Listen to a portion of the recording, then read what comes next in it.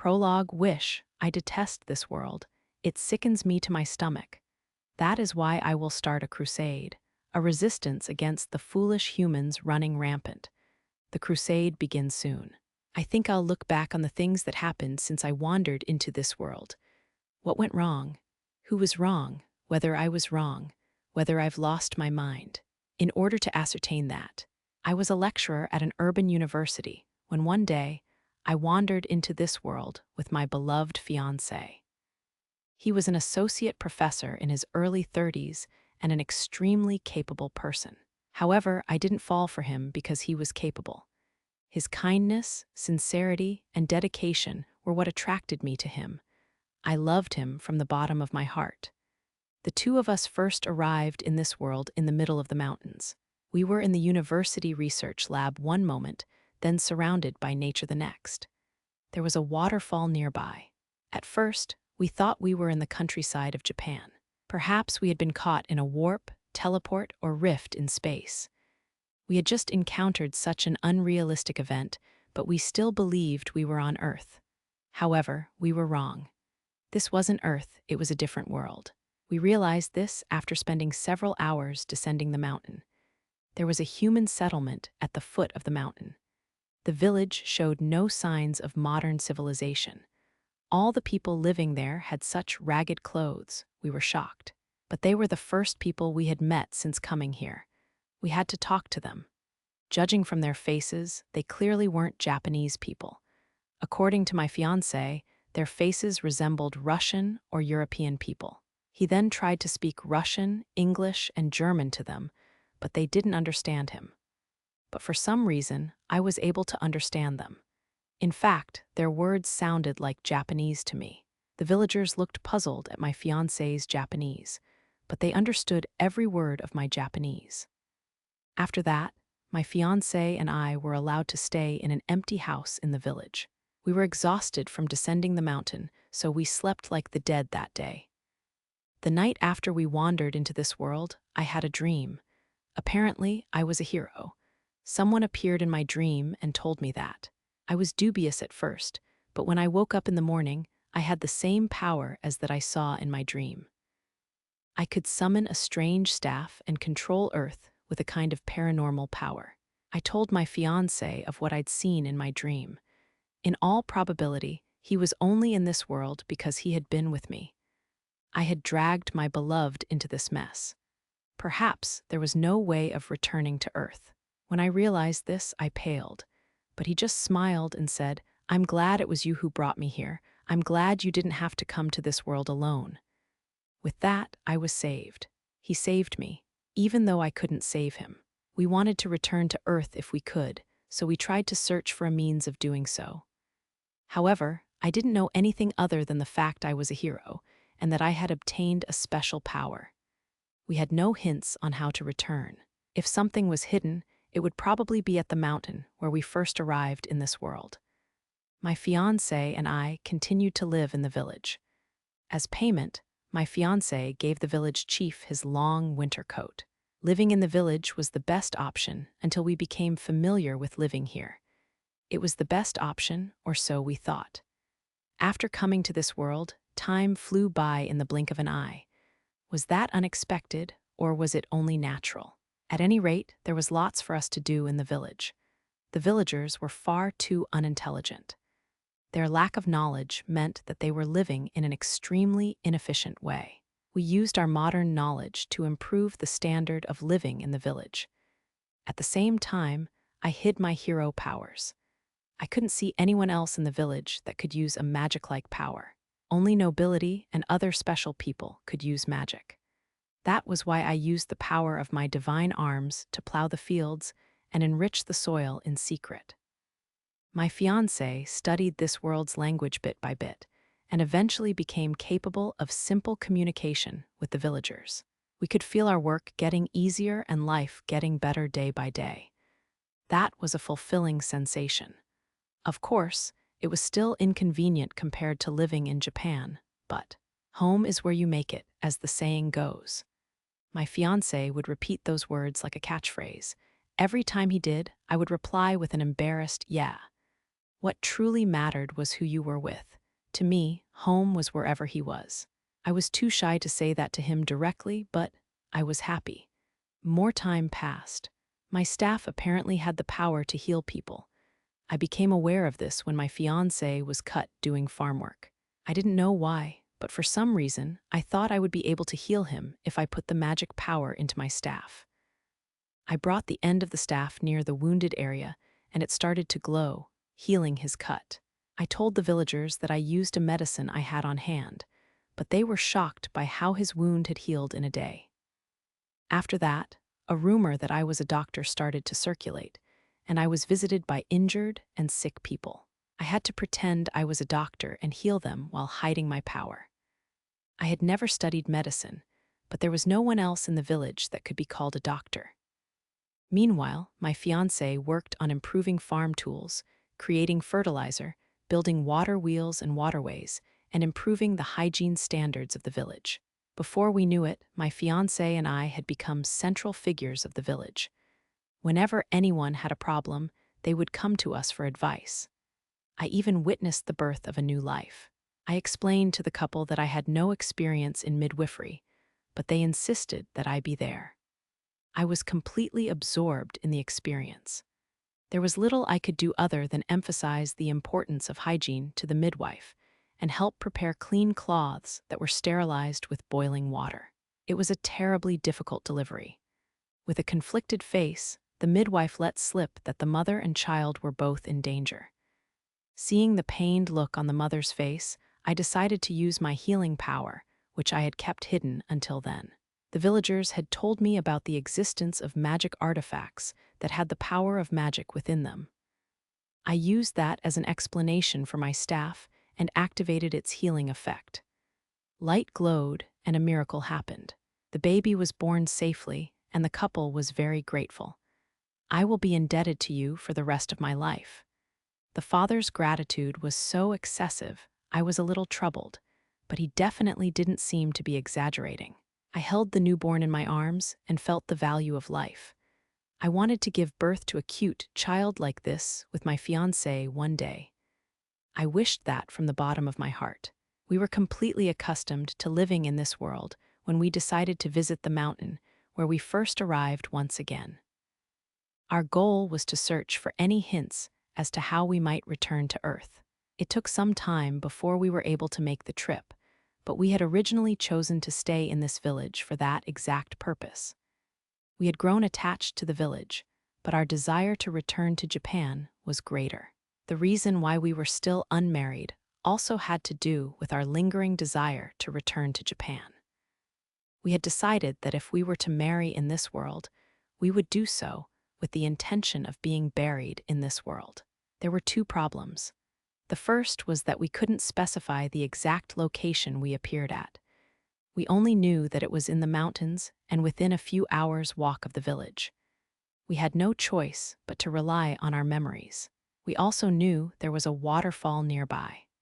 The other problem was who would go to investigate. We were fortunate enough to descend the mountains safely the first time, but there were many dangerous beasts in the mountains. Walking into the mountains unarmed was a suicidal act. That's why I wanted to go alone, but my fiancé was worried. "I'm much stronger than you now," I said jokingly, but he just fell silent with a frown, because my power made that statement true. If I wished for it, my hero power would enhance my physical abilities to a terrifying degree.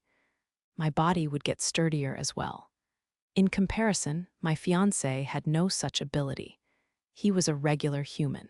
He had gained stamina from the daily farm work, but his life would still be in danger against a savage beast, even if he was armed.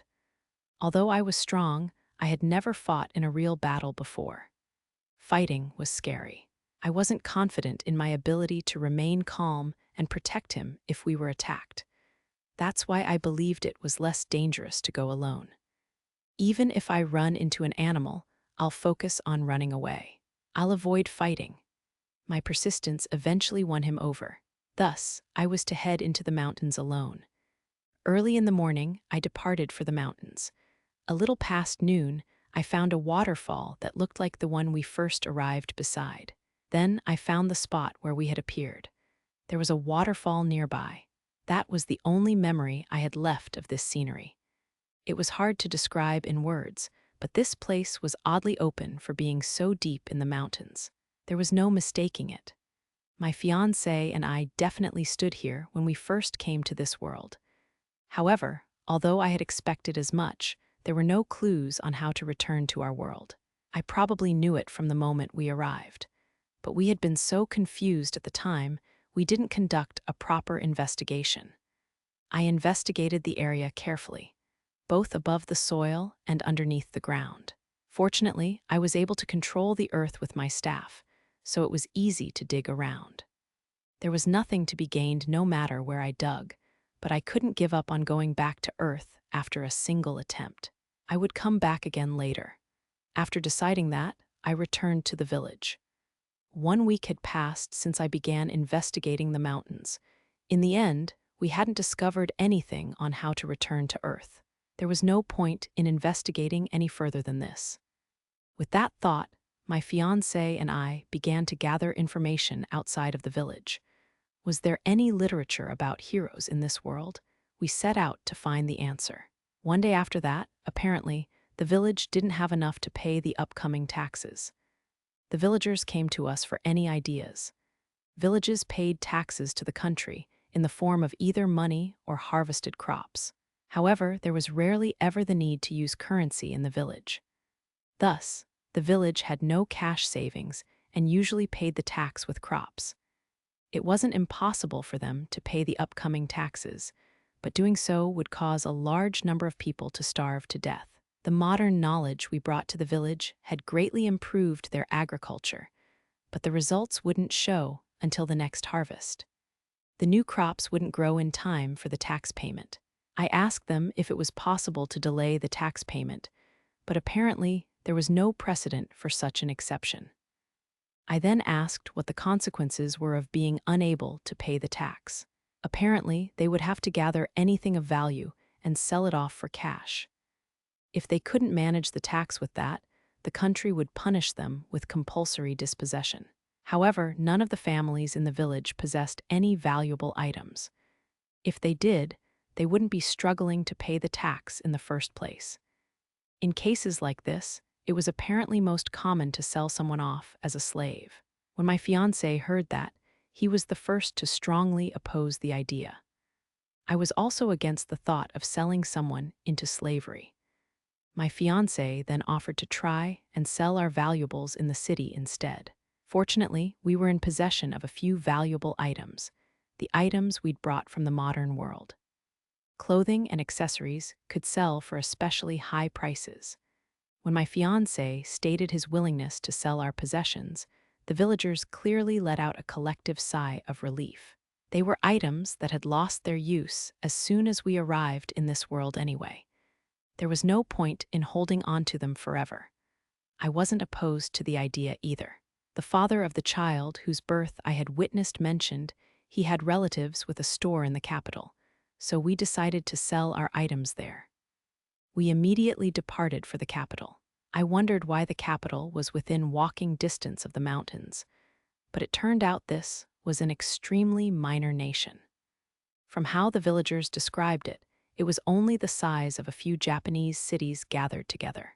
The village was by the mountains at the border of the country, but if we left with the sunrise, we would arrive at the capital by morning the next day. The group heading to the capital consisted of a few men armed with farm tools, and my fiancé and I who owned the items to be sold. The father joined us. He was born in the capital and would lead us to his relative's store. We arrived at the capital without any issue. Although it was the capital, it was just the capital of a minor nation. It wasn't even the size of a small city in Japan. From what I could see of the townscape, the civilization level was that of Earth's Middle Ages. We didn't have the money for an extended stay in the capital, so we immediately went to do our business. We made our way to the aforementioned store and began negotiations. However, we didn't bring out every item at once. We showed our items in small amounts and watched their reactions. Because our items didn't exist in this world, the price depended on how much the store was willing to pay. We didn't know how much funds the store had, and bringing out all our items at once would reduce their novelty. We feared that would result in a cheaper price. Negotiations were done by my fiancé and me. As a result, we were able to secure the tax funds after selling just one set of clothes. I'm sure the novelty played a part in it, but it also reflected just how high quality the clothes from Earth were. We were first given a cheap price, but when I said I was willing to give up on the sale because I was attached to the item, they immediately raised their offer. They asked if we had any other items, but we brushed them off without showing them anything else. We decided it would be better to save them for the future. Thus, the sale concluded.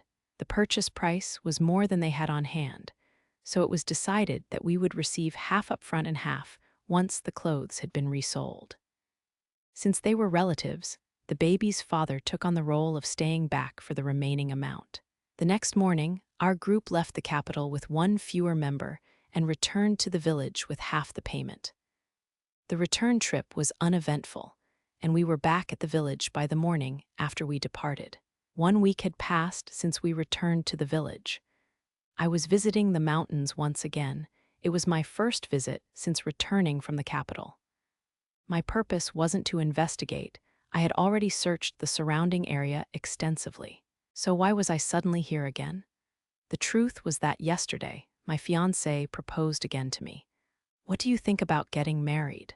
We had been engaged since before we wandered into this world, but we had put off marriage because we hadn't given up on returning to Earth. There were no means of contraception in this village. Getting married would inevitably result in having a child, and once we had one, we naturally wouldn't be able to move around freely for a while. In other words, this marriage proposal symbolized giving up on our search for a way to return to Earth. Honestly, my answer was pretty much set. However, can you give me just 1 day to think? I've always been like this, since I was a child even. My feelings were all but solidified, but I was hesitant to answer on impulse. That's why I visited the place where we first arrived in this world. If I came here, I would find out whether I still had the desire to return to Earth, or whether I was willing to be buried in this world. I received my answer. I came here and looked back on my life on Earth and found I had no lingering attachments. My fiancé was here with me. As long as he was here, I could live anywhere. My feelings were completely solidified. I would give him my answer as soon as I returned to the village. With that decided, I made haste back. The body and physical abilities of a hero were amazing. It had taken us hours to descend the mountain when we first arrived in this world, but now I could make the trip in a mere 10 minutes. And once I did, I couldn't speak. I could barely believe my eyes. His dead body was displayed in the center of the village. Beside the body dressed in familiar clothes was his severed head. The ground was wet with blood. The villagers we should have been close with were throwing stones at his body while yelling with rage. They were suspicious from the start. How dare they steal from a noble? They weren't making any sense. Steal from a noble? Who did? As I stood frozen, watching the sight of his corpse from afar, I met eyes with the father of the baby, whose birth I witnessed. He was the one who said he'd be indebted to me forever for saving his wife and child. There she is. That's the woman. The father pointed at me with a pale face. He was surrounded by his merchant relative from the capital, a well-dressed man, and several knight-like men with swords and maces. For some reason, all our items from Earth had been brought out. Bring her here, the well-dressed man ordered. 3 of the 5 knights around him moved. I materialized my staff and approached the men myself. To be more precise, I approached my fiancé's dead body. Slowly, step by step. Hey, stop, what is this woman's ridiculous strength? The knights tried to apprehend me, but I pushed forward. My footsteps grew faster, and I shook off the knights grabbing at me. I had no memory of any words spoken from that moment onwards. The well-dressed man was yelling something with a grimace. I ignored the knights that were positioned to protect him. All I wanted to do was reach my fiancé. I ran towards his corpse without a glance at anyone else. They must have been surprised by me. No, don't die. I picked up his severed head and activated my healing power on his body. I carefully tried to connect his neck and body, bringing the glow of the staff near the wound. No, no. As I mumbled to myself like a broken record, someone struck me from behind with all their might. It was the knight with the mace. I was blown aside while carrying his severed head. The knights surrounded my fallen body, stabbing me with their swords and the pointed tips of the maces. Ah, my consciousness faded. On that day, at that moment, I was killed. I was definitely killed, and yet I saw a dream. Apparently, I had awakened. Someone appeared in my dream and bestowed even greater power on me. They taught me how to use it, but I didn't care about any of it. What I wanted wasn't power, not power. I woke up, it was pitch black. My body was being crushed. It was so suffocating. I struggled with all my strength. Then I saw a faint light far in the distance. It was the moon in the night sky. Apparently, I had been buried outside the village. My dead body was still in the same bloodied clothes I had died in. I found my fiancé's corpse buried beside me, so I tried to heal his corpse again. The only thought in my mind was to heal him. I silently continued holding the healing light against him. How much time passed like that? Eventually, I realized he wasn't coming back to life. After that, I headed for the village. Why was I alive? Why was I the only one alive? Why did they kill him? I went to find the answers to those questions. Based on the situation, the one who was most likely to know was the baby's father. His house was on the edge of the village. Night had already fallen over the village, and it was completely dark outside. No one was walking around. I made it to his house without passing anyone. I peeked inside the house from a gap at the front entrance. It was a small, one-room house for a family of 3. The father and mother sat at the dining table while the baby slept on a raised bed. We did a good job. Now I'll be able to open my own store. I can give you and this child a better life. When the father said those words, the mother reacted with clear excitement. They must have dreamed of escaping their poor life in the village. Before I knew it, my feet were moving. The rundown door opened with a creak. The couple noticed the sound and looked up at the entryway. When they saw me in my bloodied clothes, eek, the mother trembled in horror. How are you alive? The father was also speechless. Give him back, huh? You said you'd be indebted to me for the rest of your life. When I voiced my demand, the father made a hideous face. Was he feeling guilty about something? He averted his eyes from me. If you're indebted to me for the rest of your life, then give him back. Give him back to me. Bring him back to life. Eek! The mother jumped out of her seat and backed away from me in fear.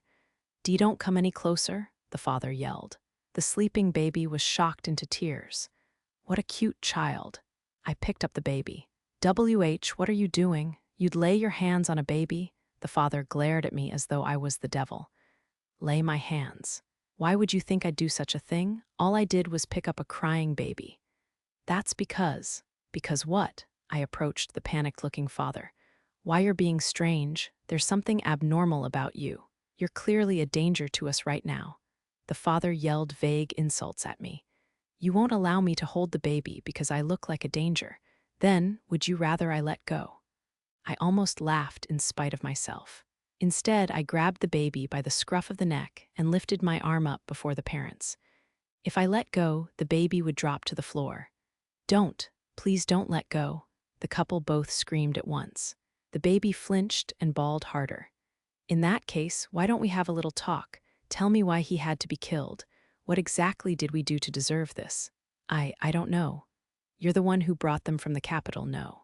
You were just talking about how you did such a good job. The father paled at my words. He must have believed I had overheard something unfavorable to him. All I heard was a brief mention of a job, but it was clear this father had done something for this to happen to us. It isn't my fault. Despite saying that, the father eventually gave in and started speaking. It was nonsense. Everything he said was complete nonsense. The trigger was when our clothes resold for higher than expected. The buyer was the exceptionally well-dressed man in the village center earlier. He and his daughter, who hadn't come to the village, wanted to know who had made the clothes they bought. In short, the father before me had let slip that we possessed more rare items like the clothes that were sold. that we had neat utensils that he had never seen before, precious metals, and a staff with the power of healing. The noble and his daughter expressed a strong interest in our items. The man was especially curious about the healing staff I possessed. On that day, the father went back to his relative's home without further discussion. But the next morning, a messenger from the noble summoned him back. When he arrived at the mansion, "Good work. Thanks to you, my friend's stolen items have finally been located. Incidentally, would you be interested in cooperating to assure the retrieval process goes smoothly? You will be rewarded handsomely, of course." He was given such an offer. So you were blinded by greed. You pinned a crime we never committed on us. "Why, you're wrong," the father argued back in a flurry when I glared coldly at him. "I don't see how I'm wrong. I was threatened. I couldn't defy a noble. I would have been killed if I hadn't helped him. And the rest of the village is at fault as well. We were told they'd exempt us from paying tax for a while. So the entire village sold us." At this time, I was surprisingly calm. Perhaps it was because the man's panicked excuses sounded so comical. "We all tried to persuade your fiancé. The noble wanted to settle things peacefully if possible. If he had just handed over everything, he wouldn't have been killed. Yet he insisted on opposing the noble. Was he trying to redirect the blame? Why did he oppose the noble? It was a ring. He said it was for you, so he absolutely couldn't give it to them. A ring for me, in other words, an engagement ring. Yes, it must have been an engagement ring. He first proposed to me shortly before we wandered into this world, but at the time, he hadn't given me a ring. He had wanted us to go shopping together to buy something I liked. However, I told him I wanted to wear a ring he picked for me, so he'd bought it already. We didn't have any money to buy a ring in this world. The situation was clear. He had tried to protect it from being taken away by the noble, and then he was killed for it. "Aha, ahaha," I laughed with tears running down my face. I wouldn't have been able to maintain my sanity otherwise. But was there a reason to maintain my sanity? The couple before me watched me like I was being strange. Then the baby started crying again. What a grating sound. That's enough, isn't it? Give me back my child. I told you the entire truth. After killing my fiancé and taking away our hopes of having a child, you want your own child back. Could there be anything more selfish than this? Was it right to let a request like that go unpunished? I told you already, I wasn't the one who killed him. That noble was the one who killed him. The knights were the ones who killed him, and your man wouldn't have been killed if he hadn't defied them. In all likelihood, everything he was saying was true. I don't care about what you think the truth is. You were the one who blabbered away about our valuables and brought that evil noble here. That noble ordered his knights to kill my fiancé as a result. Are these not the facts? That's because I couldn't oppose the noble, and the noble could have been right about you stealing those items. Aha! You'd believe a noble you've never met before over the woman who saved your wife and baby's lives. You said you'd be indebted to me for the rest of your life, but you didn't believe in us in the slightest. It was such a pathetic excuse to hear this late in the game. This is the truth to me. From the very beginning, there was nothing. This land where we were prepared to live out our days.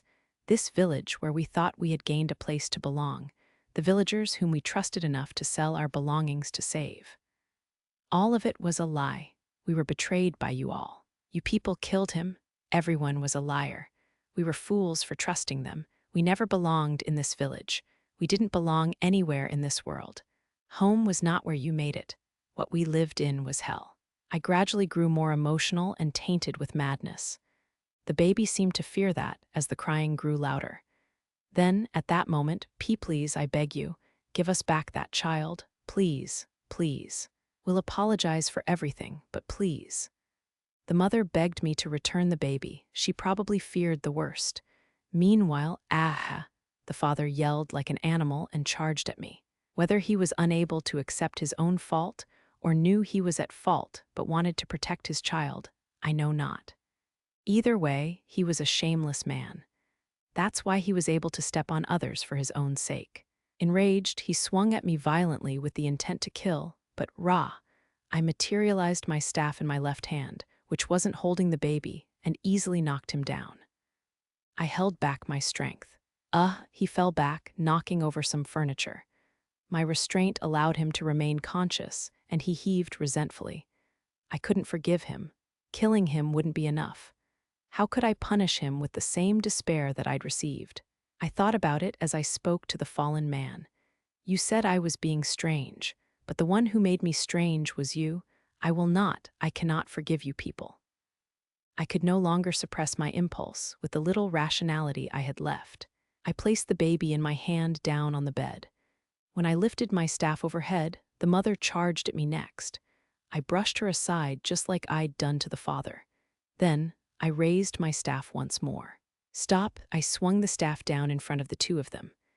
Aha, ahahaha, I laughed like a broken record. No, I was the broken one. From that moment, I was no longer human in body or soul. The last one I killed was the father. He yelled at me for killing his wife and child up until his last breath. I accepted his words emotionlessly with the same rage in my heart. The nobles had yet to leave the village, so I killed them and retrieved the engagement ring. I then made my way back to the village outskirts where my fiancé was buried, collected his body, and headed for the mountains. I buried him in the place where we first arrived in this world. I figured that was the closest place to Earth. Then, I killed myself to follow him. If this were a story that ended with my death, there would still be salvation to be had. But there was no salvation. There truly was no salvation.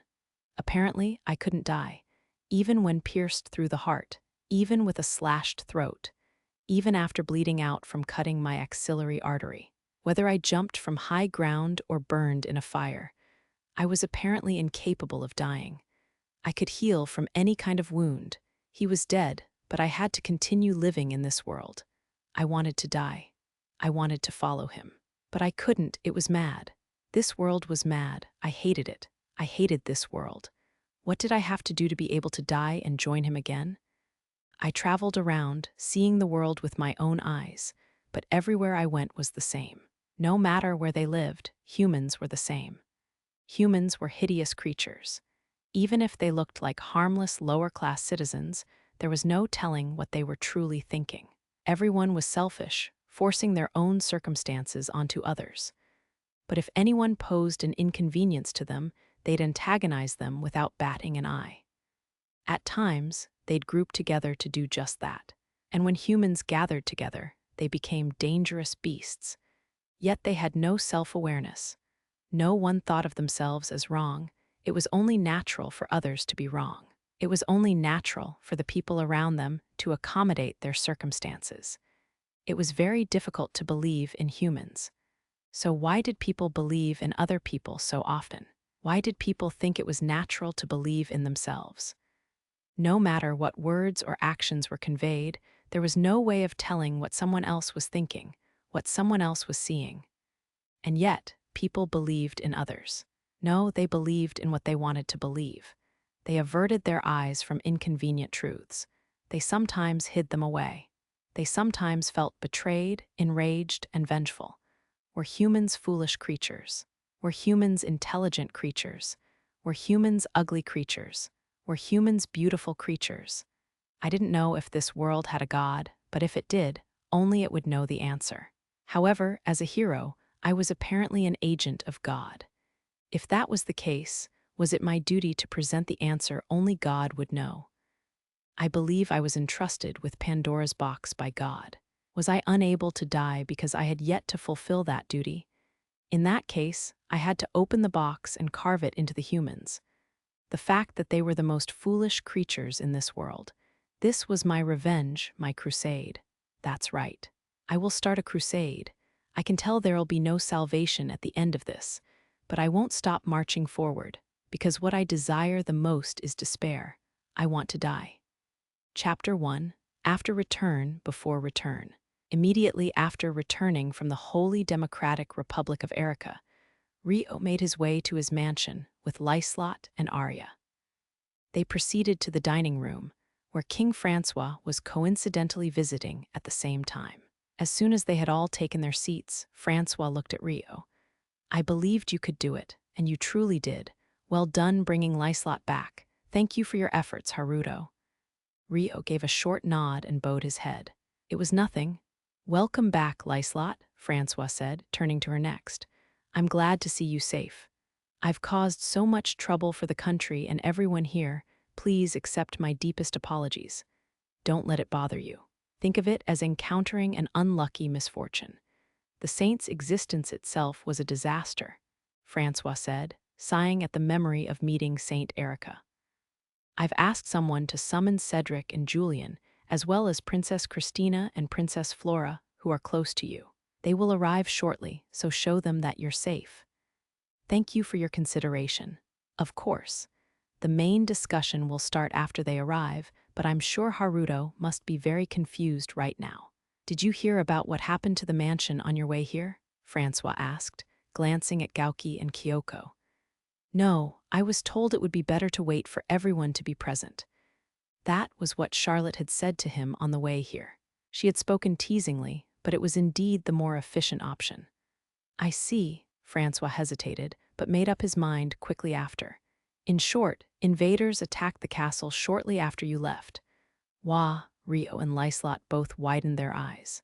Francois paused, thinking about how to explain things in a way that wouldn't cause them excess concern.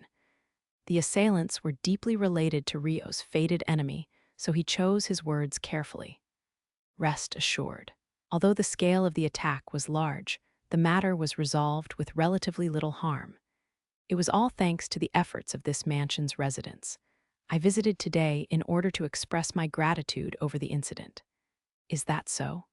Rio and Lyslot looked a little less anxious, but there was still too little information to dispel their confusion. Excuse me, Princess Christina, Princess Flora, as well as Duke Crescia and his wife have arrived. A female knight announced the arrival of the invited guests. Thank you for the invitation. The first to enter after the knight were the foreign royals, Christina and Flora, but they promptly moved aside after giving their short greetings. They were probably being considerate of Lyslot's parents, Duke Cedric Crescia and Duchess Julian Crescia. Your Majesty. As her parents, they wanted to call out to their daughter immediately, but as a duke's family, they couldn't do such a thing. With his position as a noble in mind, Cedric greeted King Francois first. That being said, his gaze and attention were completely focused on his kidnapped daughter who had safely returned. There's no need to greet me. I will not stand in the way of a father-daughter reunion, Francois said, dismissing the need for any noble etiquette. Thank you for your consideration. Oh, Lyslot. After a quick bow, Cedric rushed straight over to his daughter. His wife Julian was right behind him. Thank goodness you're safe, she sighed, sweeping Lyslot, who had stood up to meet them, into a loving hug with Cedric. Mother, father, Lyslot was unable to budge from their embrace. There were tears in her eyes and her voice was trembling. Everyone else in the room watched over the family quietly. After some time, Cedric and Julian turned to Rio and bowed their heads deeply. Sir Amakawa, no, Haruto. Thank you for bringing my daughter back. I acted of my own accord, so don't worry about it, Rio said, shaking his head. Oh my. Those words must have resonated in Julian's heart as she looked at her daughter with a sigh of admiration. Lyslot tried to feign composure, but her cheeks were tinted a shy pink. Thank you, truly. Cedric smiled softly and shook Rio's hand, emphasizing his gratitude from the bottom of his heart. You're welcome. However, it might be a bit too early to celebrate. I have some bad news to report as well, Rio said, looking at Francois. I expected as much. I also need to explain what happened over here to you. But let's start with your report first. Thus, Rio and Francois explained to each other what they had experienced during Rio's absence. 2 days ago, on the outskirts of the Holy Democratic Republic of Erica, the sun was just about to set behind the stone house set up in the woods. Rio, who had been wounded in his battle with Saint Erica, opened his eyes. Where? The familiar ceiling of the stone house greeted him. He tried to recall what had happened with his still groggy mind. Sir Haruto. A familiar voice called to him from beside his bed, so he turned to look that way. Lyslot was seated in a chair next to his bed, having nursed him while he was unconscious. Their gazes met. Lyslot. How are you feeling? if it hurts anywhere. Her hands hovered over his body, prepared to cast cura to heal him. I'm fine, nothing hurts. Rio slowly sat up, moving his arms to check the condition of his body. He could feel his body was stiff from sleeping, but he wasn't in any pain. Thank goodness, Lyslot exhaled in relief, slumping over as all her strength left her. Her hovering hands settled on clinging to Rio's right arm on the bed, squeezing his hand tightly. The sudden contact to his hand almost made Rio flinch, but he stifled his body's reflexes with a gulp of air. Thank goodness, truly, Lyslot was crying. Her head was hanging downwards, but both her slender body and lovely voice were trembling. Sorry, I must have made you worry, Rio apologized quietly. No, I should be the one to apologize. I've caused you so much trouble. Lyslot had lifted her face to argue back, but was looking down once again with the latter half of her words. Rio watched her like he was unsure of what to say. It was no trouble at all. He quickly gave her a gentle smile of assurance. Then he moved his left hand and squeezed her hands softly between his. Sir Haruto? Lyslot asked, looking up in confusion. I'm here of my own will. Being bedridden after charging in so triumphantly is pathetic of me, but I've never thought of it as a trouble caused by you.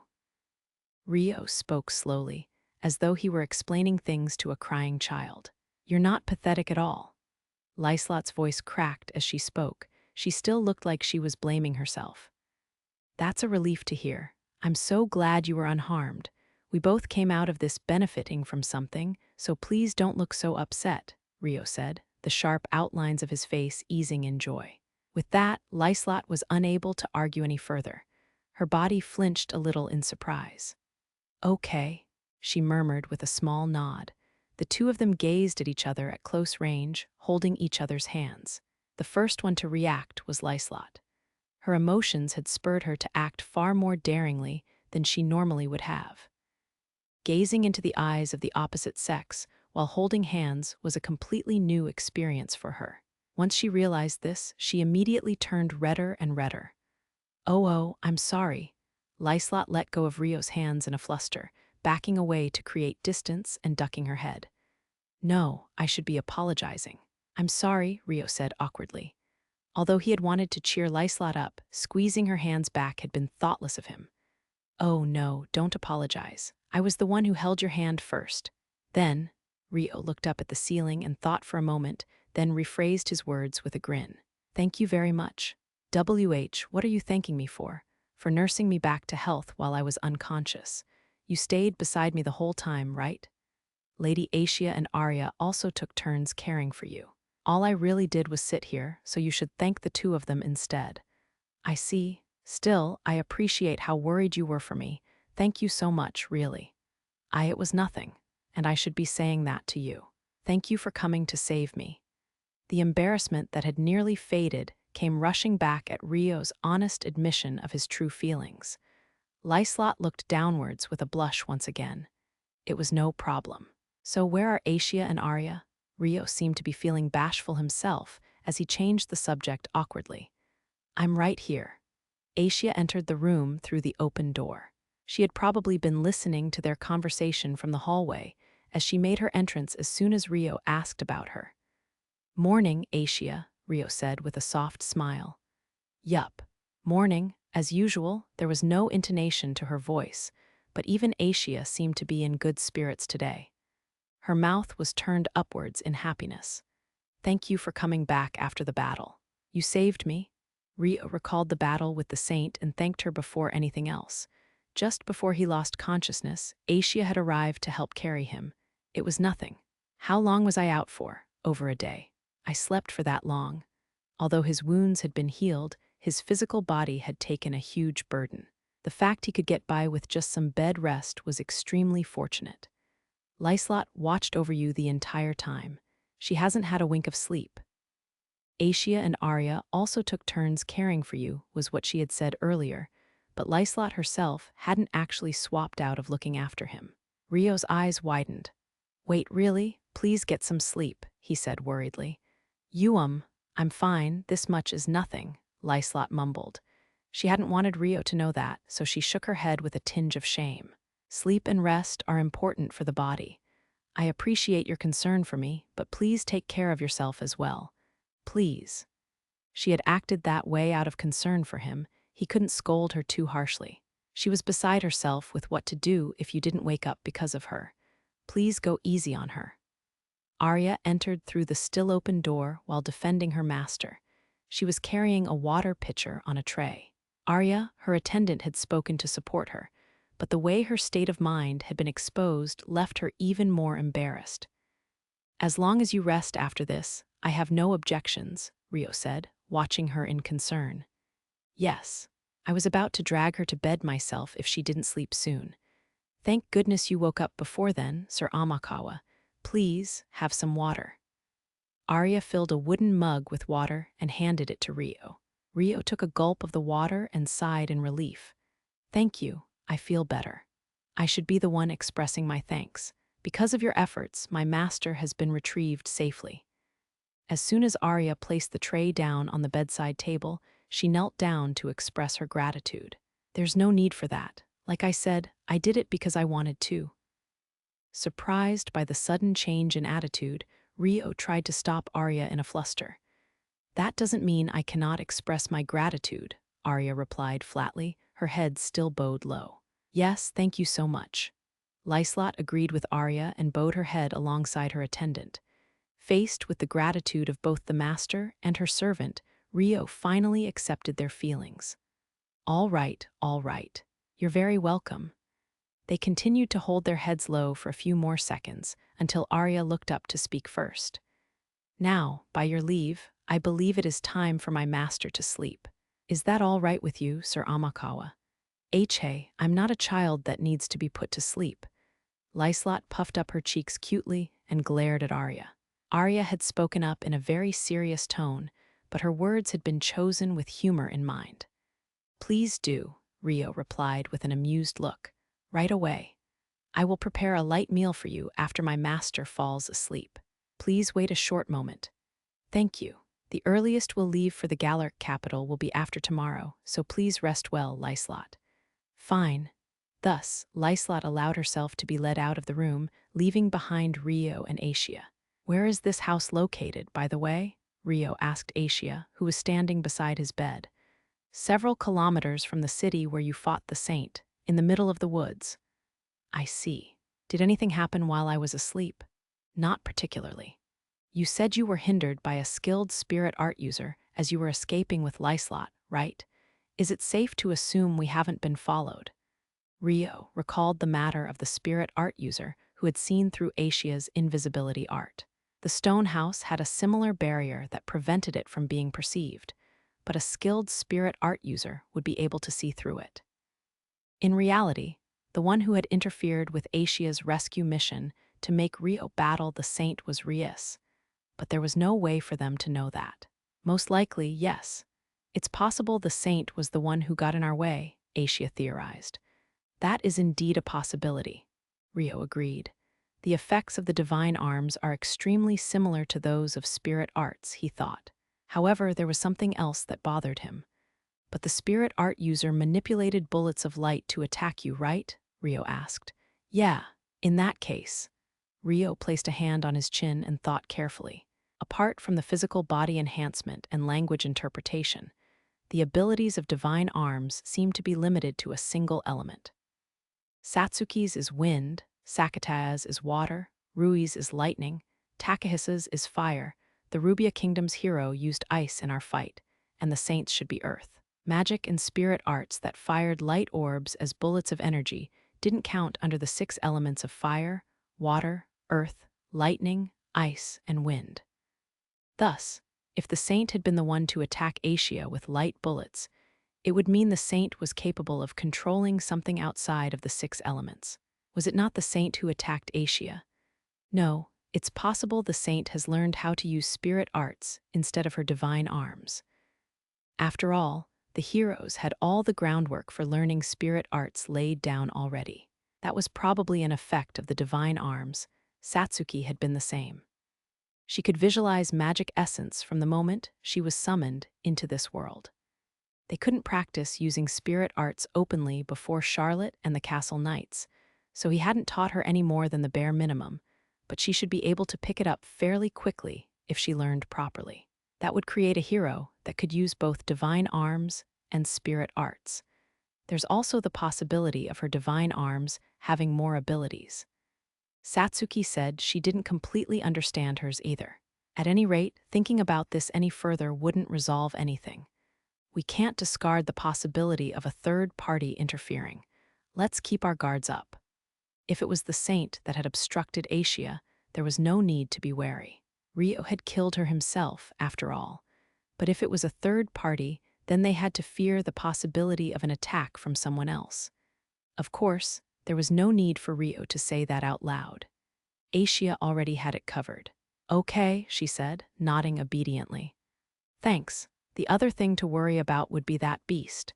It seems most natural to assume the saint was controlling it as well, but he couldn't be sure.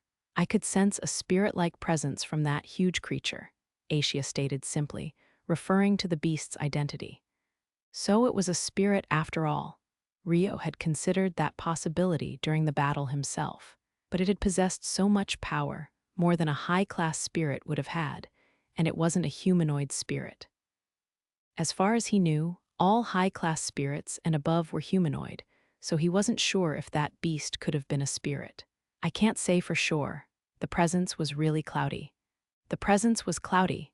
Humans couldn't detect spirit presences with their senses. When Ryo looked like he was struggling to understand. People, spirits, animals, monsters, plants. Any living thing has a presence. There are characteristics distinct to the presences of certain species, and there are variations in the presences of different individuals. Out of all living creatures, the easiest presence to detect is that of spirits and monsters, Asia added. So the presence was most similar to that of a spirit, but it was cloudy. That was the expression it came down to. Ryo hummed in confusion, not quite getting it. Monsters also have cloudy presences, so in that way, it might be similar to a monster, but it also felt really similar to a spirit. Since it was a matter of intuition, Asia struggled to describe it as well. However, although they didn't have an exact answer, it was definitely something similar to a spirit. "I see. Could you sense anything else about the creature's presence?" Asia paused for a moment. "It was angry," she answered. Spirits were sensitive to the emotions of others. They could sense them to a certain extent through the presences of others. "Ah, I noticed that too," Ryo agreed. His impression may have been influenced by its overwhelming size, over 100 meters in length, but its eyes were filled with a resentment greater than any word could describe. That was something Ryo could observe even as a human. It was really, really angry. It was pitch black. Asia's description was short, but it resonated, painting a truly dreadful picture of the beast's wrath. Pitch black. It was so angry it lost all sense of itself. Probably, it had lost all reason. What was it so mad for? I suppose it could have been mad at me, the enemy, but when did he incur such enmity? Sure, he had invaded the enemy's territory to retrieve Lyslot, which could have triggered the beast's wrath, but something didn't seem right about that. It didn't seem like the anger was directed at you. It wasn't angry at anyone there in particular. In that case, why? What reason did it have to be so angry? Maybe it didn't know why it was mad itself. Perhaps it was blindfolded and left in a state of confusion, like it didn't know whom to direct its anger towards. All it knew was that anger was overflowing from within itself. That was the feeling I got from it. And that was what made it pitch black. "Yeah," Asia nodded quietly. "I see. But for some reason, it seemed like it was rampaging in an oddly calm way. It was like I was fighting a cunning beast that had locked on to its prey." The last attack that struck its own allies had caught Ryo by surprise, but every other attack before then seemed to be controlled by the saint to prevent destruction to the city. It had even feigned its death up until it made its last attack. There was something unpleasant about that. If it had lost itself to its rage, would it have been able to obey its master's orders so calmly? Ryo wondered out loud. He could understand if the saint had absolute control over the beast's movements. However, if that beast was something similar to a spirit, a contract wouldn't be enough to create such a connection. In a contract relationship, both sides were equal. Spirits served their contract partners because they wanted to, they were still capable of moving about of their own will. That, I don't know. That was a given. Asia had never been in such a mental state. Of course. Rio sighed as though to expel accumulated mud. The lack of any confirmed information made him feel as if he were sinking deeper into a bog the more he thought about things. Waking up to such a heavy topic was tiring him out quickly. However, that didn't mean he could stop to rest. If that beast was a spirit, then it's not dead, is it? Rio asked. It was the most important thing he had to confirm right now. That depends on what kind of attack you used to defeat it. A spirit cannot die of wounds dealt to its incarnated body. Any damage has to be done directly to the spiritual body. It's also possible to eradicate a spirit by making it expend essence until it can no longer maintain its spirit form. That meant it was no good just damaging the physical body that was created when a spirit materialized. As long as it recovered its magic essence, it could reappear with its wounds healed. If I use spirit arts to directly attack a materialized spirit, I can do some damage to its spirit form, right? Rio asked. He had once learned that in the spirit folk village. Yup, but it's difficult to deal enough damage to kill it. Against strong spirits, it's pretty much impossible. I see. Can you sense that beast's presence right now? I cannot. Its presence completely disappeared shortly before I reached you. Honestly speaking, I highly doubt I managed to kill it. If killing the contract holder doesn't kill the spirit, then it's probably in its spirit form right now, too low on essence to materialize itself. I doubt there's anyone else out there with enough essence to supply something like that. But if the spirit art user who interfered with Asia wasn't the saint, then that person could have been controlling the beast. But there couldn't be many people out there capable of materializing such a powerful spirit. It would be out of the question for a human. It would even be impossible for a high elf like Orphea, despite their abundance of essence. But no matter who was controlling the beast, there was a high possibility it still existed in spirit form somewhere. And the next time it materialized, it might attack them again. I'd rather not picture that. Rio didn't have the confidence to say he'd win a rematch. He didn't believe he'd be able to prevent damage to the surroundings and protect others at the same time. He needed the strength to protect people if the worst should happen. Rio's face tensed at the thought. Let's look together for a way to win the next battle. We can fight together next time. She had probably read his fears. Asia grabbed Rio by the hand as though to remind him he wasn't alone. With that, Rio's expression softened a little. Thank you, Asia. We'll have to find out more about that monster. Rio squeezed Asia's hand back. He then smiled gently to clear the gloomy fog that had befallen him. Dryas and the others in the village might know something. Yeah, let's ask Sarah and the others when we get back. There were many things he wanted to investigate. It's highly likely that the divine arms are related to that beast. I'll need to ask Satsuki for her assistance, which might require permission from King Francois too. He considered what he needed to prepare for a possible rematch with the beast. First, they had to return to Galarc as soon as possible. Rescuing Lyslot and bringing her back was the most important mission at hand. Now that you're awake, I'm going to check on things in that city, Asia said, voicing the words in Rio's head first. I was just thinking of going as well. You're still recovering, and your face might be recognized after that huge fight. I can check on things in spirit form. But you might end up in a fight with that spirit art user that hindered your escape. All the more reason for me to go, then. There was no way he could argue with that reasoning. He shouldn't be pushing his recovering body. Fine, then I'll leave it in your hands. Rio showed signs of uncertainty, but chose to rely on Asia. You can count on me. There's just one thing I'd like you to check. I want to know how the people living in the city are reacting to the saint's death. I need to report that to King Francois. Okay.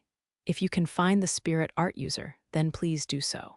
But it isn't a top priority, so don't push yourself into a bad situation over it. Got it. Be careful out there. If you sense the slightest sign of trouble, you can run right away. Okay. Asia nodded firmly. Even Rio would struggle to catch her if she devoted herself to fleeing. There shouldn't be a problem. And yet, Rio couldn't help looking at her worriedly. He looked like he was on the verge of insisting he went along anyway. You worry too much, Asia pointed out, seeing right through him. Oh, well, Rio mumbled evasively, unable to deny it. Believe in me a little, Asia said to him. I do believe in you. Rio tried to muster a forced smile. I'll be fine. Asia's expression softened, and she wrapped him up in a gentle hug. Rio stiffened slightly out of embarrassment. He and Asia were normally close, often sticking together for everything, but being hugged out of the blue like this gave him a little shock. However, it was strangely comforting. Rio's body gradually relaxed, accepting Asia's warmth. Some time passed like that in silence, creating a space where only the two of them existed. The food's ready, but I can't enter the room. What should I do? Meanwhile, Arya stood outside the bedroom awkwardly. Interlude. Pandora's box. The morning after Rio stabbed through Erica's heart, in the capital of the Holy Democratic Republic of Ericaburg. A unanimous vote had just been passed. Our nation will now invade the Galarc Kingdom, Erica announced. A declaration of war. Ooh! The Congress Hall was immediately filled with enthusiasm. Saint Erica, Saint Erica, Saint Erica, Saint Erica, Saint Erica. Voices worshipping Saint Erica reverberated around the room. They were rejoicing, or they were angered by the vile Lyslot the witch, who spouted convenient words pandering to the people while refusing to give up her own noble privileges. By the underling of the Galarc Kingdom, Rio, who had marched into their capital city to take Lyslot back. They were filled with more rage than they could endure. They were seething to the point of their blood boiling. It was an anger that wouldn't settle without retaliation. That was why they rejoiced in the decision to invade the Galarc Kingdom. This would give them an opportunity to exact revenge. It was the Galarc Kingdom that had started the fight with the Holy Democratic Republic of Erica. And the monarchy was an absolute evil that had to be eradicated from this world anyway. That was their justification. There was no room for rebuttal. That's what they believed without a single doubt. Do not forgive Lyslot the witch. We must demonstrate our wrath to the despicable royal monarchy, execute the evil kingdom that oppresses the weak. God will have vengeance. Saint Erica will give them divine punishment. The members of the Congress yelled passionately. Please quiet down, everyone. Erica raised her right hand with a thin smile and called out to the noisy group. The Congress members immediately fell silent. The Congress vote has passed. We will now proceed down the path of confrontation with the Galarc Kingdom. Does anyone have any questions or comments? Erica asked, looking around at the members. Saint Erica, Andre, the Prime Minister and Chairman of the meeting, sought permission to speak. Yes, Andre. Will we be announcing this decision to the people right away? The commotion yesterday has caused rumors to spread across the nation, and everyone is feeling anxious and enraged. Knowing that we're planning a counterattack may raise their morale. Other members of the Congress voiced their agreement one after another. They all wanted to spread the news to raise the fighting spirit of the nation. If they could appear reliable to the people, they would be able to gather support. It is exactly as you say, Andre. As a concerned party of the nation, the people have the right to know. However, the problem lies with the Galarc Kingdom's Lyslot the witch, who escaped. Erica acknowledged Andre's opinion, then sighed dramatically. The problem? Andre's face twisted at the mention of Lyslot. He had been in charge of looking after her during her house arrest, so his feelings towards her were especially conflicted. As I previously explained, the young man who rescued Lyslot the witch was severely wounded in the battle with the beast of the land I summoned. That was when he used the cowardly method of taking hostage Natalia and the others who came to my assistance. That was the reason why Natalia and the others had died, or so Erica had explained when Andre and the reinforcements came running after the battle ended. But they had no reason to doubt her. There was no way for them to know that their comrades had actually been killed by the beast of the land's attack. The young man fled after releasing an attack that enveloped all of us. He must believe that he killed me with that attack. However, he may possibly return to check on the situation after healing his wounds. And if he learns of our plan to invade Galarc, he'd be able to make the first move against us. Is that right? Exactly. Erica smiled as though she were praising an excellent student. When it came to war, information was key. Knowing the enemy movements was an advantage, while having the enemy know yours was the exact opposite. In that case, we must ensure that no one here makes any careless mention of the war, said Andre. The conversation just now had made him more aware of the importance of protecting the nation's information. Indeed, although we managed to catch on partway, he was skilled enough to retrieve Lyslot the Witch from a highly secure location. As we have no idea when he might send someone to spy on us, it would be best to enforce a gag order on all the Congress members. The time and location of discussions must be strictly controlled, and code words should be used to prevent anyone from overhearing the plan to invade Galarc. I see. Erica stared into space to think for a moment, then suggested a name for the plan. The name of the plan can be, how about the Pandora Plan? Pandora? Andre tilted his head at the unfamiliar word. The other members of Congress showed similar reactions. It's from an ancient legend of a sacred treasure called Pandora's Box. I took the name from there. Oh, a sacred treasure? That sounds wonderful. Andre and the other Congress members were all born and raised in Strahl, where the people had a strong faith in the six wise gods. Whether it was because it was a god's namesake or because it was Erica's suggestion, they were unconditionally in favor of the idea. It was a box of hope that a god bestowed upon mankind to bring them salvation. Pandora was the name of the woman entrusted with that box. Opening the box would bring salvation to the world. The Pandora's box that Erica spoke of came from Greek mythology on Earth, but there appeared to be some errors in her retelling. That's exactly like you, Saint Erica. Oh my, do you really think so? Yes, Saint Erica is both a saint and a hero, a true representative of the six wise gods. There is no one more fitting to be Pandora, Andre stated proudly. Is that so? Erica said with a saint-like smile. In that case, shall we go and retrieve the key to Pandora's box first? She suggested. Where would that be? Andre asked. The Galarc Kingdom, obviously. I also know of a potential site to begin hostilities.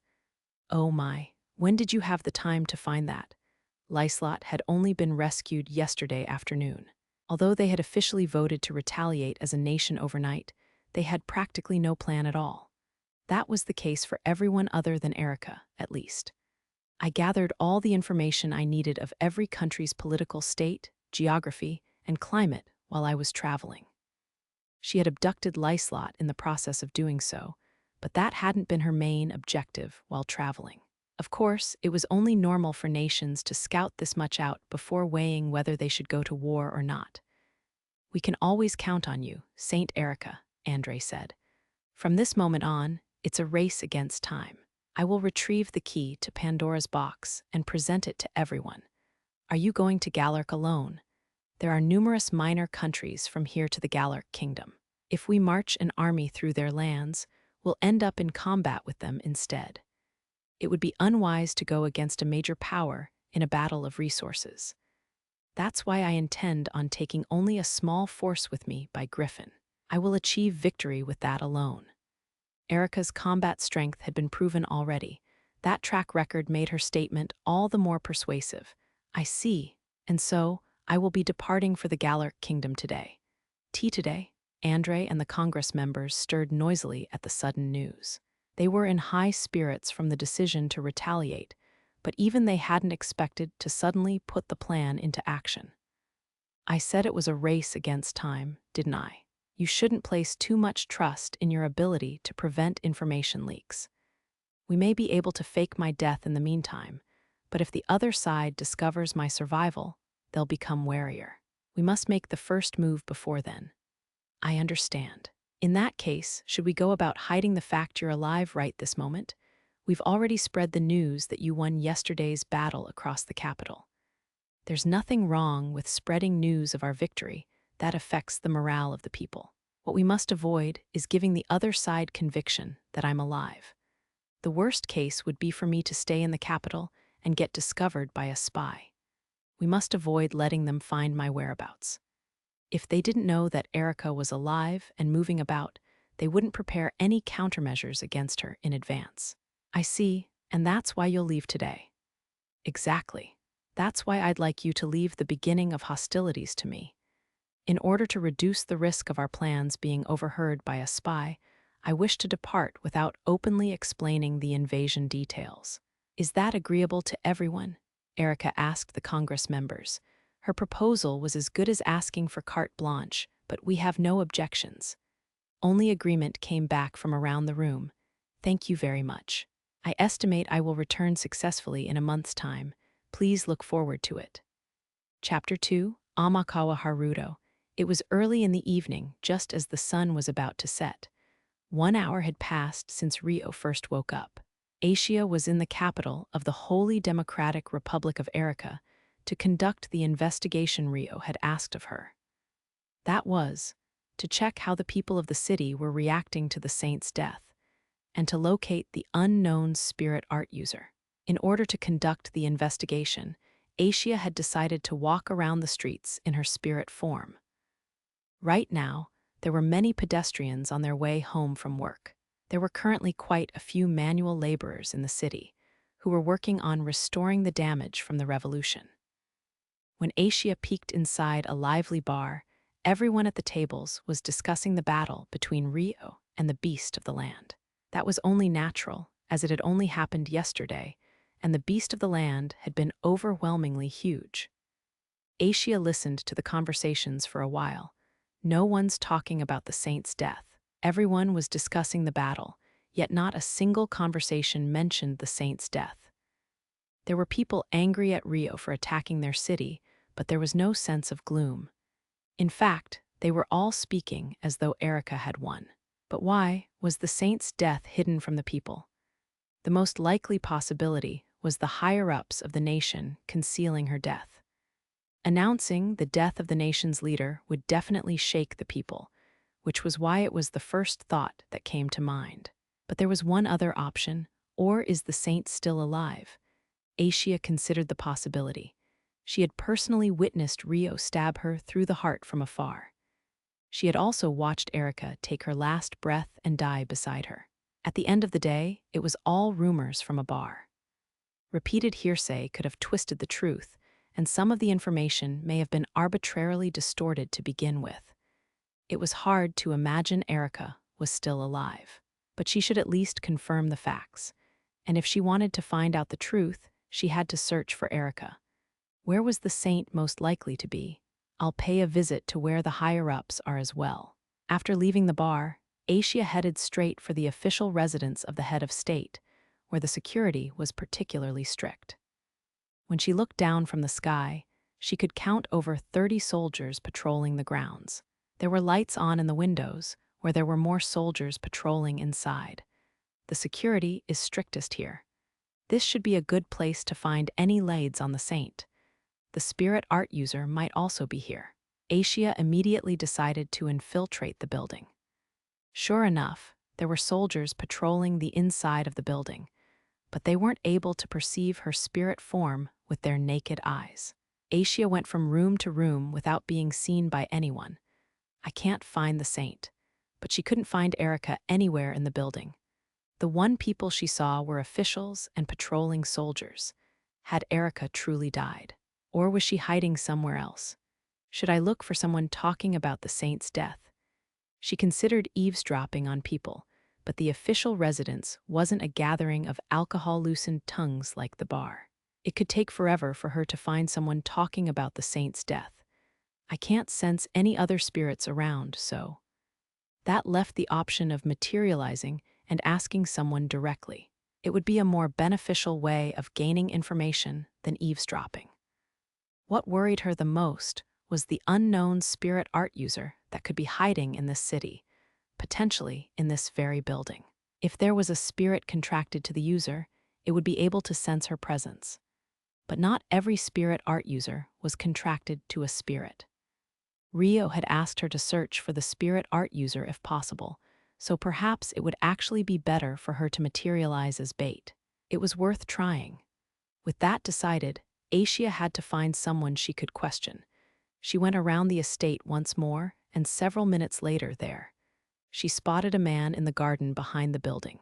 He appeared to be a cook who worked at the official residence. He had just finished preparing dinner for the employees of the building and was taking a break outside the kitchen. Fortunately, there were no soldiers patrolling nearby, so Aisha immediately set off to question him. She materialized behind him, activated a spirit art in her right hand, then touched the back of his head through his chef's hat. Wah! Feeling the contact at the back of his head, the cook turned around. At that point, his mind was caught under Aisha's spirit art. His eyes went vacant as he looked at Aisha's face with an unfocused gaze. There were many varieties of illusionary arts out there, but the majority could be split into two: those that sent fake information to the five senses, and those that affected the mind in the form of suggestions. Good evening. The one Aisha was using placed her target in a daydream-like state of hypnotism. It was a powerful illusion that could control the target's thoughts and actions to a certain degree when activated successfully. The flaw of this technique was that the target had clear memories of everything up until the illusion was cast, meaning she had to cast it without being noticed. Oh, good evening. That's right. How can I help you? The cook had no idea he was under a spell, convinced that Aisha was a friendly colleague of his. Is Erica alive? Aisha asked bluntly. I don't approve of that form of address. It should be Saint Erica, no. His belief in Erica was so strong, he showed faint indignation as he corrected Aisha. Is Saint Erica still alive? Aisha repeated. What are you saying? Of course she is. Didn't she lose her life in the battle yesterday? Of course not. She emerged victorious from yesterday's battle. Really, the saint should have lost, yet everyone believed she won. That's right. The cook was adamant the saint had won. He was in a hypnotized state, so his eyes were blank, but his tone was firm. He seemed extremely offended by Aisha's question. Did you see her return alive then? Aisha continued to ask. No, I didn't. She didn't return to the official residence yesterday as she had to deal with the aftermath of the battle. She didn't return yesterday. What about today? She left on some urgent business this morning, so no. Left for where? That's not something a cook would know. Who would know then? Her close aide, Mr. Andre, should know. Andre, the man with Lyslot yesterday. Aisha recalled the young man who had been beside Lyslot when she was captured. He had been called Andre, and she was pretty sure she had spotted him in the building earlier. Where is he now? He should be in the Congress Hall, but it's almost time for dinner, so he should be returning soon. Will he return here? Yes, Mr. Andre lives in this building as well. I see, Aisha mumbled. She stopped asking questions and thought about what to do. Should I wait for Andre here? Going to the Congress Hall herself was an option, but searching for him would take time and she might miss his return. But just then, Mark, are you there? Mark, a man called from the kitchen. It seemed like someone was searching for the cook. You're Mark? Yes. I see. Once she confirmed the cook's identity, Aisha changed her spell to suggest something new to him. I'm over here. What did you need? Mark called out, loud enough to be heard from the kitchen. After a while, a middle-aged man appeared in the kitchen doorway. Aisha immediately hid behind Mark. It was already dark outside, so she easily hid her small frame behind him. Ah, so you were outside. Mr. Andre has returned. Please prepare his dinner.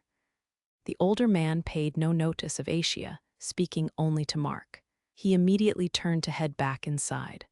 Oh, hold on a second. In that case, can you call Mr. Andre over here? Mark asked. Mr. Andre, why?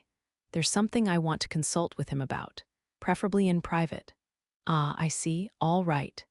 The middle-aged man looked curious, but returned to the kitchen to call Andre out. Sorry, please sleep for a bit. Once he had left, Aisha touched the back of Mark's head and stopped the illusion art, putting him to sleep through another spirit art instead. Mark slumped over instantly. Aisha gently supported him, leaning him to sit against the outside wall. Once she confirmed he was fully asleep, she moved over to the kitchen door and hid herself in wait for Andre. He came out less than a minute later. Are you here, Mark MMH? Andre had stepped out of the kitchen door to look for Mark, but the very moment he did so, Asia restrained him from behind. Good evening. Asia undid the restraints after casting an illusion. Good evening. What are you doing here? I have something important to ask you. Oh, right, that's why I was called out. What is it, comrade? Right now, in Andre's head, he wasn't talking to Mark, but one of the kitchen hand girls. However, since he didn't know Asia's name, he referred to her as comrade. Is the saint alive? Asia asked right away. What's the matter? Why so out of the blue? I want to know if the saint is really alive. Why do you wish to know such a thing? Andre was currently being directed to answer Asia's question, yet he kept responding with his own questions instead of answering honestly. He probably had a strong reason to not answer her. At the same time, it was evident that Andre was a strong-willed person, because no one's seen the saint alive. That's not true. I've seen her, Andre clearly stated.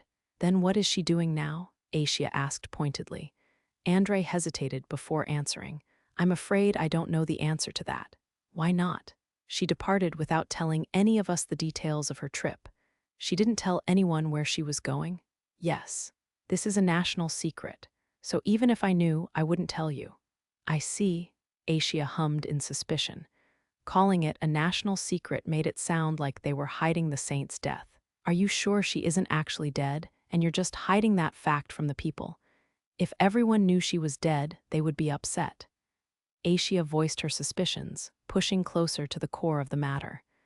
Like I said, that isn't true. I understand you feel uneasy being unable to see Saint Erica, but she's on a very important mission. Please believe me, Andre pleaded. It doesn't seem like he's lying. The information was obtained by loosening his tongue through an illusion.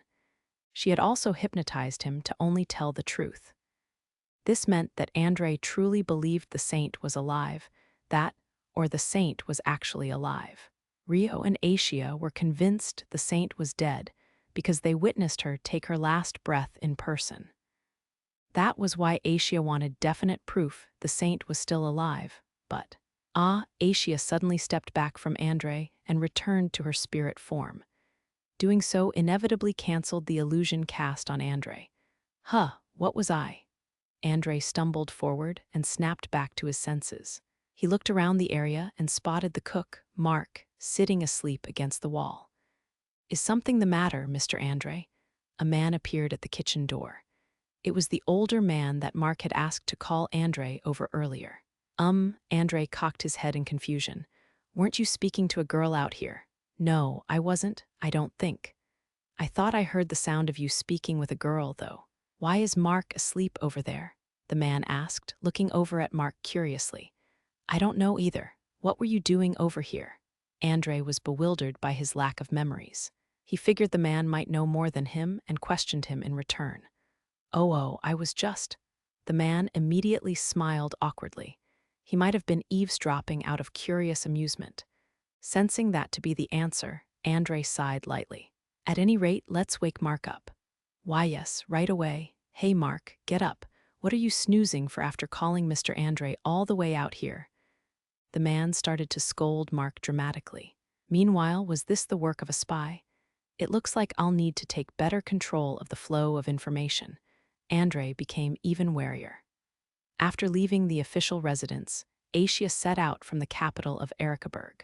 She was currently outside the city at the place where Rio fought the divine beast yesterday. She stood in the middle of the battlefield. A spirit art user would notice the activation of this art. She had just activated a particular spirit art.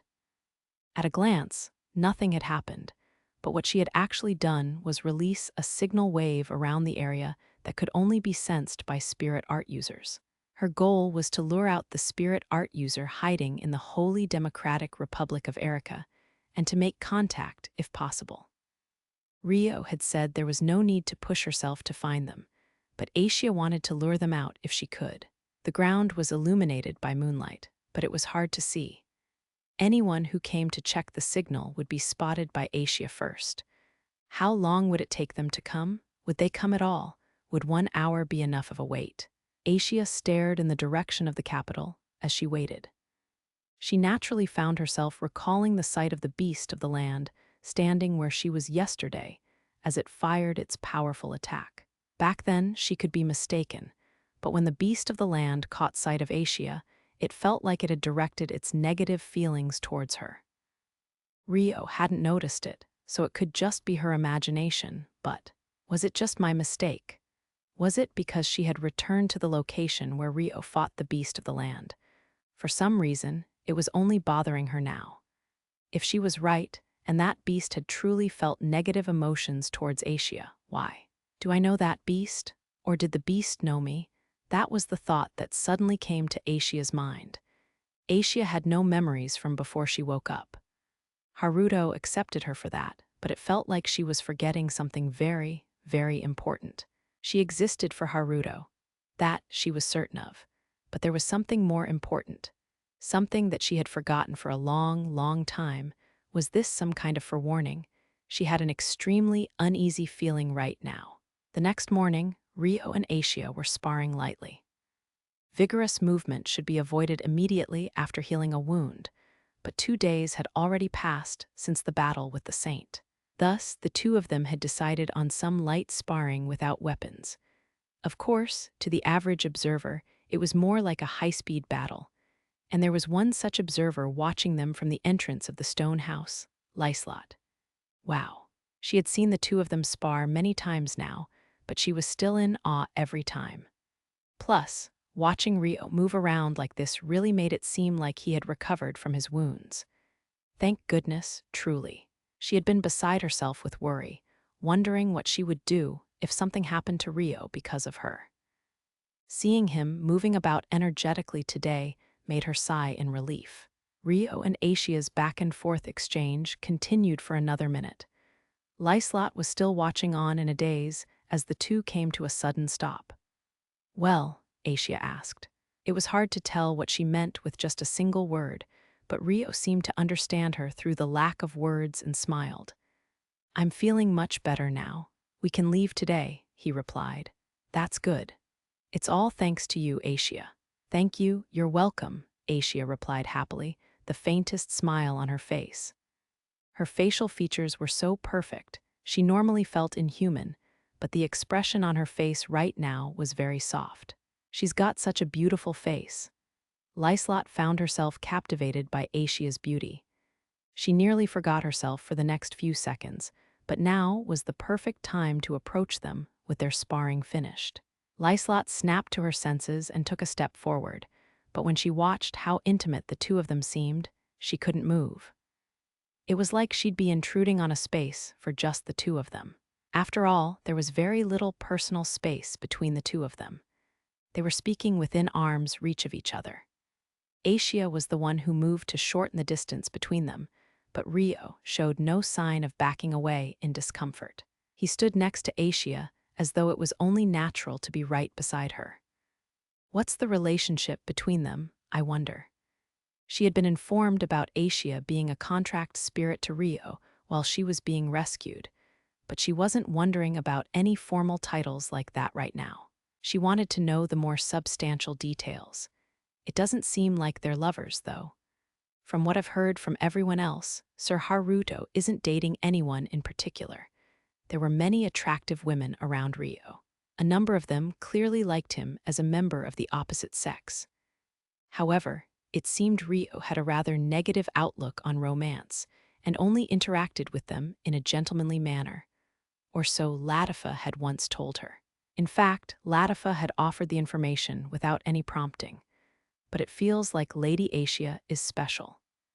This was just Lyslot's own impression, but it didn't seem like Rio was as accepting of anyone being near him as he was with Asia. Of course, he naturally let Latifa near him, but that was as his little sister rather than as someone of the opposite sex. Just what made Asia so special? It didn't seem to be something that could be explained as a strong bond or trust. Such things had been formed between him and the other girls, too. That's why Lyslot was unable to shake the feeling of Asia being special to Rio. She was allowed to be closer to him than the other girls, but what did she have that the other girls didn't? Perhaps he's actually in love with her, and just hasn't noticed it himself. Rio wasn't the outgoing type with romance, and he didn't seem to have any intentions of forming a harem with multiple women. That much Lyslot was certain about. He would only devote himself to one person. What if there was something special about Asia that could be linked to romantic feelings in Rio? Even if he had no romantic feelings right now, there was plenty of chance he could connect the dots in the future. Would Rio fall in love with Asia? What is this? When Lyslot imagined that, for some reason, a hazy feeling suddenly overcame her. But she couldn't tell what the identity of that feeling was, which just left her confused. "Are you not going outside?" a voice called from behind her. "Ah!" Lyslot let out a cute yelp of surprise. She looked back to see her head attendant, Arya. "You don't appear out of nowhere like that," she complained. "My apologies for scaring you. You were just staring outside so enviously, I couldn't help but give you a push." "I am not envious of anything, though. Sir Amakawa and Lady Asia are outside, no?" "Why, yes. How did she know that?" "You looked like you were about to call out to them, but your sense of inferiority made you give up. Can you stop reading the mind of your master? It's an essential skill of an attendant." Gah. It was indeed a vital ability for an attendant. "I'd prefer it if you only activated that skill for work, though." It was the duty of an attendant to serve their master in their daily life. It was clear Arya would merely reply that she was working right now, so Lyslot didn't argue out loud. "Sir Amakawa is in great demand as is. He won't turn your way if you merely sit and stare," Arya said, giving her master advice. "Why are you making it sound like I want his attention? Because no matter how you look at it, he has yours." Was it possible that she wasn't aware of it? That's not true. I'm not some princess from a fairy tale, falling in love with the first person to rescue me from a pinch," Lyslot squeaked, averting her eyes. She showed signs of falling for him some time ago, but does she actually have no awareness of her feelings, or is she just refusing to admit to it? Either way, her case is rather dire. At this rate, things will only get more complicated for my master. Arya looked exasperated. Her master had received countless proposals, but she had lived only for her work until now. She had no experience falling in love with the opposite sex. This might even be her first love. That thought put a smile on her face, but the future was rather concerning.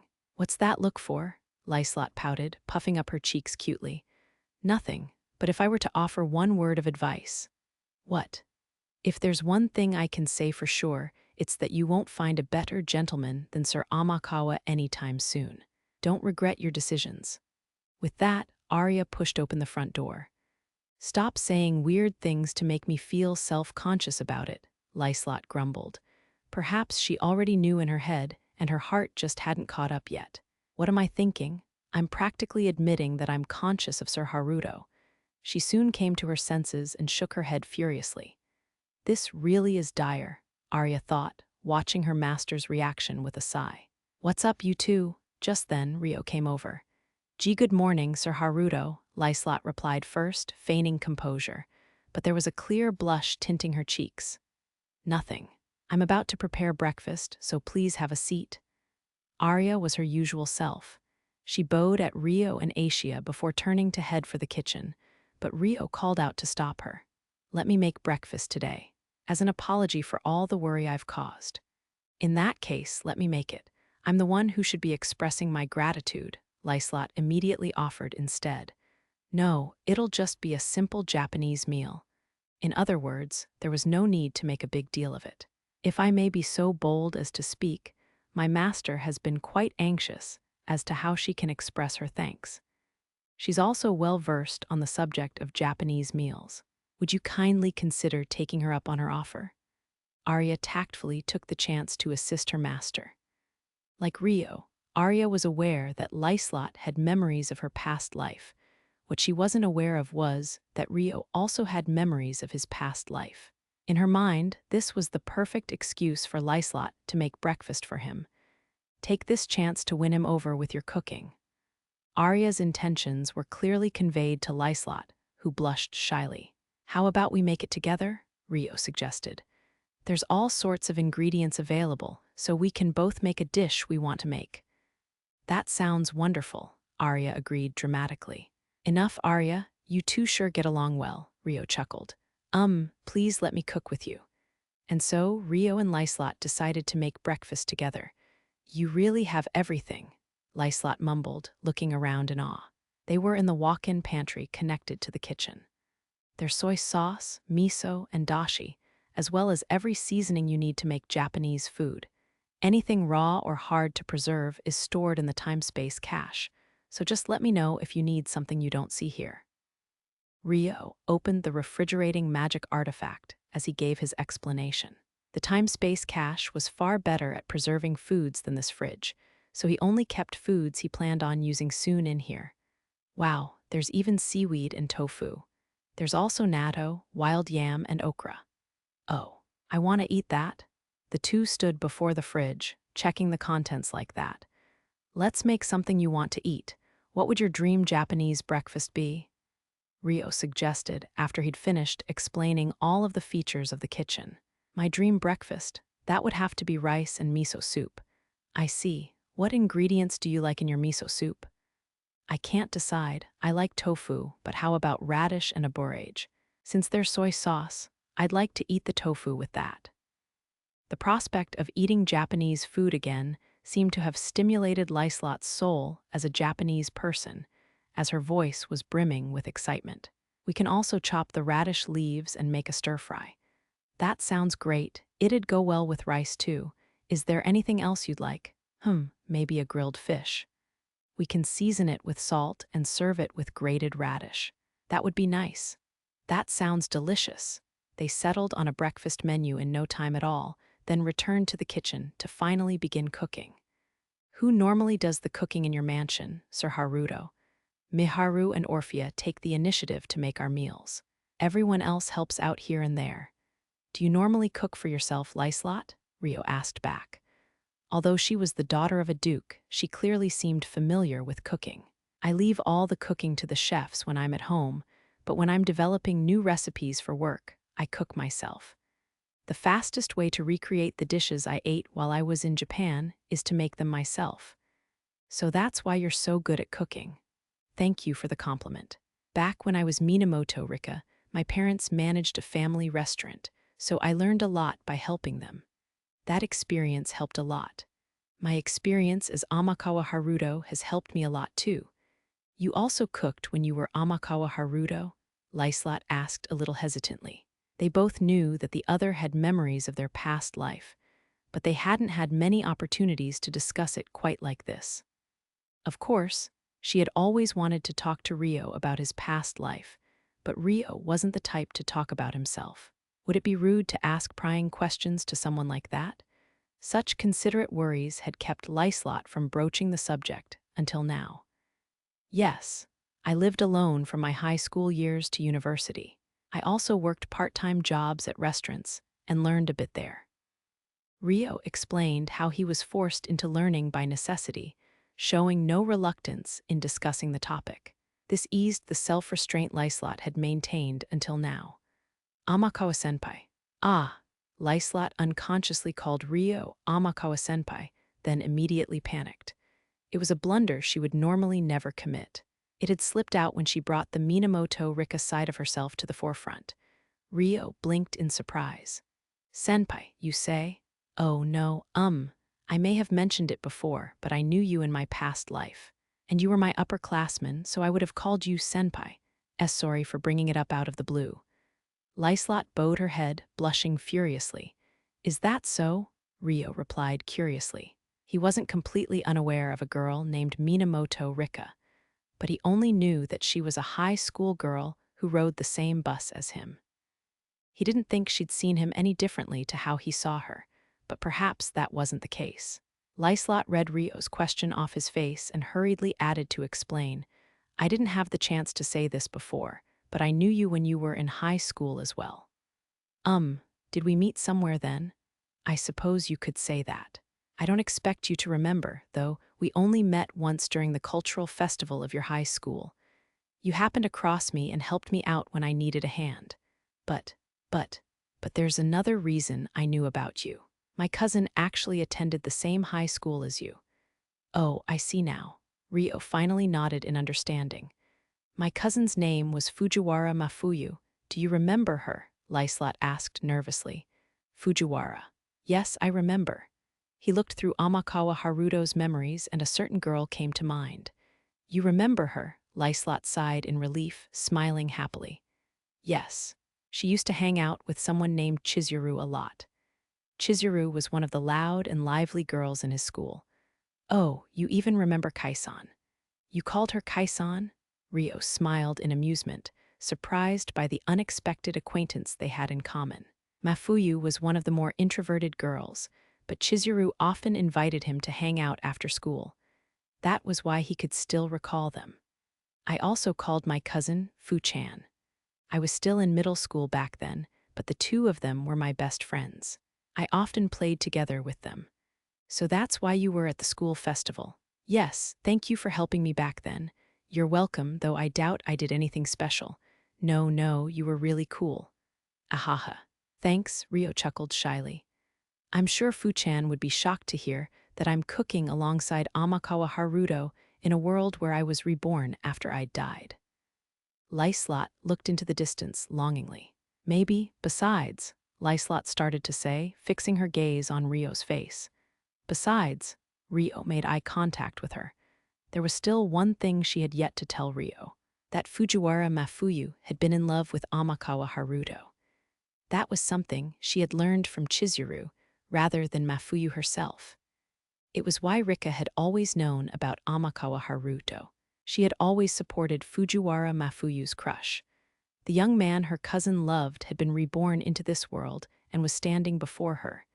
It's nothing. Sorry, I got a little sentimental there. After some hesitation, Lyslot decided not to tell Rio. No, she couldn't tell him, though she didn't know the reason why herself. Right. Rio was a little puzzled by the averted topic, but he readily moved on. Amakawa-senpai, Lyslot said slowly, immersing herself in the sound of the words. It's a little embarrassing to be called that, Rio mumbled, scratching his cheek. May I call you by that name again, sometime in the future? Lyslot asked seriously. She didn't appear to be making fun of him, so Rio granted her wish pleasantly. Sure, if you want. It felt like he had gained another connection with someone, which made him feel happy. No, it probably wasn't his imagination, acting cowardly out of the fear of others, acting brave to be liked by others. That was how people accumulated connections. Hee, Lyslot giggled, feeling how their relationship had deepened. The same feeling applied to Rio. We've stopped moving. Let's get back to cooking. Yes, sir. At Rio's suggestion, they resumed cooking. Meanwhile, Aisha and Arya had been watching over the two of them from the living room behind them. They had quiet personalities, so their conversation hadn't been very lively, but the silence between them wasn't uncomfortable either. Aisha wasn't the type to feel awkward over any silence in the first place, and Arya understood that after their recent experience of living together. I was worried about what would happen between them for a while there, but let me thank you once again, Lady Aisha. Arya looked away from her master in the kitchen to address Aisha, who was seated beside her. Sure, Aisha nodded in return, her expression soft as she watched Rio. Her side profile was beautifully alluring even to Arya, who found herself swallowing her breath. If Aisha had any romantic feelings for Rio, she would be an extremely formidable rival to her master. Arya almost pitied Lyslot, but it seemed Lyslot was yet to accept her own feelings, so it wasn't a concern for now. And it wasn't only Aisha. Once they returned to Galarc, Rio would be surrounded by charming girls who were attracted to him. Arya was certain that her close friend Celia was included among them.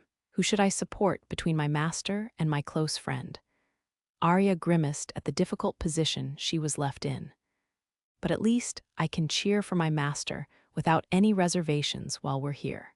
With that thought, she resumed watching over Lyslot, who was happily standing in the kitchen.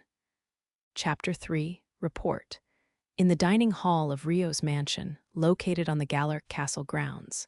It was just the day before that Rio and Lyslot made breakfast together, listened to Aisha's investigation report after eating, and departed for the Galarc kingdom that very morning. Rio had carried Lyslot and Asia had carried Arya as they flew through the sky, arriving in the capital of Galtuk in the span of one day. Rio and Lyslot were currently reporting everything that had happened to them to Francois and the others. Lyslot started with what had happened during her abduction, explaining the state of things in the Holy Democratic Republic of Erica. This was followed by Rio's explanation of how he rescued her. That is, his fight with the giant creature called the Beast of the Land. He described how it had attacked him, wiping out Erica's own allies in the process, and how the battle ended with him piercing Saint Erica through the heart. Yet despite this, the people of the Holy Democratic Republic of Erica believed she was still alive. And that is everything that happened up until my return, Rio said, concluding his report. I see it was the right choice to send you after all. Francois, who had carefully listened to the entire report without interrupting, hummed in deep thought and commended Rio. But I have returned without resolving the issue. I apologize for my failures. Saint Erica's survival and the monster called the Beast of the Land. Yes, your apology is unneeded. Take pride in your results. The duty you were entrusted with was to retrieve Lyslot and set an example for the foolish nation that stepped out of line. You succeeded on both accounts. I knew from the start that these goals had the potential to provoke a counterattack. The scale of the counterattack being greater than expected is not a failure on your part. Thank you for the kind words. Rio bowed his head, his expression still concerned. If the saint is truly alive, then the issue is rather headache-inducing. I'm sure the Beast of the Land is also a tremendous monster to be reckoned with. If that monster were to attack, there would be nothing left of the capital. As long as the saint's survival is unclear, it would be best to watch out for any incoming attacks. Suppose the capital were to become the battlefield. Would you be able to drive off the monster, having won against it before? I cannot guarantee I would win a second time. Even if I could, the capital is highly unlikely to get by unharmed. I see. If someone like you is saying that, then this cannot be dismissed lightly. But do you truly believe the saint is alive? It shouldn't be possible, I think. However, he couldn't say he was absolutely sure. That was what his choice of words was implying. You're certain you pierced your sword through her heart, no? You also confirmed her pulse had stopped. When you infiltrated the capital the next day, you were unable to spot the saint alive anywhere. Yes, it seems most reasonable to assume the leaders of that country are hiding the saint's death, as you previously pointed out in your report. Indeed, it is exactly as you say. Then let me confirm this. Can you think of any means for a stopped heart to start beating again? I cannot. It was possible to heal a heart the moment it was stabbed, but the damage he dealt to the saint had been enough to kill her instantly. It would have been difficult to survive even if she had had her physical body enhanced when he stabbed her. Controlling one's magic essence when fatally wounded was extremely difficult. She wouldn't have been able to heal herself in such a state. And even if she activated the spell, she wouldn't have been able to maintain it long enough to heal herself. There was a possibility she was healed by someone else nearby, but even then, there was little to no chance of survival. I see. I agree it would be more reassuring to have some kind of confirmation that the saint is truly dead, but you are aware of the difficulties of proving a death with no corpse, yes. You weren't able to locate the corpse even after looking for it. I can go and search for it again, Rio suggested. He wouldn't have the duty of escorting Lyslot back this time, so he could take his time investigating. You've just returned after fulfilling your duty. You may appear fully heralded, but you were terribly wounded in battle, were you not? Remember that you need your rest as well, Francois warned Rio with a somewhat exasperated sigh. Indeed, leaving for the Holy Democratic Republic of Erica, immediately upon bringing Lyslot back to Galarc, was bordering on overwork. All the girls sitting present nodded along in approval to Francois's words. But Rio hesitated under all of their gazes. If the need arises, I will make an official request for your assistance. But until then, restore yourself in this mansion. I have other options available to me, such as sending spies to hide in their capital or an official envoy to probe their attitude. I understand. With that, Rio finally backed down. I would also prefer for you to remain in this capital as a form of defense. As I mentioned earlier, there was a bit of an incident here that was unrelated to the saint. I'd like you to focus on protecting the castle in the meantime, Francois said, finally moving on to the incident that occurred while Rio was absent. What happened? The castle was attacked 3 days ago. By whom? The remnants of the Heavenly Lions. What? The moment the Heavenly Lions were mentioned, Rio froze. It went without saying that he believed it was his fault. I've heard that the group has some deep animosity for you, but there's no clear evidence that the attack was for the purpose of revenge on you. That is how I see it, at least, Francois immediately said. We captured some prisoners, but they all died without warning. It was just like what happened to the attackers that appeared on the night of the banquet. You understand what I'm saying, right? This removal of witnesses is the exact way of the Proxia Empire. Francois let out another sigh, this time out of irritation. But they targeted this mansion, didn't they? He had seen traces of what had been combat scattered across the castle grounds on his way here, but the area surrounding the mansion was particularly damaged.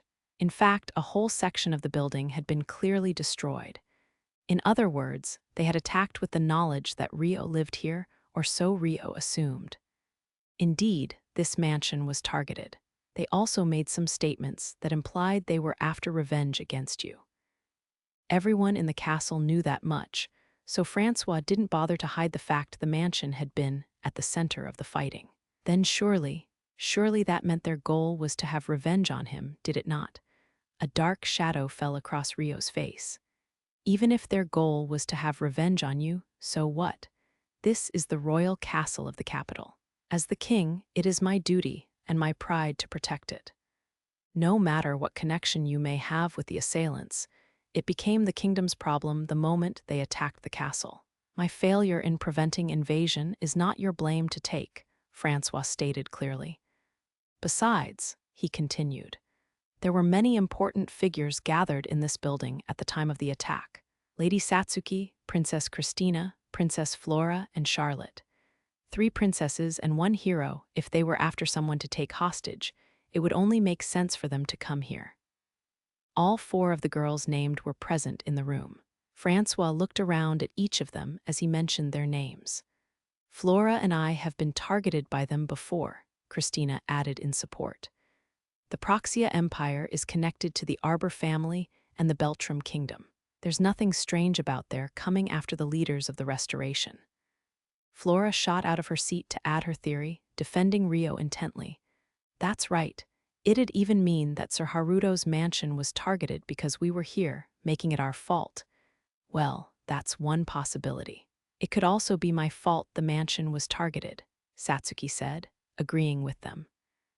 The mercenaries of the Heavenly Lions targeted Sir Haruto's mansion, where multiple figures of importance were present at the time.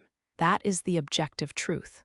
With more than one candidate for the attack, there is no need to point fingers at anyone. Everyone is innocent until proven guilty.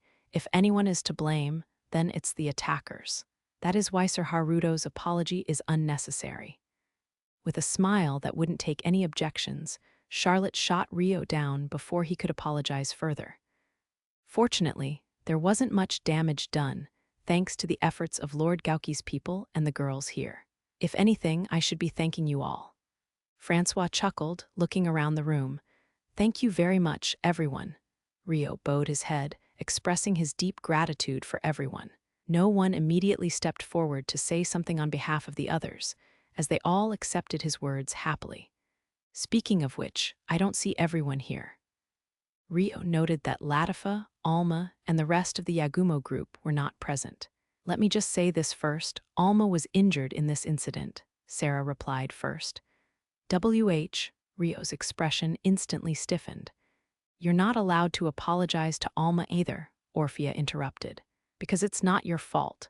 Her wound has fully healed already. She's resting in another room with Suzune just to be safe. I understand. Then I shall thank Alma and Suzune later. It isn't something you need to thank them for either. We're all friends here, and we just did what was natural, Sarah mumbled somewhat shyly. Did you say something, Sarah? Orphea asked with a grin. She was sitting right beside her, so she had heard her words clearly. It's nothing, Sarah feigned ignorance in embarrassment. Hee. Miharu and Celia giggled at the sight of the two of them. Komomo and the others are waiting outside the city. Everyone should be doing well, so there's no need for concern, Gauki said. I can see why you and Kyoko are here now. Thank you so much for coming. We ended up intruding upon the castle in an unexpected manner, but I'm glad we were able to help. Indeed. Gauki and Kyoko both bowed their heads respectfully. Unaware of the relationship between them, Francois and Charlotte watched on curiously. The couple was old enough to be Rio's parents, yet they showed this kind of attitude towards him. They were amazing, you know. Gauki and Kyoko defeated all the mercenaries as soon as they arrived. It was a great battle. Satsuki gave them raving praise. There were monsters that appeared along with the attack, but the saga couple assisted in subjugating those as well, Francois added. Monsters appeared? Yes. Black orbs fell from the sky, releasing swarms of monsters. According to Lady Celia, the same monsters appeared during the attack on Amend. The monsters they were referring to were revenants. They were humanoid monsters that moved nimbly. The strong ones that appeared at Lyslot's mansion, Celia explained to Rio. Those things? I don't want to believe it, but it seems the Proxia Empire, or perhaps the Heavenly Lions, have a means of controlling monsters. That's the only possibility I can see based on the situation. So it seems. However, there's an even more troublesome monster out there. It wasn't as formidable as the beast of the land you fought, but a giant skeleton knight appeared, Francois said, referring to the hero-killer Droggle. That prompted a reaction from Asia. A giant skeleton knight? Everyone's gazes focused on her. Do you know something about it? Rio asked. It might be Rias. I ran into him while you were in the Palladia Kingdom. Ah, back then. Rio remembered what she was referring to. It was around the time he had achieved his revenge against Lucius and returned to the Galarc Kingdom. Rias had appeared before Celia and Asia, whom he had left in Redania. He fled when Asia chased after him, turning into a monster when cornered, and was then defeated. According to Rio's memory, Celia had reported her encounter with Rias to the Restoration, and it would have reached Christina and Francois' ears. However, she hadn't mentioned Asia chasing after him. Doing so would require explaining how Asia was guarding her in spirit form. Rias is the man acting as the ambassador for the Proxia Empire, no. He was the one dispatched to the Beltram Kingdom. Did that truly happen? Francois asked Rio. Yes, it happened, but I'm not sure where to start explaining. If he were to explain things truthfully, he'd have to start with how Asia was a spirit and everything else he had kept hidden until now. Rio struggled to answer. It was when Princess Christina and Princess Flora were kidnapped by Lucius. Do you remember when I reported that I saw Rias? Celia explained on behalf of Rio. I remember, indeed. Christina and Francois exchanged a look before nodding in turn. That was back when Haruto was absent and Asia was secretly guarding me, Celia revealed honestly. Hearing that, Rio held his breath. But he didn't think someone as intelligent as Celia would slip up like this, so he kept an impassive look on his face. They know that Asia is a spirit, Celia clarified, giving a short summary of the situation to clear Rio's woes. Ifrita, Hel, and Ariel fought alongside us when the invaders attacked, Orphea added. That was how Lady Asia came up. So that's what happened. No wonder. No wonder they had come to meet him at the gate earlier, Rio thought. The spirits had detected Asia's presence, and there was no need to hide that any longer. Well, that's how it is, Francois said heartily, making fun of Rio's surprise. I'm sorry, I didn't think it was good to speak about spirits freely. No worries. Records of spirits exist in literature, but I've never heard of anyone seeing them in person.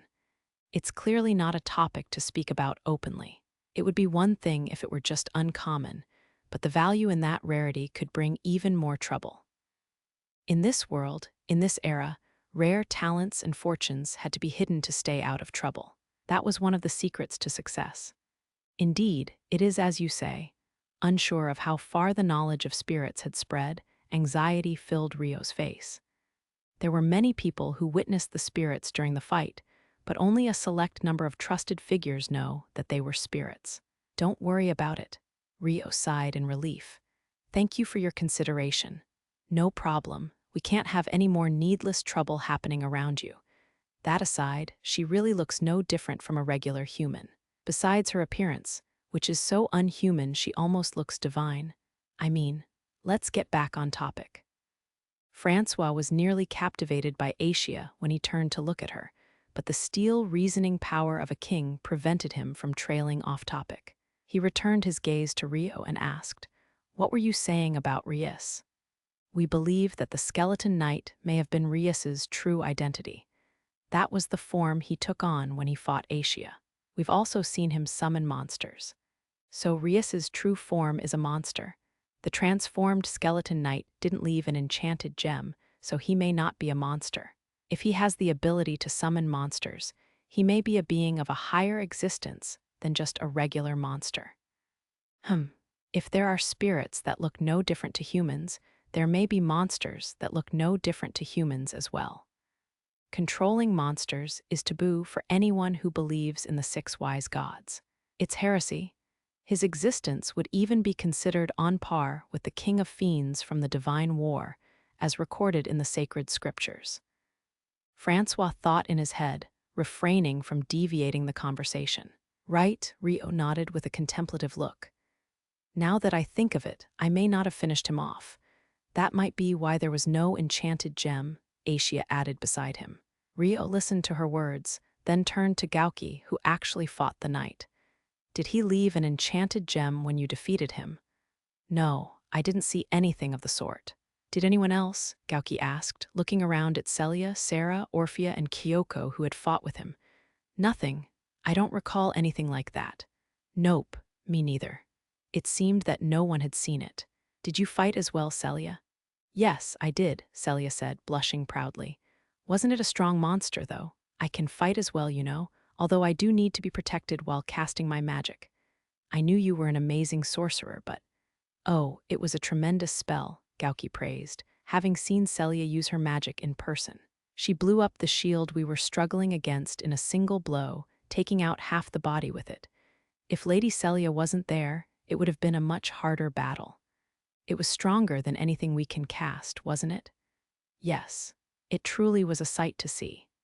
Orphea and Sarah both sang praises of Celia as well. That doesn't matter right now. We're in His Majesty's presence, so please continue with what you were saying." "Something about Rias's identity, right?" Celia urged Rio to continue speaking, hiding her embarrassment.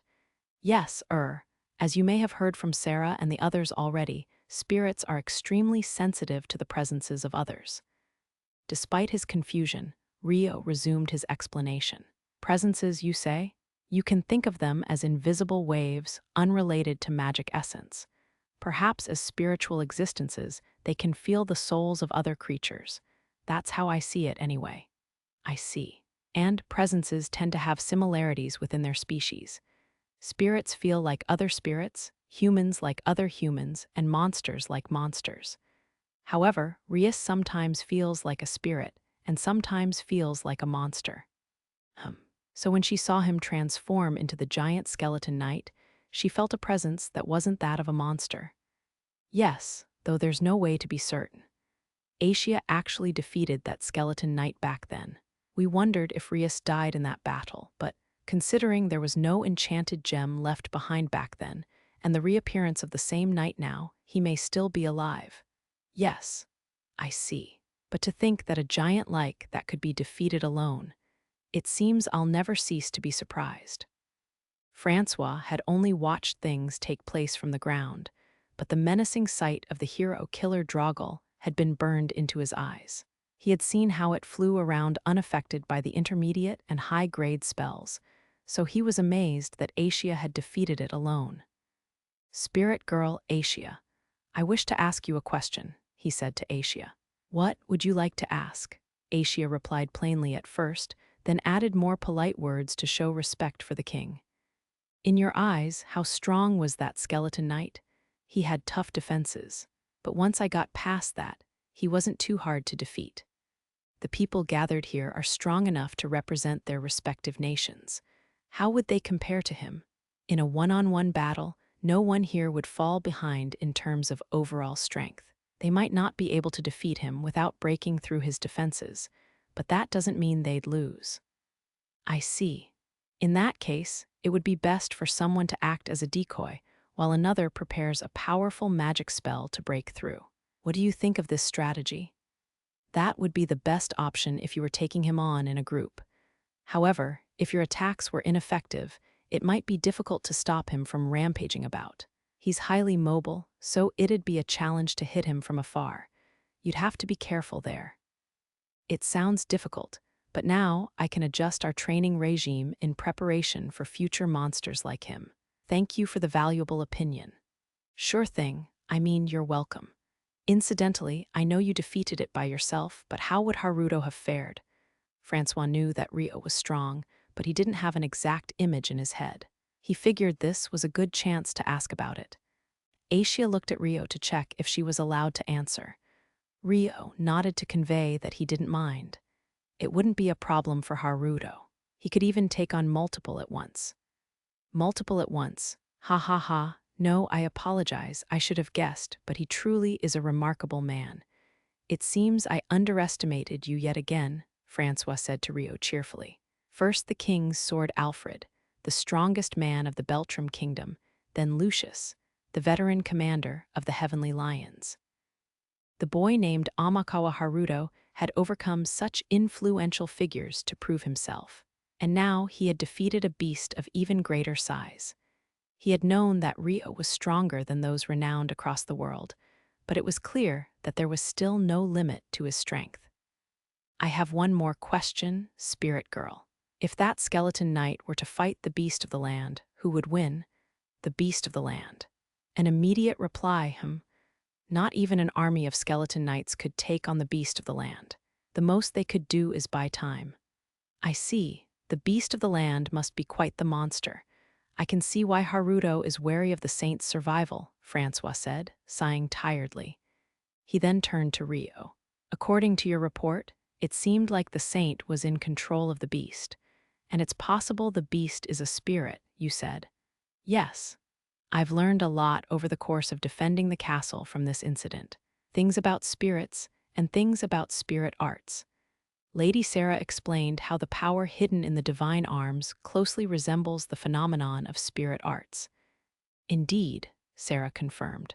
If the beast of the land is a divine beast summoned and controlled through the saint's hero powers, would it be correct to assume Lady Satsuki could do the same? I considered that possibility as well. Rio looked at Sarah and Orphea's faces, nodding together. The two had the same thought after hearing Rio's report earlier. Their gazes all gathered on Satsuki. Wait, what? I don't know how to summon such a scary-sounding beast. Satsuki protested in confusion. What about Sir Hiroaki, Princess Christina? Francois asked Christina, the representative of another organization with a hero. Such a thing has never been mentioned to me. In that case, we cannot say for sure whether it is a hero ability. Even if the beast of the land is a spirit, the saint may have formed a contract unrelated to her powers as hero, no? Francois asked, turning back to Rio. I doubt it's truly a spirit, but the possibility exists. Why do you doubt it? As I said earlier, spirits can sense the presences of other spirits. Aisha said the beast of the land felt similar, but fundamentally different from a spirit's presence. Right. Besides, a spirit with that much power should be humanoid in shape. Isn't that right? Rio looked at Sarah and Orphea to confirm. As spirit folk, they knew more about spirits than he did. Yes, that should be the case. But there are people more knowledgeable than us about spirits, so Orphea and I will find the time to go ask them about it, Sarah offered. She was probably referring to the elders of her village. I see. Then I shall leave the investigation of that matter to you, Francois agreed. There's one thing I'd like to check too, Rio started, raising his hand. What is it? Has there been any record of a beast like that appearing in the literature about heroes? There's no such mention in any of the sacred scriptures or apocrypha. I also had all the pseudepigrapha searched through after Lady Satsuki was summoned, but the possibility still exists. I'll have them investigated once more. Firstly, sacred scriptures were scriptures that were personally inscribed by the six wise gods and transmitted widely until the present. They contained accounts of the six wise gods and the heroes, as well as an extremely simplified history of the divine war. Rio had seen them in person at the Royal Academy, but their contents were abstract and the texts themselves were very short. Additionally, apocrypha were the supplementary texts that kingdoms produced to explain the abstract contents of the sacred scriptures. The religious belief in the six wise gods was controlled by the royal families of each kingdom, so they usually recorded the origin of the royal family and other matters convenient to the ruling class. They also included additional descriptions where necessary. Furthermore, because the apocrypha were different for every kingdom, wars had previously occurred over their contents. Thus, there was now a diplomatic and unspoken understanding that no kingdom would interfere with the apocrypha of another. Finally, pseudepigrapha were the supplementary texts written by civilians without the approval of the kingdom. They weren't treated as heresy just for being written without approval, but the authors would be punished if they wrote anything inconvenient for the kingdom. Thus, most pseudepigrapha were written anonymously and released in single volumes, with very few in circulation. They were referred to as pseudepigrapha for their lack of credibility. In short, apocrypha were the texts produced by the kingdom, while pseudepigrapha were the texts created by civilians. If Hiroaki were here right now, he'd probably call both a type of historical fantasy novel. There aren't that many in our possession, but I'll ask the Restoration to search through the pseudepigrapha in Redania as well. Christina chimed in, offering her assistance. That would be helpful, Francois said, nodding. Now, I would like some time to organize my thoughts. If there's nothing else to discuss, let's call it a day. He tried to wrap up the discussions for the day when, this might not be the place to ask, but I do have a matter that should probably be approved by the king as well. Satsuki raised her hand. What is it, Lady Satsuki? Francois asked. I'd like to ask Haruto for a favor, she said, turning to look at Rio. Yes. Rio looked puzzled, having no idea what Satsuki could want from him. You mentioned how the divine arms abilities are extremely similar to spirit arts. I'd like you to give me proper instruction on how to use my powers. Are you saying that because you want to become stronger? Yes, I want to be stronger. May I ask why? With the beast of the land in mind, Rio had been thinking of explaining the existence of spirits to Francois, and asking for his permission to seek Satsuki's assistance anyway. Thus, this development was most welcome to him, but that was only if he considered himself. He still wanted to know how serious Satsuki was and what she was thinking. Besides, there was also the issue of what the Galarc king thought about Satsuki's pursuit of greater power. I was frustrated. When this mansion was being raided by the attackers, everyone else was fighting while I hid somewhere safe. I joined the fight eventually, but I was only able to watch on when the skeleton monster appeared. That's why I want to become stronger. I want to be able to fight with everyone when something happens. Satsuki laid bare the feelings in her heart. All that was left was to confirm Francois' intentions. Practically speaking, will your instruction in spirit arts actually draw out the abilities of Lady Satsuki's divine arms? Francois asked Rio. Yes. I've given her some simple advice before, and that was enough for her to show visible improvement. If I were to teach her properly, she would probably improve far more dramatically. I see. In that case, I would like to make the same request. Would you be able to provide proper instruction to Lady Satsuki? After fighting the beast of the land, I was hoping to ask Satsuki for her help in finding out more about divine arms anyway. It would be my pleasure to accept.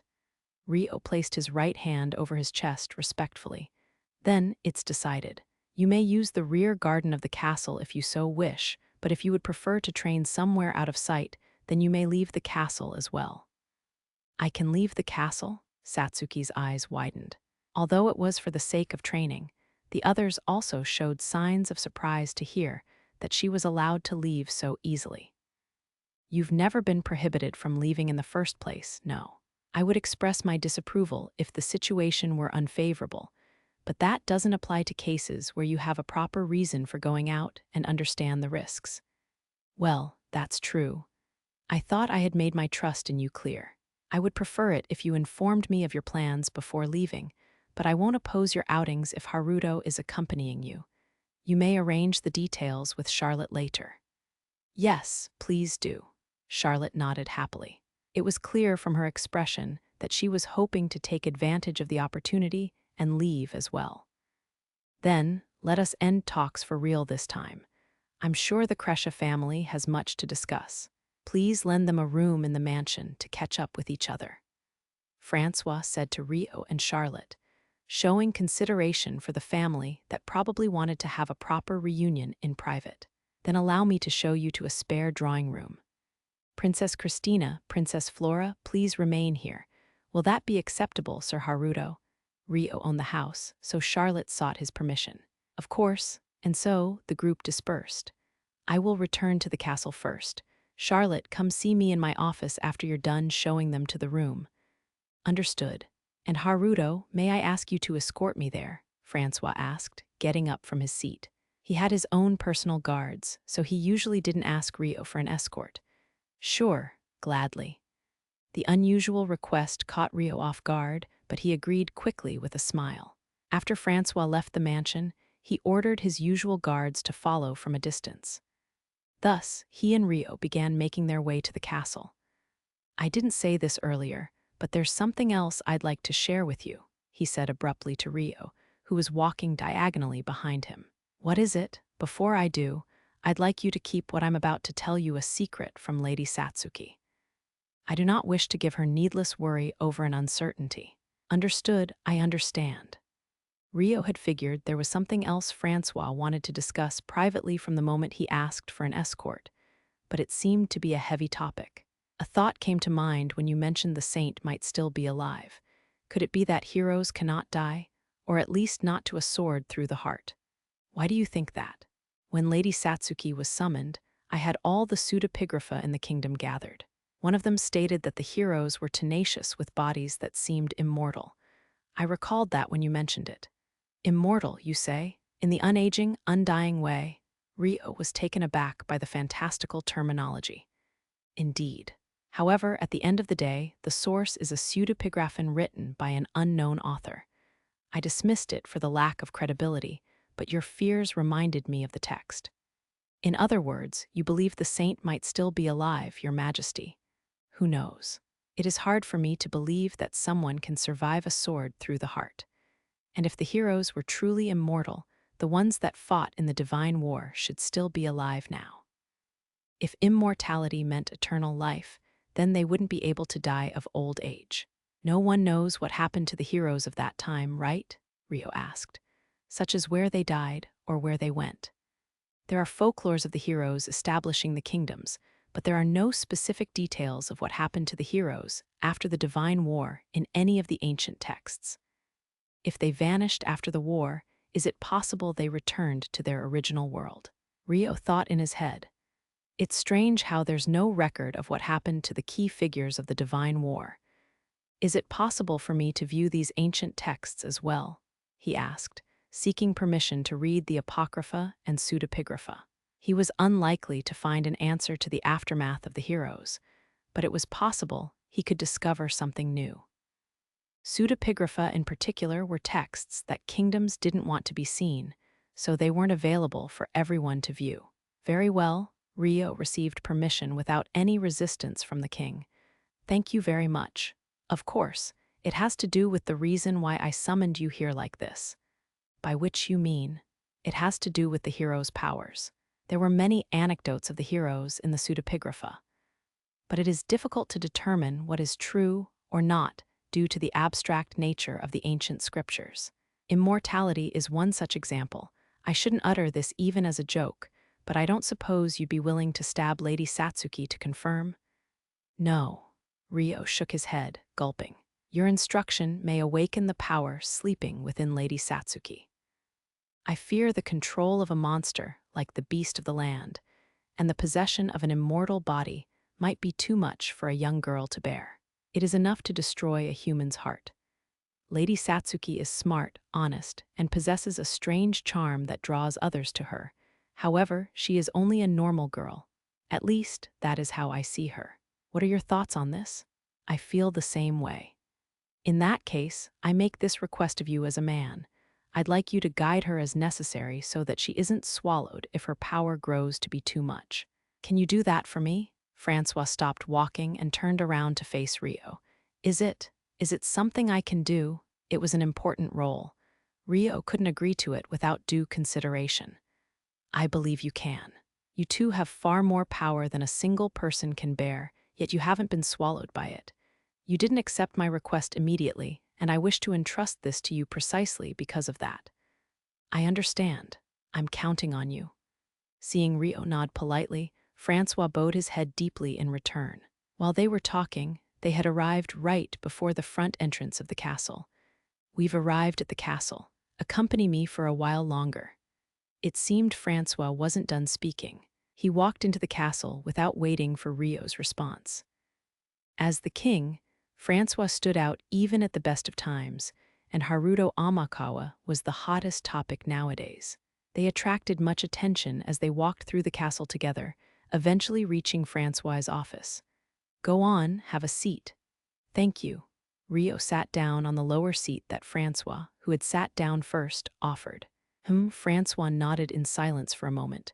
Rather than being undecided on a topic, it seemed he was hesitating over how to approach the topic he had in mind. Time passed like that until Charlotte arrived at the office. Excuse me. Francois gave her permission to enter the room. That was rather fast, he said in slight surprise. Only a minute had passed since they sat down. I had a feeling there was something very interesting to be discussed, so I entrusted Princess Christina and Princess Flora to Lady Celia. I see. Well, have a seat. Thank you. With an eager and cheery reply, Charlotte sat right beside Rio on the three-seater sofa. She was practically clinging to him. They weren't even betrothed. No, even if they were betrothed, doing such a thing in front of her father, King Francois, was somewhat troubling. Very troubling. Rio casually shifted to the side to gain some distance from Charlotte, but she merely shifted over to fill that gap. If he moved aside any farther, his actions would be seen as unnatural to Francois, who was seated across from them. Rio gave up on distancing himself further. Hey, Charlotte smiled impishly. Francois watched the two of them curiously, but eventually began to speak. I have some questions about the existence of spirits and spirit arts. Lady Sarah and her friends gave me a brief explanation of the topic while you were absent. I searched through ancient texts afterwards and found mentions of casters of such techniques existing in the Strahl region in the past. Rio pulled himself together and answered through feigned composure. Yes, though the techniques have been lost from Strahl for a long time, I've barely encountered any spirit art users throughout my travels of the Strahl region. Barely, meaning there has been at least one. That would be Rias. I see. I think I can understand the reason why spirit arts became obsolete in Strahl. Because sorcery and magic are the miracles given to mankind by the six wise gods. Worship of the gods would have prioritized sorcery and magic over spirit arts. And if magic is easier to learn than spirit arts, it would be more convenient to use for military purposes as well. It is exactly as you say.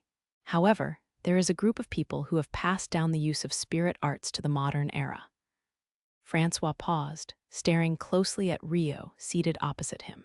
You are one of them, he said, stressing his words. Yes. It seemed that the Yagumo nations we were once connected with had no knowledge of the six wise gods and used no sorcery or magic. Instead, they had techniques that were similar to spirit arts. The ancient texts also said that elves, dwarves, and werebeast species excelled at such techniques. At first, Rio couldn't see the point of the conversation, or why Charlotte had been summoned to sit in on it, but now he had an idea of what Francois was getting at. That was when I wondered, could Lady Sarah and Gauki's groups all hail from outside the Strahl region? He had just discovered that users of the lost art of the Strahl region had gathered around Rio in droves. Someone as wise as Francois would naturally consider that possibility. Charlotte seemed to be similarly intrigued about it as she looked up at Rio's face. You need not answer if you do not wish to do so. Just as Rio was about to answer, Francois spoke over him. No, it is as you have guessed. Everyone originally lived outside of the Strahl region. He had deduced this much already. Rio didn't attempt to cover up the truth. He had trust in Francois and Charlotte, as I expected. In that case, will you tell me about your relationship to the saga couple? This was the true question that Francois wanted to ask Rio. A couple old enough to be his parents was treating him with deep loyalty. It was impossible for it not to pique interest. The circumstances are a little complicated.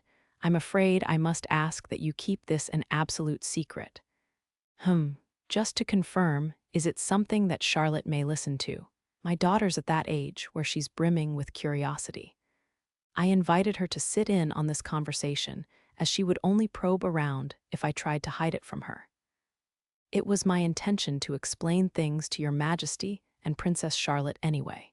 I also wish to inform Satsuki, so I'll talk to her again later. Very well, make sure you keep this confidential, Charlotte. Of course, Charlotte agreed in a truly pleased voice. Firstly, my parents are immigrants from the Yagumo region. And so, Rio disclosed his relationship with Gauki and Kyoko and the circumstances of his parents. The explanation took several minutes. He had already explained it once to Miharu and Celia, so he was used to talking about it.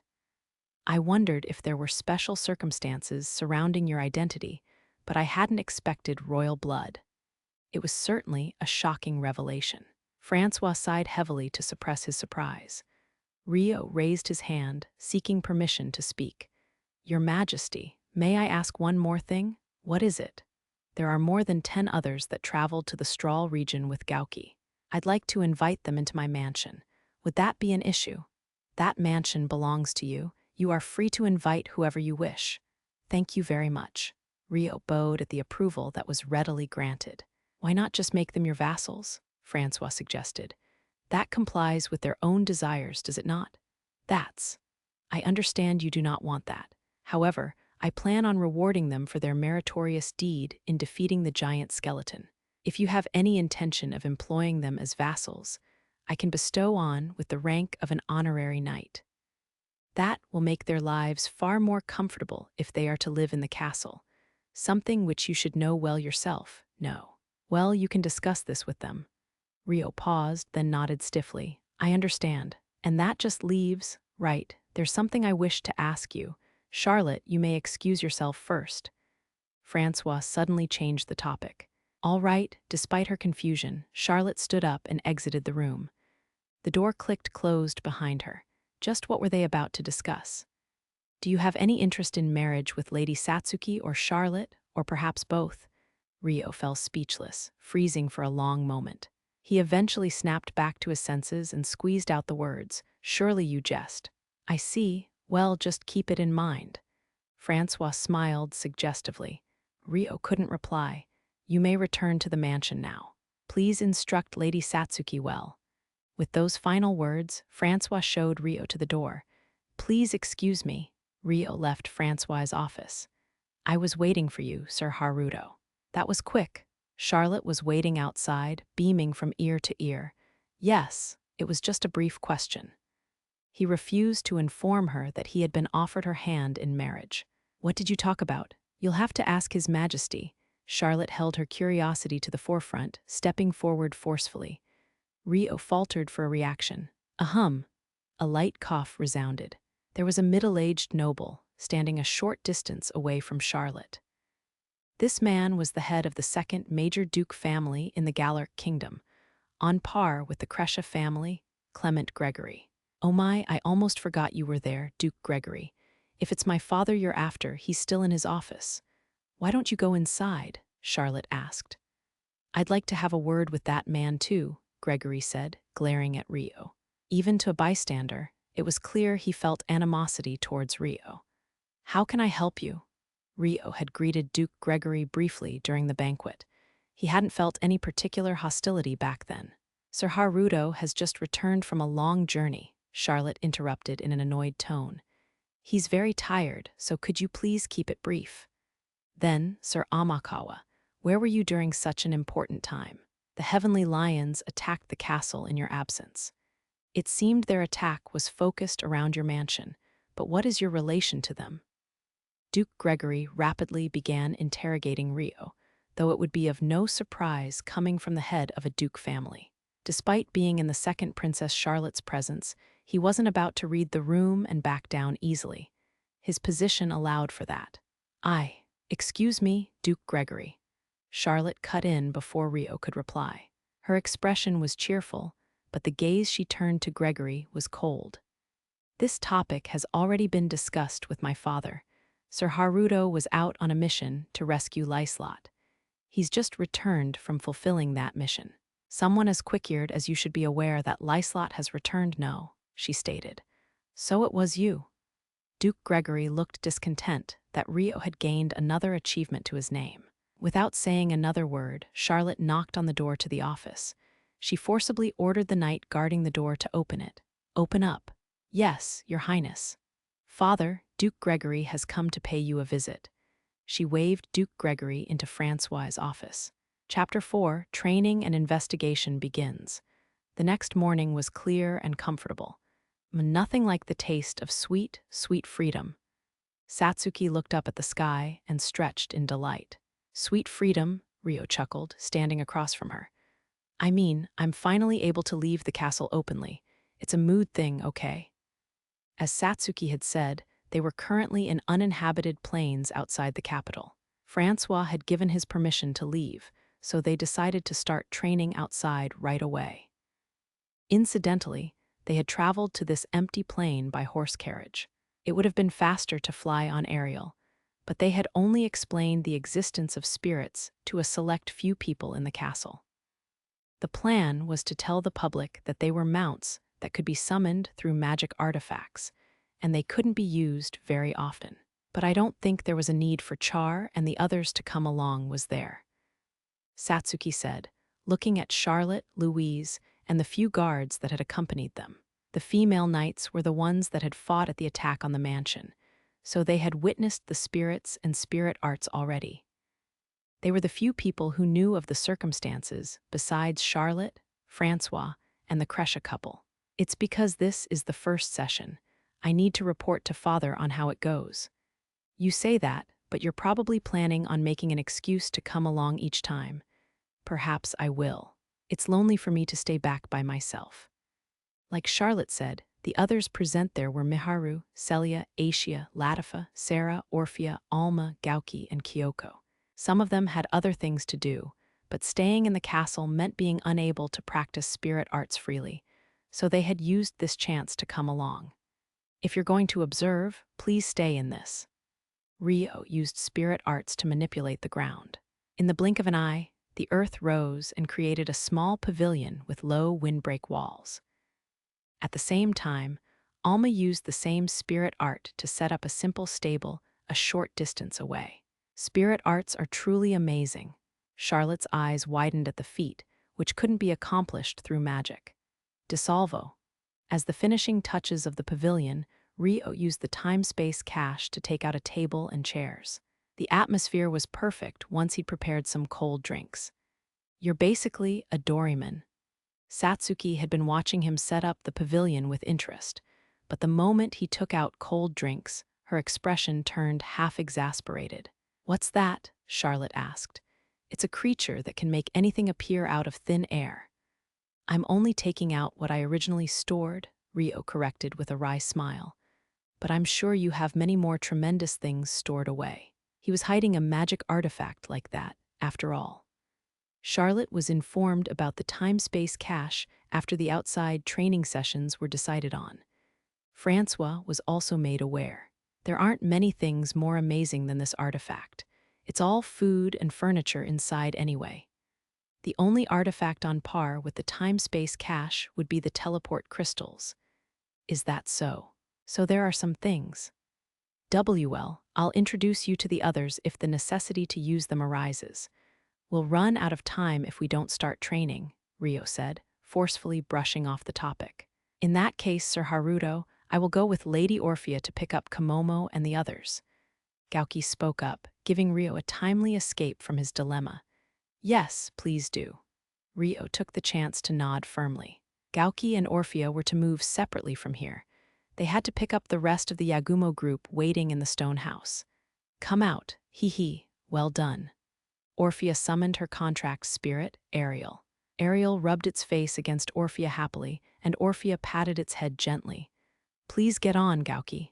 Many thanks. Gauki leaped up and onto Ariel's back. Orphea used spirit arts to fly up softly. We'll be back soon. See you later. With those words, they departed from the skies. The group sent her off, waving. Let's do our own training over there, Sarah said, leading Miharu, Celia, and Latifa away. This left Rio and Satsuki in front of the pavilion, as well as Charlotte and Louise's knights, who wanted to observe, and Kyoko, who wanted to remain as a guard. Aishia and Alma were also there to survey the power of the divine arms. Shall we begin as well? Sure, please give me your guidance. Rio and Satsuki distanced themselves from the pavilion. Kyoko, Charlotte called out, how can I help you, Princess Charlotte? Would you be willing to give these girls a little training as well? What about your guard? This place is made for sparring. Everyone else is nearby, and Lady Aishia and Lady Alma are right here. It should be safe to spar nearby, no? Kyoko thought for a moment, then looked at the knights standing close. I understand. Is that all right with you all? Yes, please, Louise, their commander, nodded energetically. Thus, Kyoko began training Charlotte's knights off to the side. Rio and Satsuki moved 100 meters away from the pavilion. What do you want to be able to do by controlling the wind? I want to fly. That was a quick response. Rio chuckled at the sight of Satsuki's eyes shining eagerly. Because ... it's like a dream. Who wouldn't want to fly? Ashamed of how childish she was acting, Satsuki blushed faintly. Then let's make today's goal to be able to fly slowly. Wow, is it something that can be learned in a day? It's a fairly difficult technique, but if the divine arms works how I think, then it should be possible. Really, that makes me even more fired up. It was clear from her expression that she was raring to go. But first, before I teach you how to fly, yes, spar with me. We're always sparring. You can release all of your divine arms abilities today. So not just the physical body enhancement, but the wind control as well. Yes, we can fight to our heart's content out here. Whether it's close combat or ranged, you can use your divine arms to level whatever attack you wish against me. Rio moved to a position with no one behind him.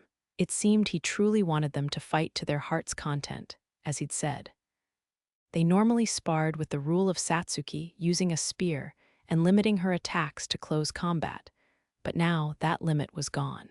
The corners of Satsuki's mouth turned up in amusement. Although she didn't have much pent-up stress from constantly suppressing her abilities, she had never been able to fight while maximizing all of her hero abilities before. And with Rio as her opponent, she could trust that he would be fine facing her. So, come at me when you're ready, Rio said, drawing his favorite sword from the sheath at his waist. You're not going to say, ready, go? Nope. When she saw Rio nod, Satsuki materialized her divine arms as a short spear and held it ready. She then started running without a word. Her initial velocity surpassed what could be achieved with a physical body enhancement alone as she approached Rio. She's got the basics of using wind to accelerate. Rio watched her movements closely as he evaded to the side with ease. Satsuki's momentum carried her past the spot where Rio stood. But she used her leg strength to force a change in direction, approaching Rio once more. She swung the spear in her hand over her head. Rio didn't lift his sword. He nimbly ducked under the swinging spear instead. Ka! Satsuki continued swinging her spear at point-blank range, but no way, why do I keep missing? Her attacks couldn't hit him. Rio had his sword in his hand, but he hadn't braced it once since their match began. He was evading Satsuki's attacks by movement alone. I'll be evading every attack I can, he said, provoking Satsuki. At present, all they were doing was their regular sparring, but at a faster speed. So he wants me to use more of my abilities, right?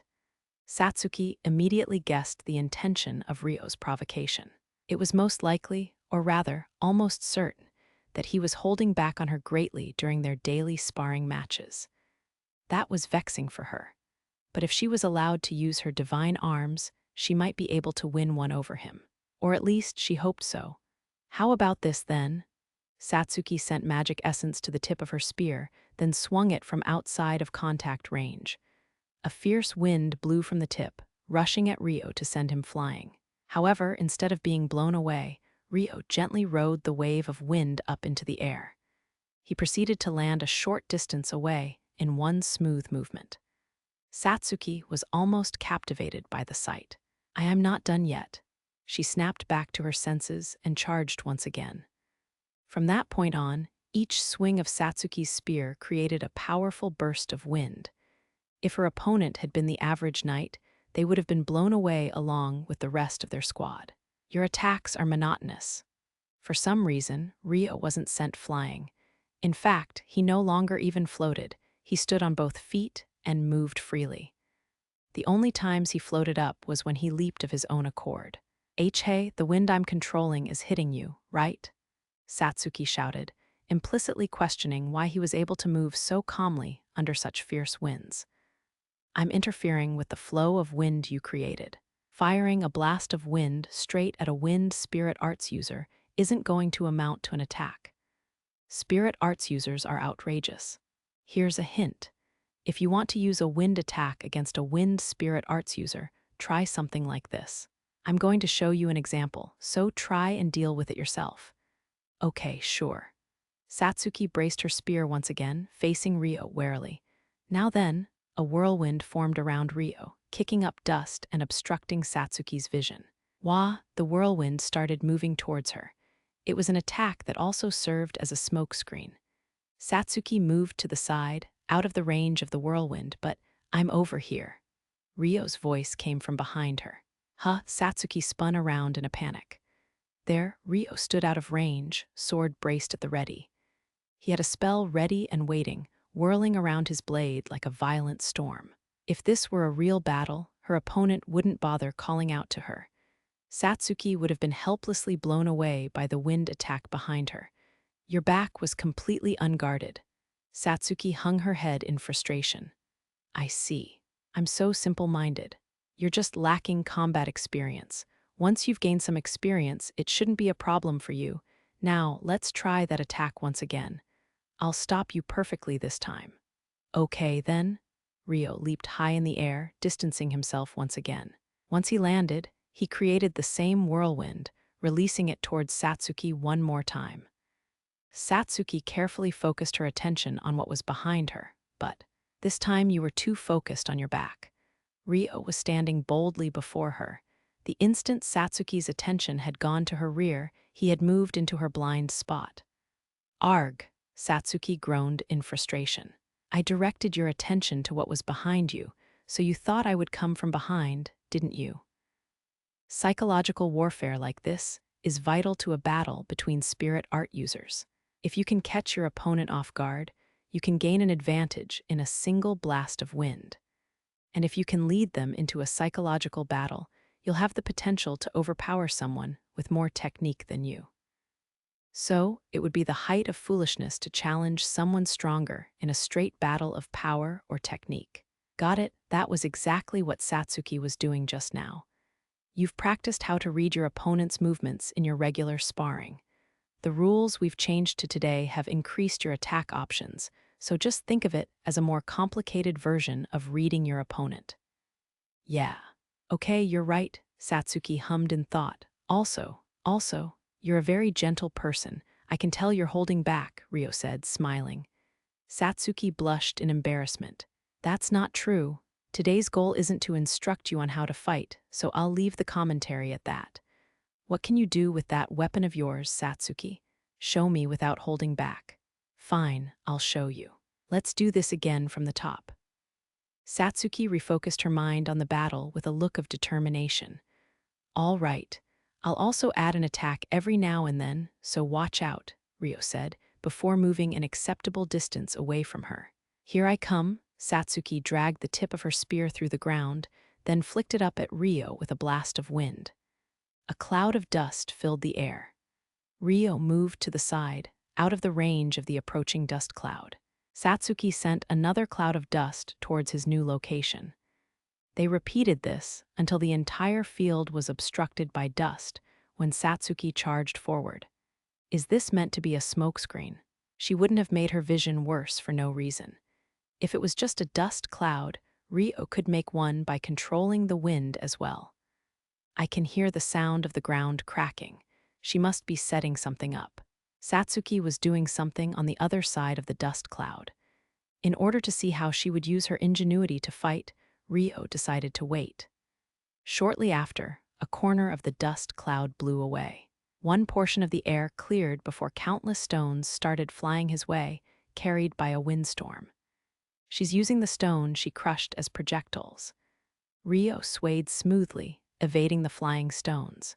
Just as he confirmed that Satsuki wasn't standing in the spot where the air had cleared, another section of the dust cloud blew away, and stones started flying out from there. But they couldn't hit him either. He swayed from right to left, evading the stones. Before long, his vision of the field was almost clear. That must be the last spot.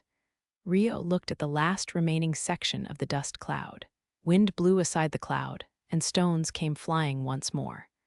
At the same time, the air above the field completely cleared, but there was no sign of Satsuki anywhere. I see. Ryo predicted her next move and took a sudden step back.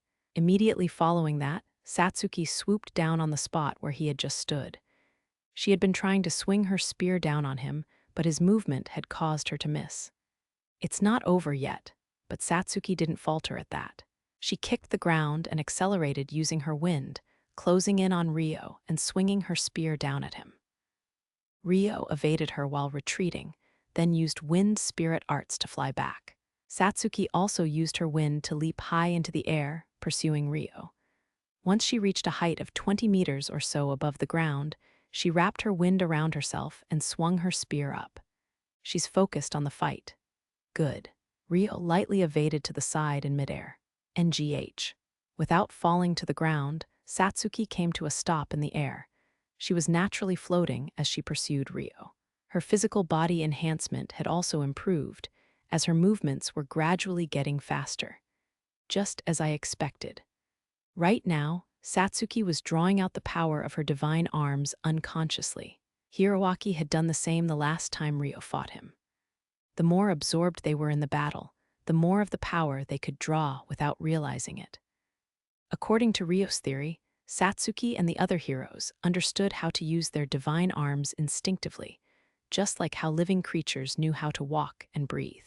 That was why she was able to use her power better when she was moving instinctively than when she was thinking about it. However, the problem was whether she could continue using that ability once her concentration was worn out. She had to be able to do so consciously. For now, she succeeded in drawing out her power. All that's left is, Ryo decided to try a light counterattack. He braced his sword ready for the first time this match, making a dramatic swing that Satsuki could block with her spear easily. Satsuki braced her spear at the last moment, blocking the sword. Unlike when she was on the ground, there was no surface for her feet to stand against in the air. With his sword pressed against her spear, Ryo shrewdly adjusted the angle of their positions until his back was towards the ground and his sword was towards the sky. H-ha! Satsuki's body was lifted by a wind, boosting her up into the air. The distance between them instantly expanded to 10 meters, and Satsuki yelped in shock. Ryo prepared several bullets of magic essence wrapped in wind, then fired them successively towards Satsuki. He could control their trajectory, so they were all sure to strike her like this. He planned on redirecting them at the last moment if he needed to, but he believed she would be able to handle them without a problem, and they didn't contain enough force to cause a severe injury anyway. Enough, Satsuki gathered essence to the tip of her spear and slashed down the approaching bullets. Once she saw that there were no bullets left, she sighed in relief. But then she saw how far the ground was below her and came to her senses. "W8, help, how do I get back down?" she shrieked, panicking. She's forgotten how she flew by herself, huh? How ridiculous. She was failing to control her ability consciously, because she had obtained the ability without learning any of the necessary basics. There were times where she had no control at all and just activated her abilities at maximum power. This was something she had in common with Hiroaki.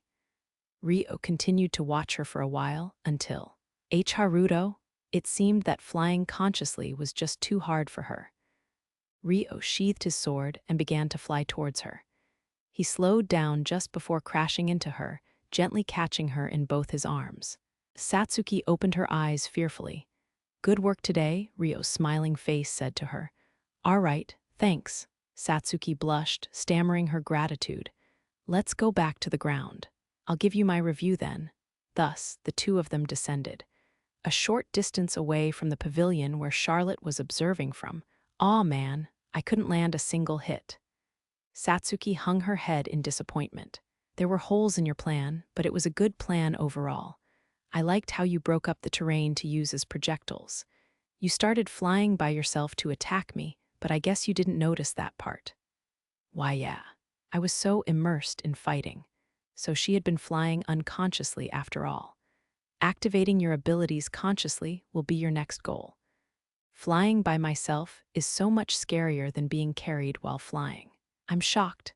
A major hurdle to the spirit art of flying is overcoming the fear of heights. Your emotions have a large influence on your abilities. Spirit arts brought about phenomena by conveying the imagination of the spirit art user into the mana in the atmosphere. If the caster feared falling, then the activation of the art would also become unstable. At the end of the battle, all I could think about was how scared I was of falling. That's normal, and you need to know the feeling of fear. Otherwise, you may hurt yourself flying while your control is still lacking. What was most important was to remain calm and unaffected by those emotions. I see. You know that you have the foundations for flying. Work hard from here. Yup. Oh, that's right. There's one other ability I want to be able to use. What is it? You know how there are times when you move as though you teleported? Like this? Ryo demonstrated the move that came to mind. He distanced himself from Satsuki and immediately moved back beside her. "Why, yes, that. How do you do that?" Satsuki asked excitedly. To her, it truly appeared as though he teleported. "You know how you used wind to accelerate yourself mid-battle?" "Yeah, I'm able to do that by imitating you. I wanted to move fast like you." If you can do that, then you've got the foundation for it as well. It's a technique that's necessary in flying spirit arts as well. However, it's harder and more dangerous to do that flying. You'll need another ability besides the spirit arts. And so it was difficult to learn overnight, Ryo explained. "What kind of ability?" You know how I told you about extraneous movements in combat. Ah, right. Something about how when the opponent braces their weapon, you can read their next move by using that. Right. This is related to that, but have you heard of a telegraphed punch? A punch that you communicate? Satsuki asked in confusion. It seemed she had no idea. If someone suddenly swung their fist before you, you'd think they're about to hit you, right? Ryo held his fist up in a swinging pose. "Yeah, I'd be shocked. So that's an extraneous movement." "Yes. This pose tells your opponent you're about to punch them, which is why it's called a telegraphed punch." There were no telegraph systems in this world, which is why this was a method of explanation he could only use with Satsuki. "I see. Aside from that, things like kicking, swinging your weapon, or running are actions that people unconsciously recognize as tells." Ryo assumed each one of the poses he mentioned. "Yeah, I can easily tell which pose is what. Removing these kinds of movements is the purpose of martial arts forms, right?" "Yes, you might have realized this already, but I remove all of those kinds of movements when I accelerate. That's why it gives the illusion of teleportation. By moving from a complete stop, relying on only the spirit art to move, and refraining from making any other action, he could move as though a section of a video had been skipped entirely. I think I get the logic. You're basically running without making a running pose, right? And at an extremely rapid speed. It's more like flying than running, but yes. This technique is especially effective against opponents facing you. If you look from the side, it's clear I'm moving without running," Ryo said, then flew to a spot a short distance away. This time, instead of moving forwards to Satsuki, he passed by her. You're so fast I can't follow you with my eyes. How many kilometers per hour are you even going?" Satsuki complained with a grimace. She couldn't even tell whether he was flying or running. "Let's see. I change speeds depending on my distance to my opponent, so it isn't consistent, but even at my fastest speed, I cannot surpass the speed of sound. The speed of sound. Oh, but less than that. Still, that's amazing." The speed of sound was 340 meters per second. Converted to kilometers per hour, it was a little under 1,200. I've surpassed it once before, but doing so creates a phenomenon known as a sonic boom. It's a great burden on the body, and there's a limit to how much relief the arts can provide. That's why he normally set his own limit to a subsonic speed. For the record, he normally flew at a slower speed when traveling, an average speed of 100 kilometers per hour. So you can surpass it if you want to. Well, no wonder it looks like you're teleporting. Even at a subsonic speed, he could cross 100 meters in a single instant. He could approach his opponent in the blink of an eye. That's why it's dangerous. The movement takes a single instant, so you have to control everything from activating the art to stopping it in that instant. If you're inexperienced at casting, you'll risk colliding with your opponent and other obstacles. It's also difficult to change your trajectory while accelerating. If you don't choose your timing properly, you might self-destruct. And I have to think about how to attack after moving. Yes, the ideal situation is to attack the moment you finish moving. That isn't a human technique, is it? Satsuki eyed Ryo in suspicion. It is a very difficult technique. That's why you should first focus on using spirit arts to fly. Okay, oh, by the way, yes, do you have a name for it? A name for what? For your high-speed movement? No, not particularly. None of the spirit arts Ryo used had any particular move name. There were some casters that found it easier to imagine their techniques by giving them a name, but Ryo had never felt the necessity. Instant movement, or instamu for short, or maybe accelamove, short for accelerated movement, or maybe even shukuchi, like the ancient martial arts. Shukuchi isn't a martial art, but a fable from ancient mythology. Spirit arts are plenty similar to ancient mythology. I suppose. He personally disagreed, but he wasn't able to explain why, so he didn't say so out loud. They're the same in the sense that they're both fantasy techniques. So, regarding your high-speed movement, how about shukuchi? I believe the origin of the word comes from the ground shrinking underneath your feet. Yup, it fits you perfectly. Well, I don't mind either way. You seem to care a lot about the move name, though. Because it's pitiful for such an amazing move to not have a name, I'm honored you think that way. Ryo smiled happily. Right at Ryo's joyous face, Satsuki looked to the side shyly. Then let's go back for now. I'd like to give a lecture on spirit arts and check out your divine arms a little more. Thus, Ryo and Satsuki headed back to the pavilion. And so, they moved on to investigating Satsuki's divine arms. What they wanted to know was whether something like the beast of the land was sleeping within her weapon as well. Seated in a circle under the pavilion were Ryo, Satsuki, Aishia, Alma, and Charlotte. In the past, Ryo and Alma had done a simple investigation of Satsuki's divine arms in private. However, they only knew that the spear was special and nothing else. It was a completely out-of-place artifact, and they had no way of studying what sorcery was in it or how it was made. They didn't know about the beast of the land back then, so they hadn't considered the possibility of something similar to a spirit sleeping within the weapon. Besides, multiple heroes had materialized their divine arms in front of Aishia before, but she had never sensed the presence of a spirit from them. But they were yet to conduct an investigation under the assumption that something was sleeping within. And so, okay, can you lend your divine arms to Aishia? Sure, here you go, Aishia. They decided to have Aishia, the spirit, take it in her hands and investigate it herself. This was the same action that Dryas had done on Ryo the first time he had visited the spirit folk village, with Aishia sleeping within him. At any rate, if there was something like the beast of the land sleeping within the spear, it would be dangerous to trigger it carelessly. The chances of something terrible happening were low, but investigating in an unpopulated place like this was for the best. Asia stared at the spear she accepted from Satsuki in silence. How's it look, Asia? I can't feel any spirit presence when it's materialized as a weapon, but there's definitely a connection between the spear and Satsuki. I could tell as soon as I touched it. Huh, so that's how it is. Satsuki looked between the weapon and her hands. Naturally, she couldn't see anything with the naked eye. Is it like the path between a contract spirit and us? Alma asked Asia. Yeah, it's similar to that. Is it impossible for there to be a spirit in the weapon, Alma? Rio asked Alma. As a dwarf, she had more profound knowledge when it came to spirits and weapons. There are some spirits who choose an object to represent them instead of a contract, like a spirit that resides in a tree, for example. The spirit who resided in a tree was probably Dryas. Since Charlotte was present, she purposefully avoided saying her name.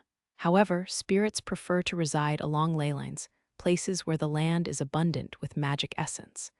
I've never heard of one choosing to dwell in a weapon.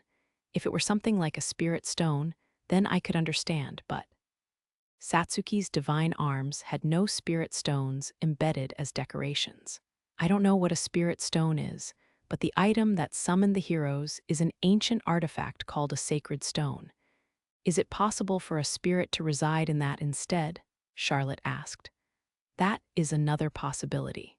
But the sacred stone disappeared when Satsuki was summoned, right? Yes. Father believes the stone became the divine arms. If the sacred stones are spirit stones, is it possible for a spirit to reside within them and transform into a weapon? Rio asked, seeking Alma's opinion once again. As far as I know, such a technique doesn't exist, but it doesn't look like time-space sorcery is being used when the weapons are materialized. It looks similar to the phenomena of spirits materializing. I had the same thought. In this case, instead of there being a spirit inside the sacred stone or divine arms, it's more like the divine arms itself is a spirit. If that's true, then the divine arms would have two forms, a weapon form and a beast form. 3 if you include the sacred stone form. Can spirits have multiple forms? Alma shook her head slowly. Not to my knowledge. Whether the divine arms is holding a spirit or is a spirit itself, I can't feel any presence in its current form, Asia chimed in. I see. In that case, the beast of the land might not be part of the saint's divine arms. Alma groaned in thought. The more they investigated, the more possibilities emerged. There was no way of reaching a conclusion. The connection between Satsuki and the divine arms. I'll try following that link to see if I can probe further. Asia suddenly stood up with Satsuki's spear in hand. She proceeded to walk out of the pavilion, followed by Rio and the others. Are you examining the divine arms right now? Sarah, Miharu, Celia, and Latifa, who were training separately, came up to them. Kyoko and Louise's knights also came over to watch.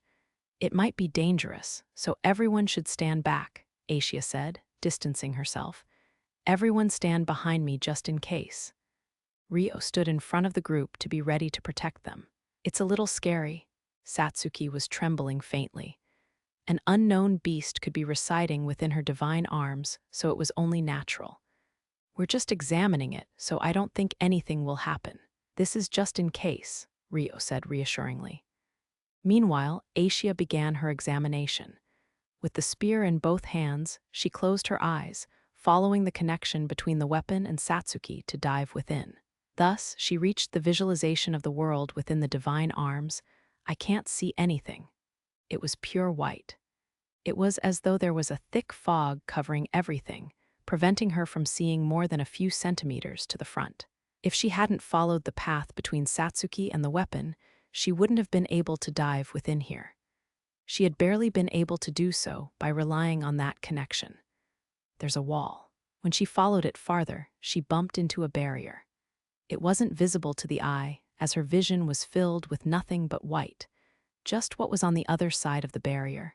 Asia tried to push her way through. Just then, the wall was stained with something black. The darkness crossed the wall and attempted to cover Asia as well. Huh! Asia immediately withdrew from the divine arms, snapping her eyes open. She stared down at the spear in her hands, bewildered. What? The darkness that crossed the wall had been trying to tell her something before she broke away. Was there something she was meant to be doing? Was there something she had forgotten? She didn't know why, but that was the feeling flooding into her right now. What's wrong, Asia?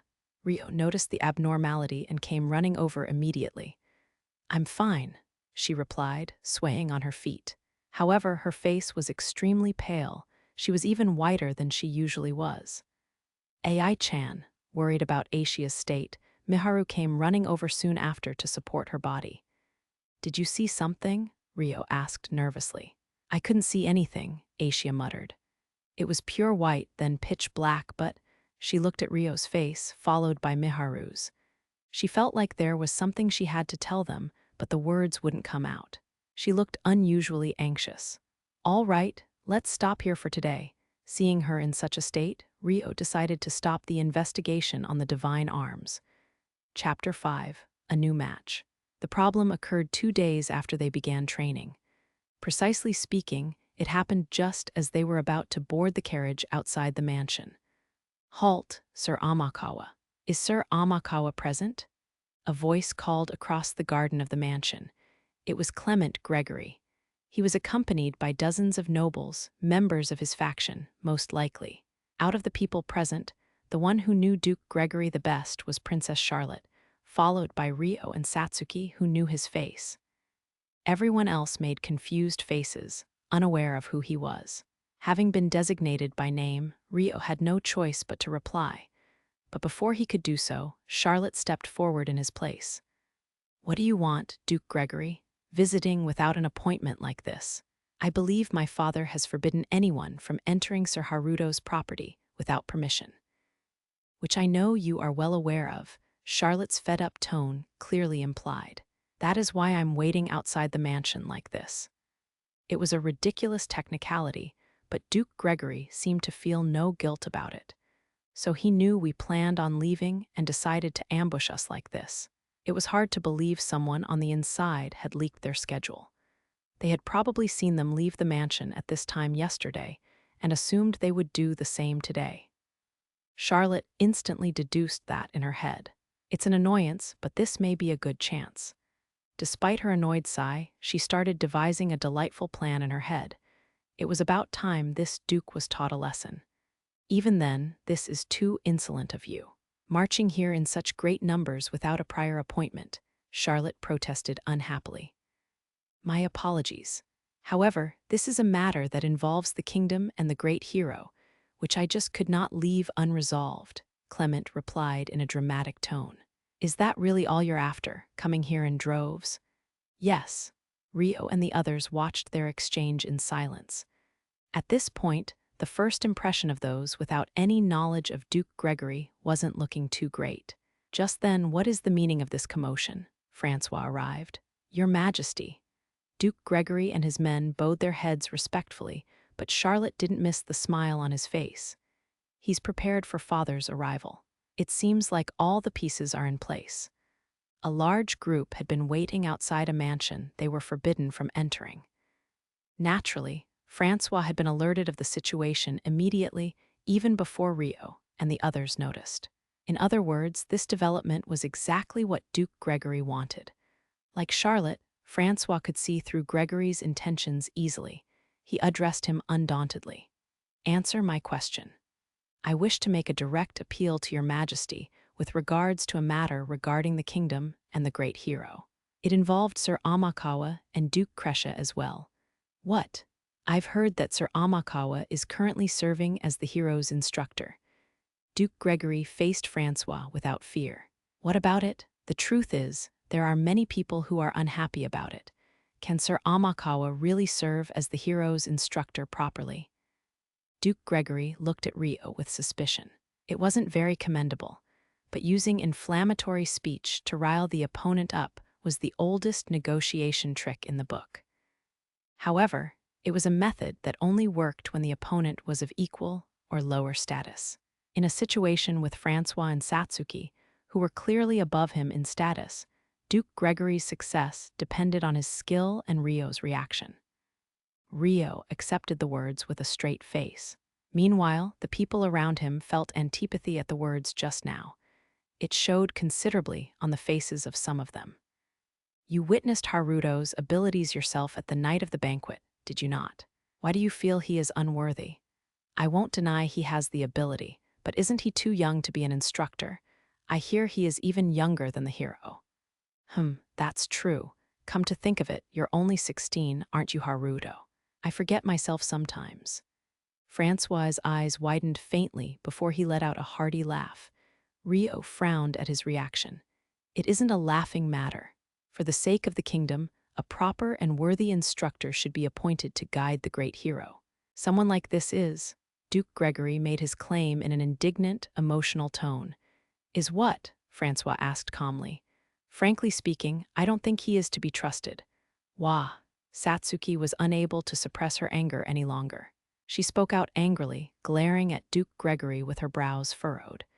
You don't even know where he's from, just because he's done a few good deeds. Well, if you ask me, I find you much less trustworthy. Satsuki snapped without any hesitation, interrupting Duke Gregory's words. What? How rude. I am a duke. You may be a hero, but that is uncalled for. After being taken aback, Duke Gregory expressed indignation. Aren't you the one being rude to Haruto, the honorary knight? Just coming here in such a large group is rude enough to begin with. That is because our dissatisfaction has reached the limit. I understand he has made meritorious achievements, but you've bestowed on him a royal mansion within the castle and given him free rein to do as he pleases. He's invited an unknown group of armed people onto the castle grounds and keeps taking the hero outside the castle without proper guards. The unknown group of armed people Gregory referred to was probably Gauki's group. Perhaps Sarah's group was included as well. In reality, Duke Gregory glanced at them as he voiced his concerns. The attack that occurred the other day was only repelled thanks to the efforts of those present here, Francois pointed out in defense of the group. But that attack was aimed at Sir Amakawa in the first place, was it not? Those men were clearly targeting this mansion. It seemed they weren't making a fuss here for no reason. They had prepared plenty of material against Rio. Duke Gregory didn't back down easily and continued to blame Rio. That hasn't been confirmed as fact, and I believe you're deviating off topic, no? Duke Gregory's original point in question was whether Rio was worthy of being Satsuki's instructor. It's very much related.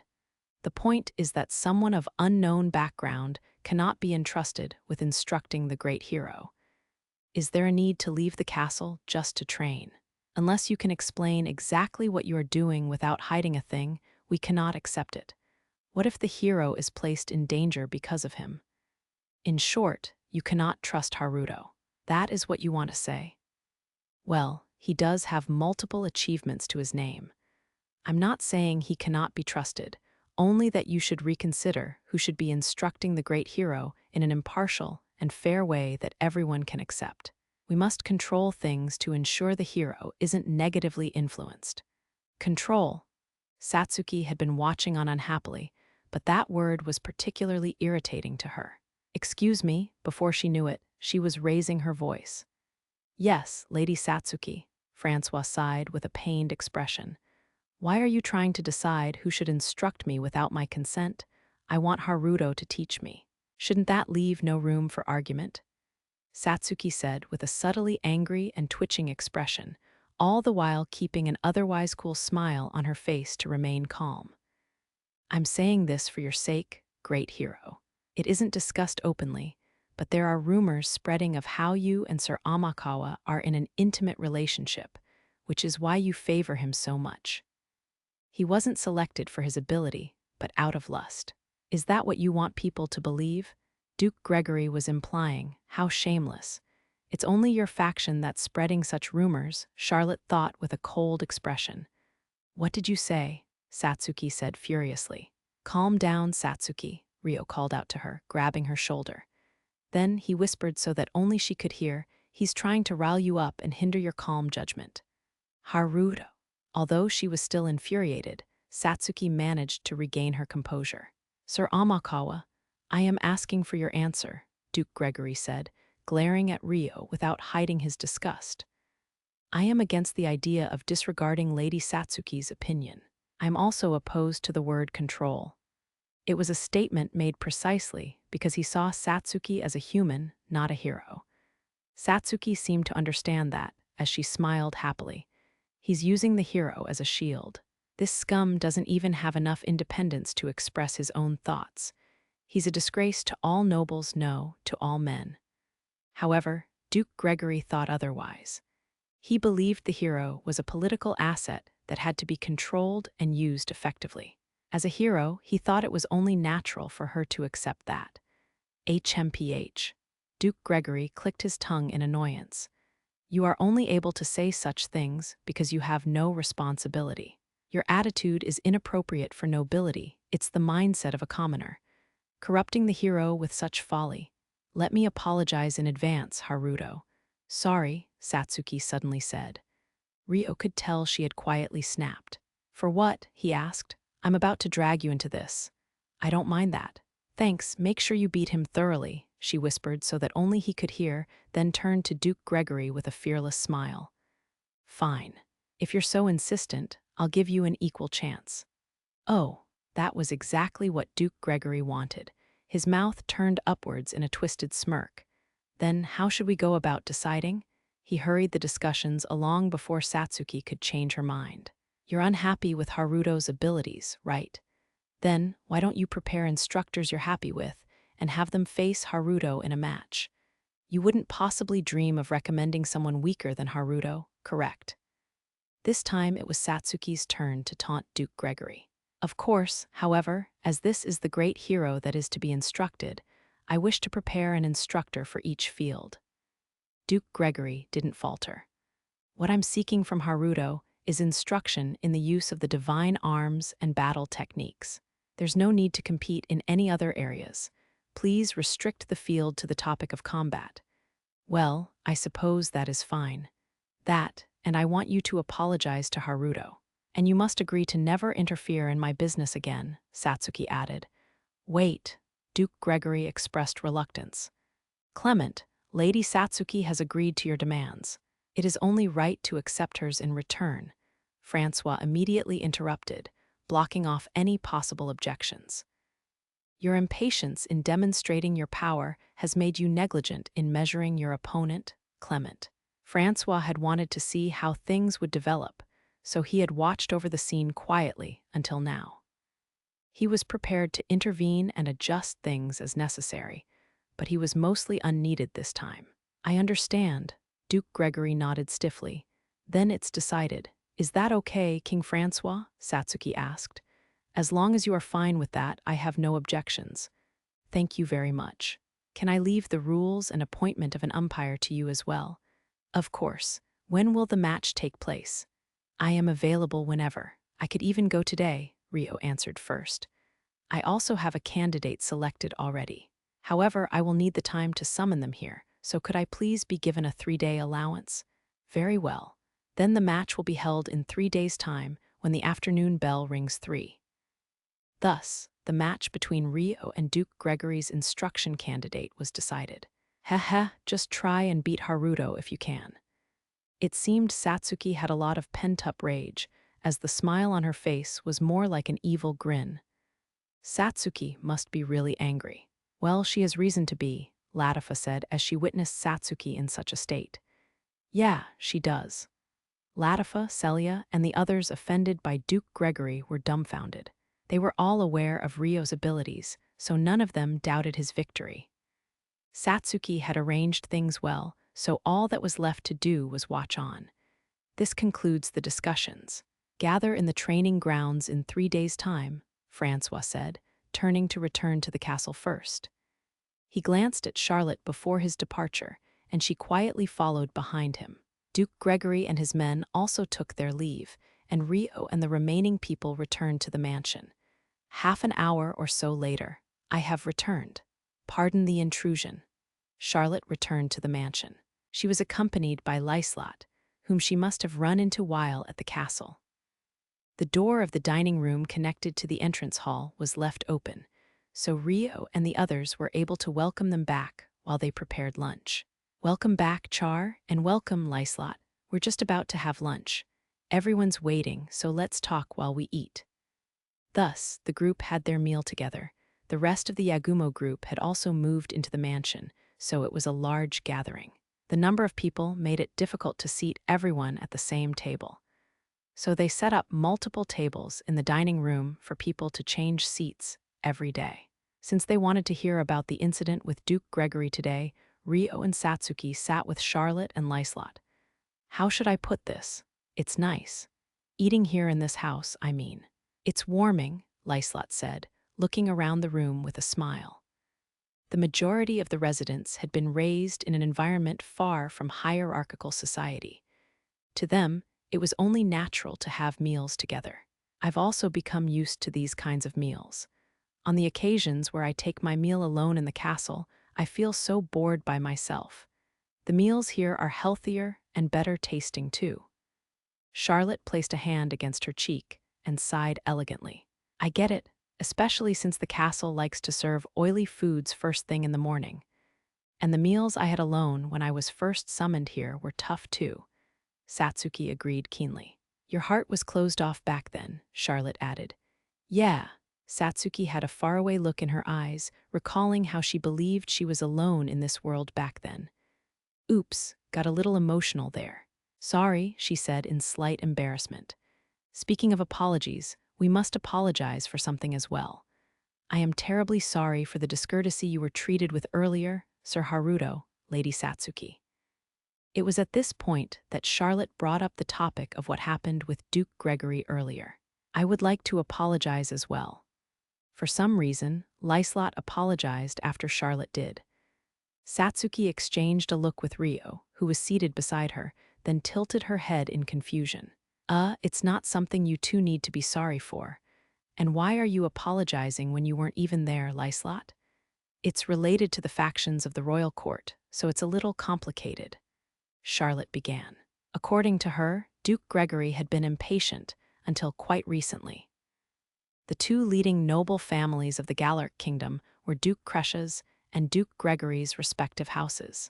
However, ever since Lyslot had established the Rika Guild, Duke Cresha's power had grown dramatically.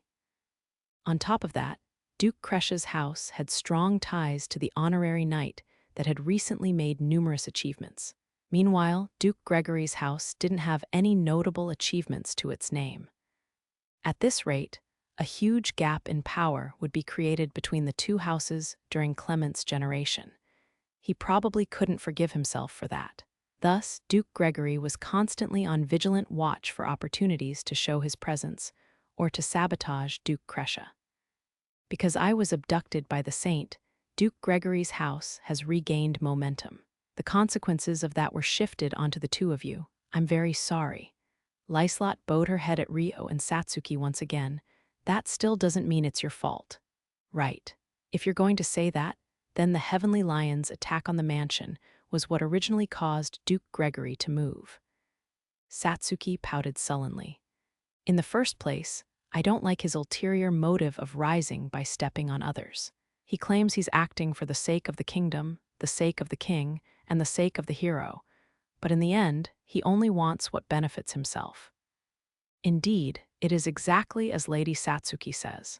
That is why we've been dealing with them before they could reach you until now, but we failed to stop Duke Gregory this time. With the protection of Charlotte and Francois, who wasn't here at the present, Duke Gregory's faction was completely kept in check. On top of that, Rio kept gaining more achievements. The frequent rewards he received from the royal family made Duke Gregory direct his discontent towards Rio.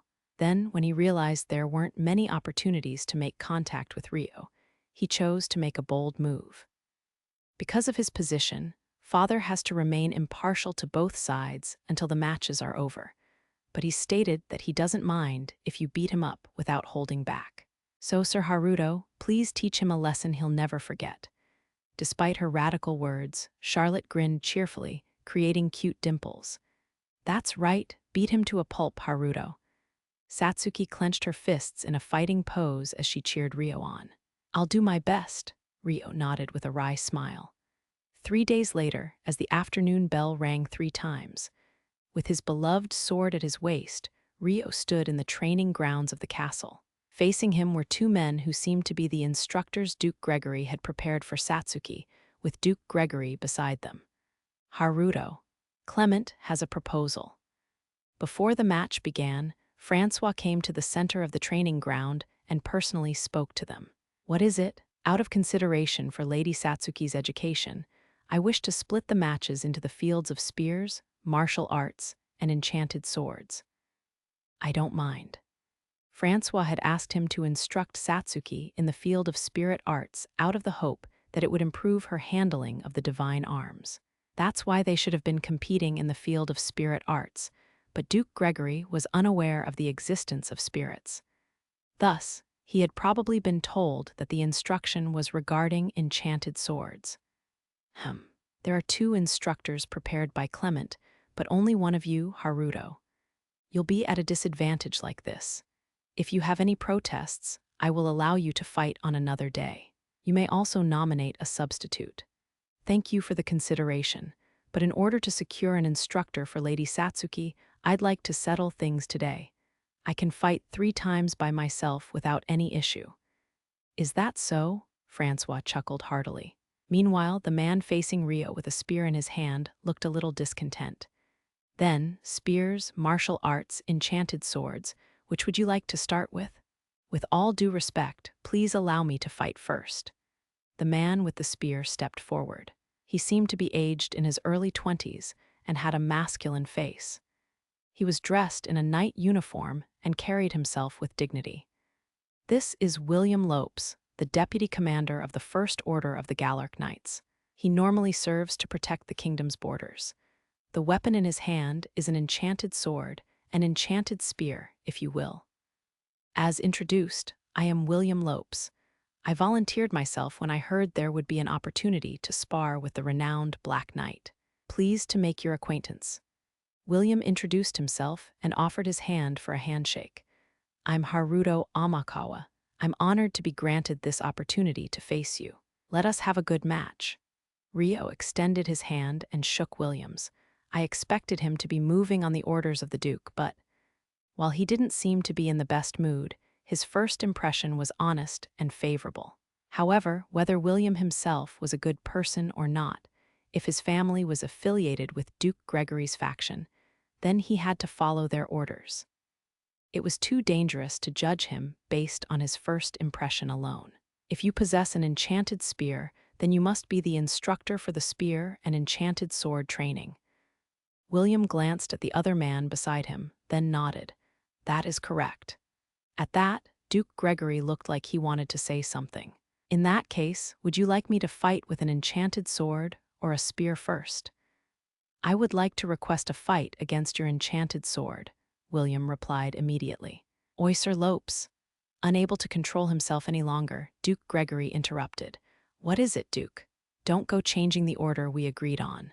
Is something the matter? Rio asked William and Duke Gregory, tilting his head. I merely wish to fight with my opponent at his strongest. Fighting against someone tired from successive battles wouldn't be considered a victory, William replied on Duke Gregory's behalf. I see, that was probably why he had looked discontent when he heard Rio agree to 3 consecutive matches in a row. Sir Lopes, you must win, understand. Of course. William nodded without taking his eyes off Rio. If you're done introducing yourselves to each other, let's begin. You may use the abilities of your enchanted sword, but you are forbidden from injuring your opponent with it. Either stop your attack before making contact or limit yourself to blows that can only deal minor injuries. Understood. Rio and William both nodded respectfully. Once Francois finished explaining the rules, he left the umpiring to one of his subordinate knights and returned to the spectator zone where Satsuki and Charlotte were. Duke Gregory and the remaining candidate followed behind him. Furthermore, as the match was open to the public, a considerable number of people had gathered to watch. Now, both sides take your places. Ready your weapons, the umpire said. Rio and William both held their weapons ready. Begin, thus, the first round commenced. The two of them stepped forward without hesitation. The first to attack was William. He launched a sharp thrust aimed at Rio. Although the spear he used was a short spear, it still had a longer range than a sword, so that was the most natural move to make. However, Ryo was more than aware that the other side would make the first move, considering the differences in their reach. He aimed the point of his sword at the spear and diverted the thrust. Once the spearhead was sent veering to the side, he took the chance to step right up to William. Ha! What a spear user disliked the most was for an enemy with an adaptable weapon to come up close to them. Thus, William's reaction was swift. He withdrew his spear as Ryo moved forward, retreating immediately. Ryo moved forward to close their gap as William counterattacked to prevent the sword from coming within reach. The battle seesawed between offense and defense. With physically enhanced bodies, they ran around swiftly, probing each other for openings like threading a needle. He's fairly strong. Ryo felt William's strength firsthand. He was certainly worthy of his position as the deputy commander of the First Order of the Galarc Knights. He probably hadn't reached Gouki and Alfred's level, but he had considerable abilities. If he fought Sarah with the condition of only using physical body enhancements, he would probably best her. In a corner of the spectating space, Gouki hummed to himself in interest. Ho-ho, the opponent uses his spear very well. Although a spear has the advantage over a sword, it's no easy feat to block Sir Haruto's sword. I would love to spar with him myself. Charlotte expressed her surprise. I expected Sir Haruto to end the match in an instant, before his opponent could even react. Spears are a rather difficult weapon to approach from the front. On top of that, there's no knowing what ability is contained in that spear. Considering that, he's probably chosen to take his time with the battle, Gouki explained. However, NGH, the balance between Ryo and William toppled. By catching William within reach of his sword, Ryo had gained the advantage. As you can see, Sir Haruto is winning in weapon technique if his opponent continues to hold back his spear's power at this rate. The match would be settled in seconds. But before Gouki could say those words, Haya, sensing he would lose in a few more blows, William activated his enchanted spear's ability. He stabbed the stone spearhead into the ground. Then, an ice spear shot up before him. Ryo retreated at the last moment, escaping the reach of the ice spear. You truly live up to the rumors, Black Knight. No, you surpass them. Marvelous. With sweat running down his brow, William praised Ryo with a refreshed look. I'm honored. They were still in the middle of a match, so Ryo's reply was awkward. Sorry, you wouldn't have known the abilities of this spear, and the ability is rather lethal, so I didn't want to use it. But it seems it'd be ruder to hold back against you. Not at all. This spear is a family treasure that has been passed down by generations. I will now use its abilities without reserve. Then, I shall do the same. He had been wary of activating his weapon's abilities before his opponent as Duke Gregory could potentially find fault with it, but that was no longer necessary. Ryo decided on using his wind from that moment. Indeed, here's to a fair fight. Ryo and William separated from each other by 10 meters, bracing their weapons. 1 moment later, they both started running. A wind wrapped around Ryo's body as he moved forward. The sand around him was blown up into the air, creating a dust cloud that hid him from view. Wait, that's, Satsuki cried, recognizing the move as the one Ryo used against her yesterday. Humph, William didn't seem to want his vision obstructed, so he created countless ice arrowheads at the tip of his spear and released them. The thin arrowheads pierced holes in the dust cloud, making the spectators stir. Unassured by the attack sent into the dust cloud, William stabbed his spear at the ground. At that, several ice spears appeared in a circle around him. He was probably covering all his blind spots, wary of an attack after Ryo obstructed his field of view. Wow, he could tell he would be approached from behind in an instant. Amazing. Having received an explanation on the move from Ryo yesterday, Satsuki was impressed William had seen through it in one go. Their exchange of blows was very enlightening. Ryo had indeed gone around behind William and had been blocked by the ice spears. There you are. William swung his spear as he turned around, aiming the countless ice arrowheads at Ryo. However, instead of being struck by the arrowheads, Ryo disappeared from William's view. Was that Shukuchi? Satsuki thought, but even watching from afar, she could see his movement speed was rather slow. He was still faster than any human could run, but it was easily 10 to 20 times slower than the Shukuchi speed she knew. His trajectory was also curved instead of a straight line. The reason why it looked like Ryo had disappeared in spite of that was because he hadn't used a single muscle of his body and trusting the wind to move him. And with the curved movement, Ryo had come right up to William in the blink of an eye. Like a floating cherry blossom petal, the way he closed the gap was truly elegant.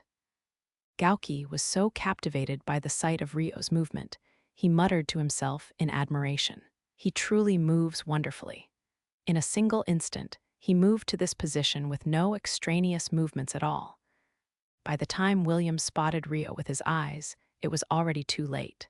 Ryo had his sword pointed just before William's solar plexus. "This is my loss, I surrender."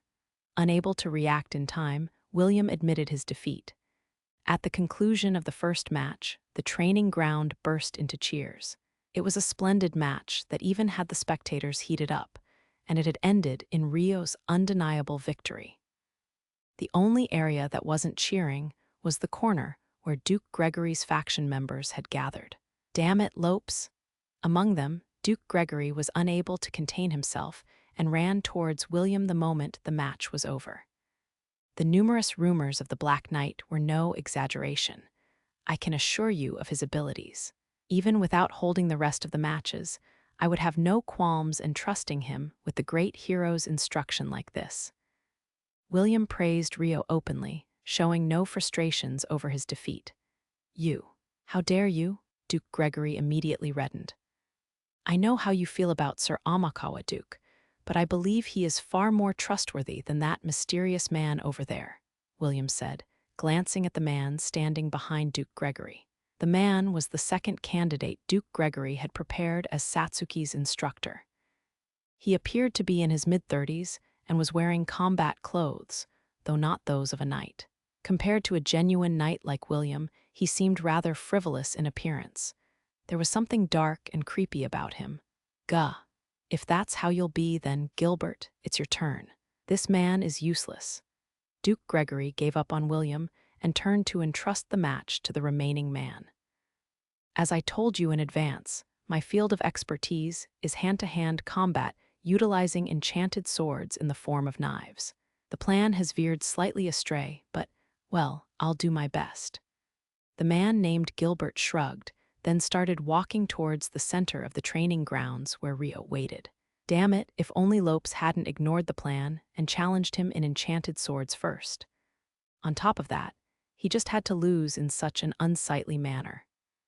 The original plan had been to fight with spears and martial arts for the first 2 matches, then challenge him in enchanted swords in the 3rd match after he was fatigued.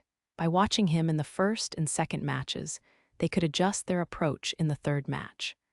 But William had chosen enchanted swords for the very first match, ruining their plan. At least, that was how Duke Gregory saw it. "I paid Gilbert an exorbitant amount up front to hire him. If he loses like this, all my money will be wasted. This better work out." Fearing that Gilbert wouldn't be worth the money he had paid, Duke Gregory glared at his back hatefully. "Those clothes, is that man not a knight from this kingdom?" Celia, who was spectating the matches, asked. "He's probably one of Duke Gregory's private soldiers, but I've never seen his face before. I've never heard any rumors of excellent soldiers under his command, though. It seemed like Charlotte didn't know anything about Gilbert either. It's a pleasure to meet you. My name is Gilbert." With a fake smile on his face, Gilbert bowed. He has no family name. Is he not a noble? Ryo thought. "I'm Haruto Amakawa. It's nice to meet you." He quickly returned the bow. "As you may have guessed already, I am not a noble. I have been serving under Duke Gregory for a long time, valued for my skills. When he approached me with this offer, I agreed, as I wanted to see the great hero with my own eyes." "Is that so?" "Despite my appearances, I am a faithful believer of the 6 wise gods. I don't have much experience in jobs like this, but even if I am unsuited for the role of the instructor, I would love to have an audience with the hero." Gilbert revealed a little more about his background, and glanced over at Satsuki in the spectator zone. I see, the great hero, disciple of the 6 wise gods. I wondered what kind of person they would be, but she seems no different to a normal girl, although that might be rude of me to say out loud. She's just another human like us, Rio said. I see, Gilbert looked a little disappointed. Unsure of the reason for that disappointment, Rio tilted his head in confusion. The second match will now commence. Sir Amakawa, this is your second consecutive match, but is it really fine? The umpire knight asked Rio one last time. It is. Then the martial arts match is a contest of pure martial arts. The use of any weapons or magic is forbidden. Is that understood? Yes, understood. The two responses overlapped each other. For the record, Rio had left his sword with the umpire at the end of the first match. Both sides, take your places. Rio and Gilbert stood 5 meters from each other and assumed their fighting stances. That being said, neither made a show of clenching their fists. They both took deep breaths, lightly assuming fighting stances while remaining calm and composed. Several seconds later, begin. At the umpire's signal, the match began. They both held their stances while slowly approaching each other. Hand-to-hand combat that relied on pure physical abilities was always more boring to watch than battles with enchanted swords. The gallery probably believed that as well. Once the exchange of blows began, their movements were truly transcendent. That didn't mean they were moving about extravagantly. As far as their leg movements went, one would step back if the other stepped forward. That was all. What was moving at a speed too fast for the eyes to follow was their hands. However, they weren't throwing flashy punches around either. They were quietly moving their hands, aiming to land the winning blow while fending off the opponent's advances. It was a silent exchange, but it was also speedy. Because of that, the spectators held their breaths in silence as well. Rio and Gilbert knocked each other's hands out of the way, creating the sound of fabric brushing against each other. Eventually, Rio's fist found the first opening in his opponent's defenses. With a dull impact, Gilbert's body was blown backwards. But that was because he had guarded himself with both arms, jumping back to release the force of the blow. He hadn't sustained any damage. Goodness me, Sir Amakawa, was it? Your techniques are far beyond others of your age, Gilbert grinned. You are quite a formidable opponent yourself. In contrast, Rio's gaze was somewhat wary. During the short exchange of blows, he had felt there was something strange about him. Gauki, who felt something odd from where he was spectating, furrowed his brow.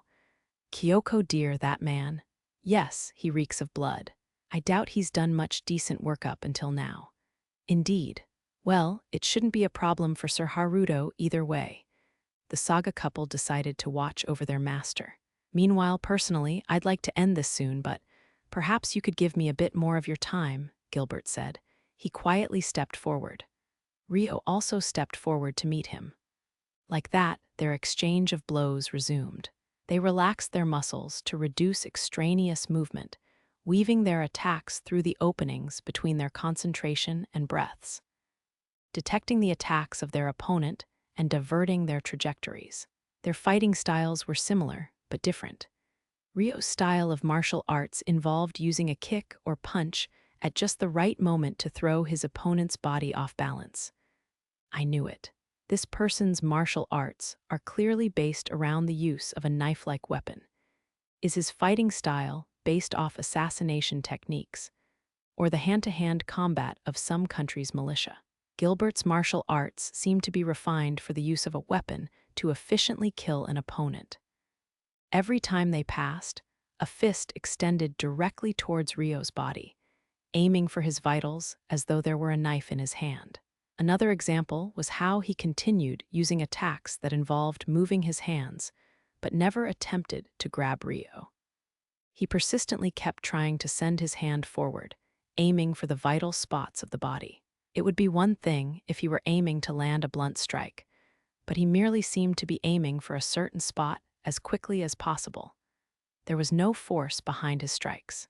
On top of that, he kept using his arm to deflect Rio's blunt strikes, as though he were holding a knife in his hand. Are these truly assassination techniques? Does that mean this person is an assassin? Did Duke Gregory intend on teaching Satsuki assassination techniques by employing this man as an instructor? Had he chosen anyone who seemed capable of victory, regardless of their occupation? Either way, it didn't make sense. Gilbert distanced himself from Rio, then grinned eerily as he spoke suggestively. My apologies. I can't quite break the habit in my hands. Rio stopped moving and faced Gilbert. Now that you've learned my secret, I am no longer able to win against you. I do not wish to reveal any more of my techniques either. That being said, I have my employer's order to consider. Gilbert glanced at where Duke Gregory stood in the spectating space. If possible, I would appreciate it if you could defeat me as painlessly as possible. I dislike being hurt, you see. It was as good as a declaration of surrender. I have no intention of attacking someone with no will to fight. If you do not wish to fight, please surrender clearly. Rio shot down his request swiftly. Good grief, in that case. Gilbert sighed tiredly and charged towards Rio. He thrust his fist straight forward, as though to plunge a knife into Rio's heart. But before he could reach him, Rio grabbed his arm and performed a one-armed shoulder throw. Gilbert was cleanly slammed against the ground. Ah, you are a kind person, Gilbert muttered the moment he was thrown. Once he was lying face up on the ground, he added, May the 6 wise gods grace you. Halt. The winner is Sir Amakawa. At the umpire's declaration, the second match ended in Rio's victory. Afterwards, Rio and William fought one more round using spears, which also ended in Rio's victory. Thus, Duke Gregory's plot to drag Rio down from the role of Satsuki's instructor was completely thwarted. But if today had just ended like this, Duke Gregory would still have been spared from the worst day of his life. That was wonderful, Haruto. At the end of the third round, Francois entered the grounds to praise Rio. Thank you. I cannot imagine anyone better suited for the role of Lady Satsuki's instructor. That was proven today. Isn't that right, Clement? Yes, Clement rasped, barely managing to nod. The truth of 3 consecutive losses had been thrust in his face. He wanted to retort, but he had no means of doing so. The man named Clement Gregory wasn't opposed to acting shamelessly for the sake of his goals, but he was also aware that fussing further would just be a disgrace. And so, Lady Satsuki's instructor will continue to be Haruto. The method of instruction will also be left to his discretion, Francois declared in a loud voice so that the spectators could hear. Just then, a knight came running over in a panic. Your Majesty, what is it? We're in the middle of something here. I am terribly sorry for interrupting, but this is an emergency, the knight panted. Speak. At Francois's word, the knight shot a pitiful glance at Duke Gregory's face. We have received notice that the capital of Duke Gregory's territory has fallen. His son, the governor, has been taken hostage. What? Duke Gregory's scream echoed across the training grounds. Chapter 6. Quiet Invasion. Duke Gregory's territory was located at the northernmost end of Galarc. The Crescia family of the south and the Gregory family of the north. Since the dawn of history, these 2 duke families supported the kingdom from one end to the other.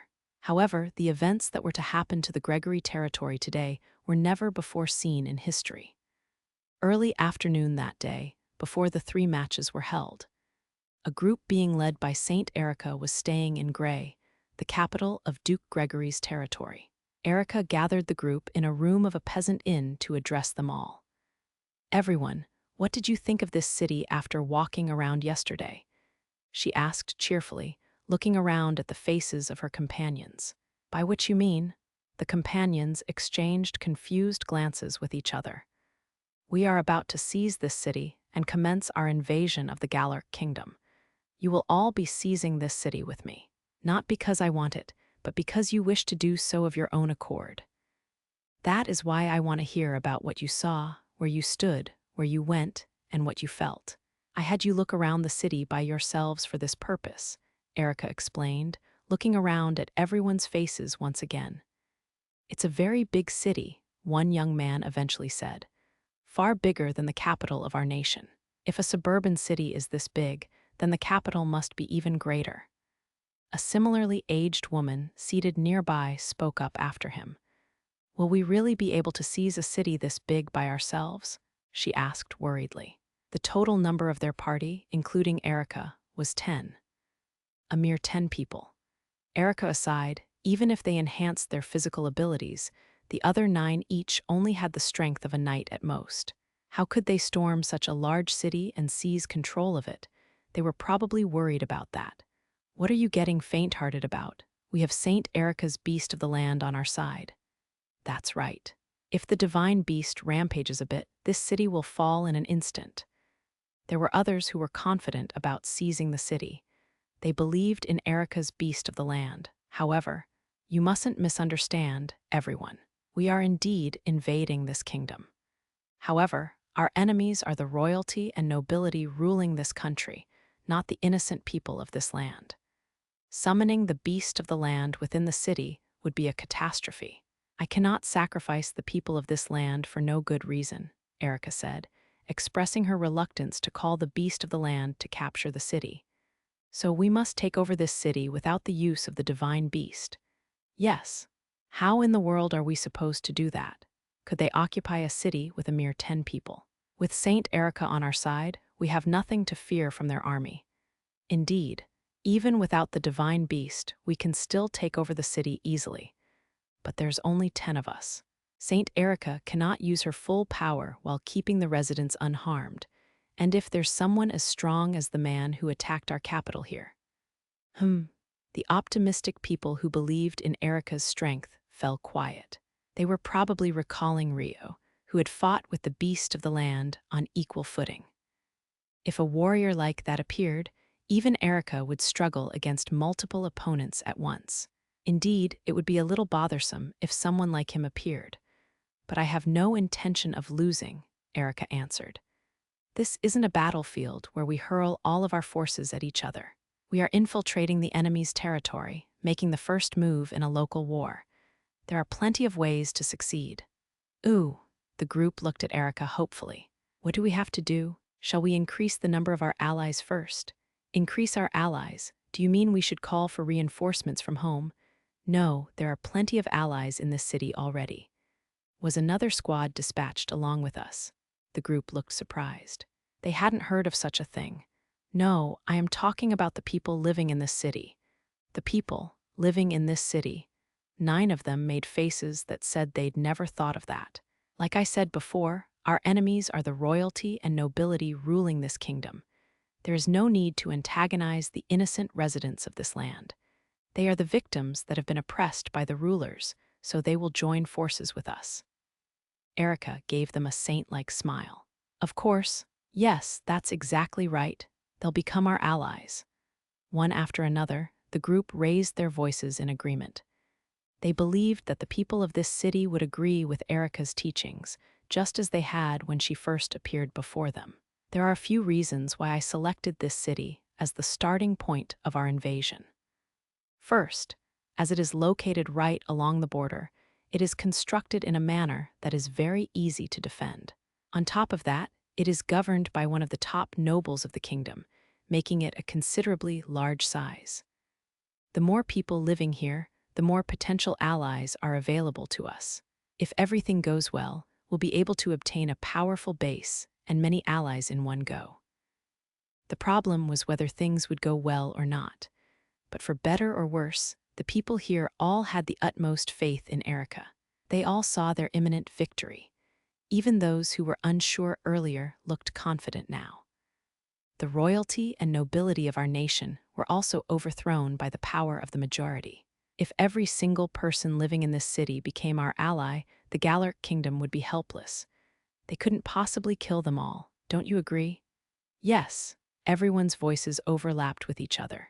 Then, in order to save our comrades from the tyranny of the nobles, let's first bring them over to our side. Erica and her party left the inn in high spirits and made their way to the square connected to the main street of the city.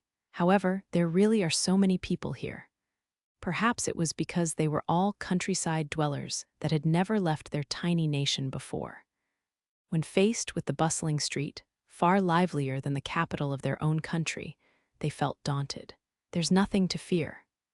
Erica was the only one who marched through the square without the slightest hesitation. Behind her, the rest of the party nodded at each other before following her footsteps with resolution. Erica stopped before the fountain in the square. As for what she was doing in a square where so many people were gathered, your attention, everyone. It was an appeal. Erica raised her voice loud enough to be heard over the noisy square, calling out to the people passing by. The people paused, turning to her in silence. They looked at her with questioning gazes. Before she lost their attention, Erica continued, "Don't you all think it strange? We pay the noble class so much in taxes, yet they do nothing for us. If anything, they look down on us like we deserve to pay them tax. They think of us as dirty commoners." She looked around at the faces of those closest to her, presenting her radical opinion to them. An unknown woman had suddenly started a speech in a corner of the city. Her loud voice attracted quite a few gazes, some of which were unimpressed. However, thanks to the taxes we pay, the noble class live in fancy mansions and estates, wear fancy clothes, eat good meals, have warm clothing, and sleep in soft beds. Yet we are forced to live humble lives in our cramped homes. Erica paid no mind to their dubious gazes, pressing forth with the presentation of her theory.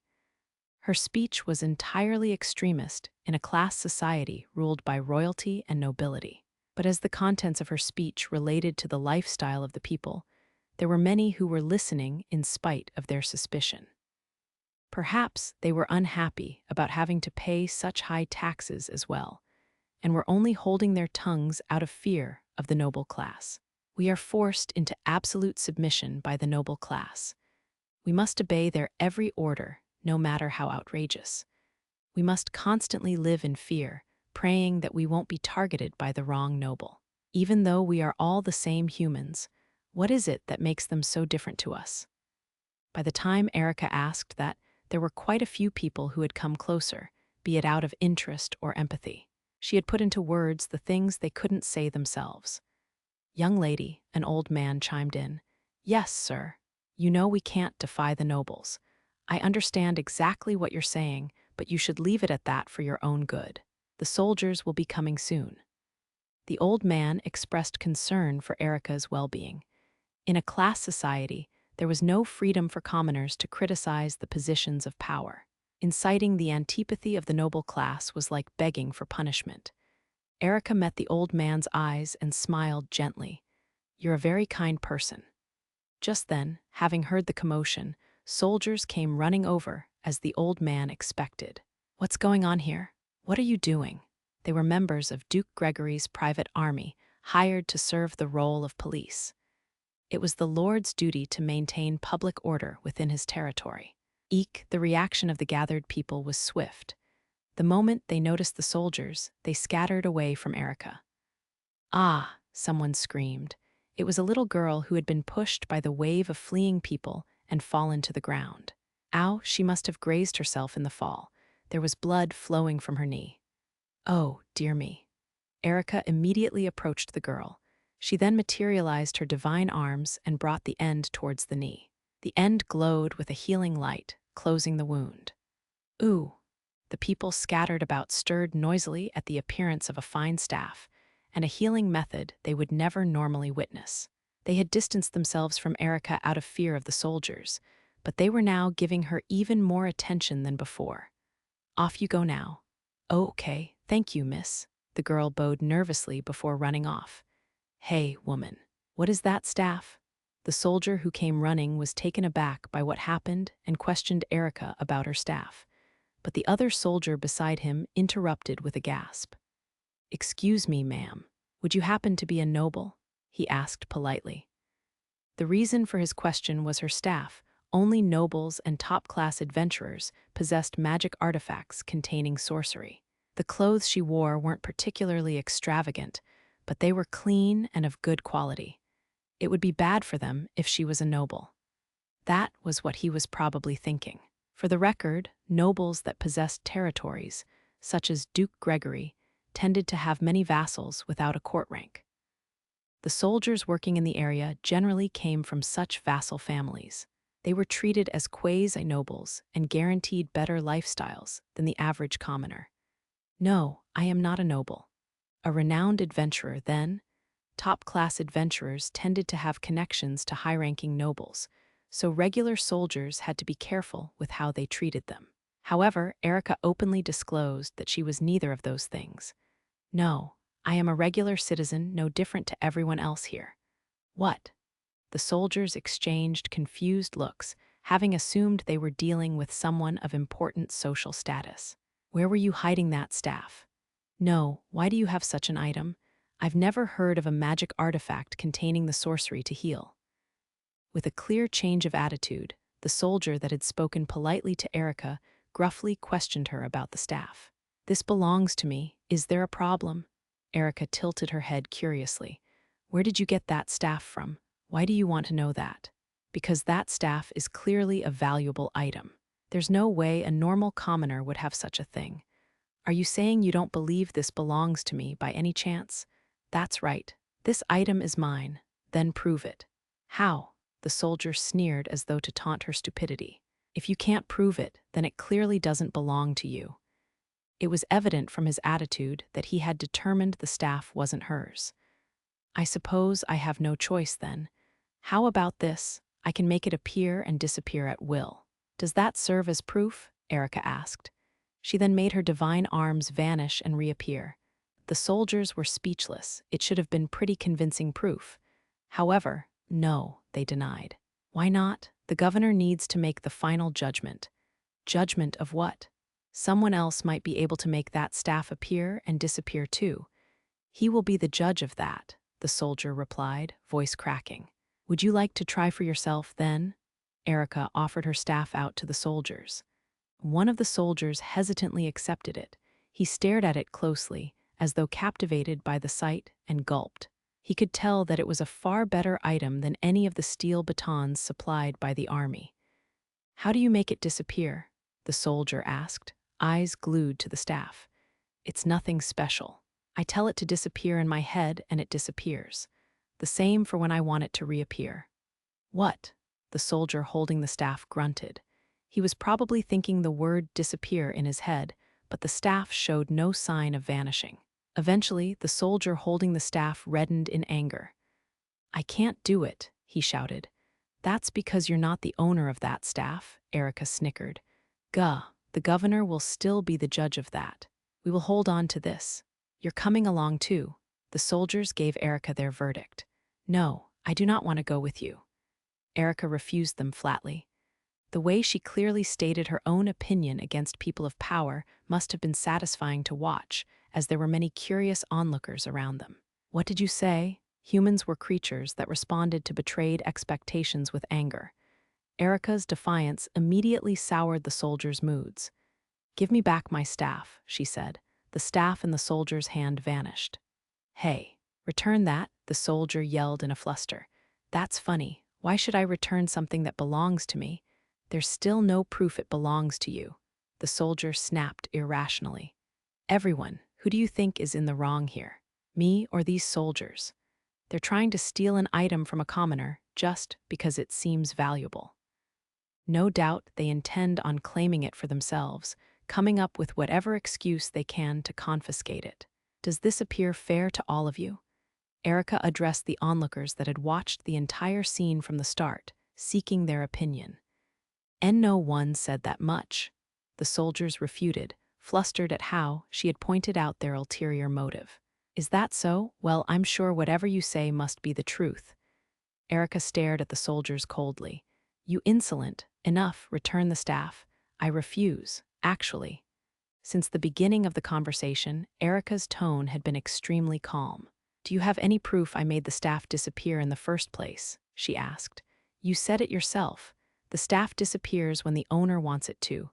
Oh, are you acknowledging the fact that I'm the owner then? No. It was just a figure of speech. The soldier yelled with a panicked look.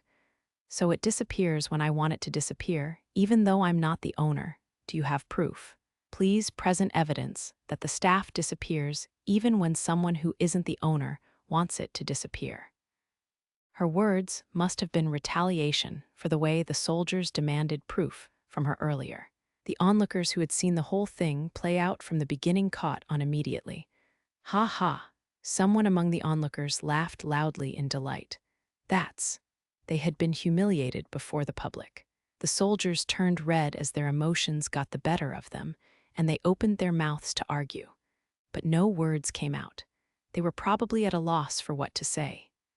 Eventually, they realized they wouldn't win a verbal argument. Enough, you're under arrest for the obstruction of public order. The soldiers took out their batons and prepared to suppress Erica for her insubordination. Ha ha! Erica chuckled, and the fight with the soldiers commenced. Over 10 minutes passed in no time. Erica was still locked in battle with the soldiers. But the soldiers she was currently fighting weren't the same ones that initially confronted her. Those two were lying around somewhere in this square. The whole square was covered in over 50 soldiers, all of them defeated by Erica's hand. Excited onlookers were gathered in one corner of the square, along with the party that had followed Erica from their homeland. Ha ha ha!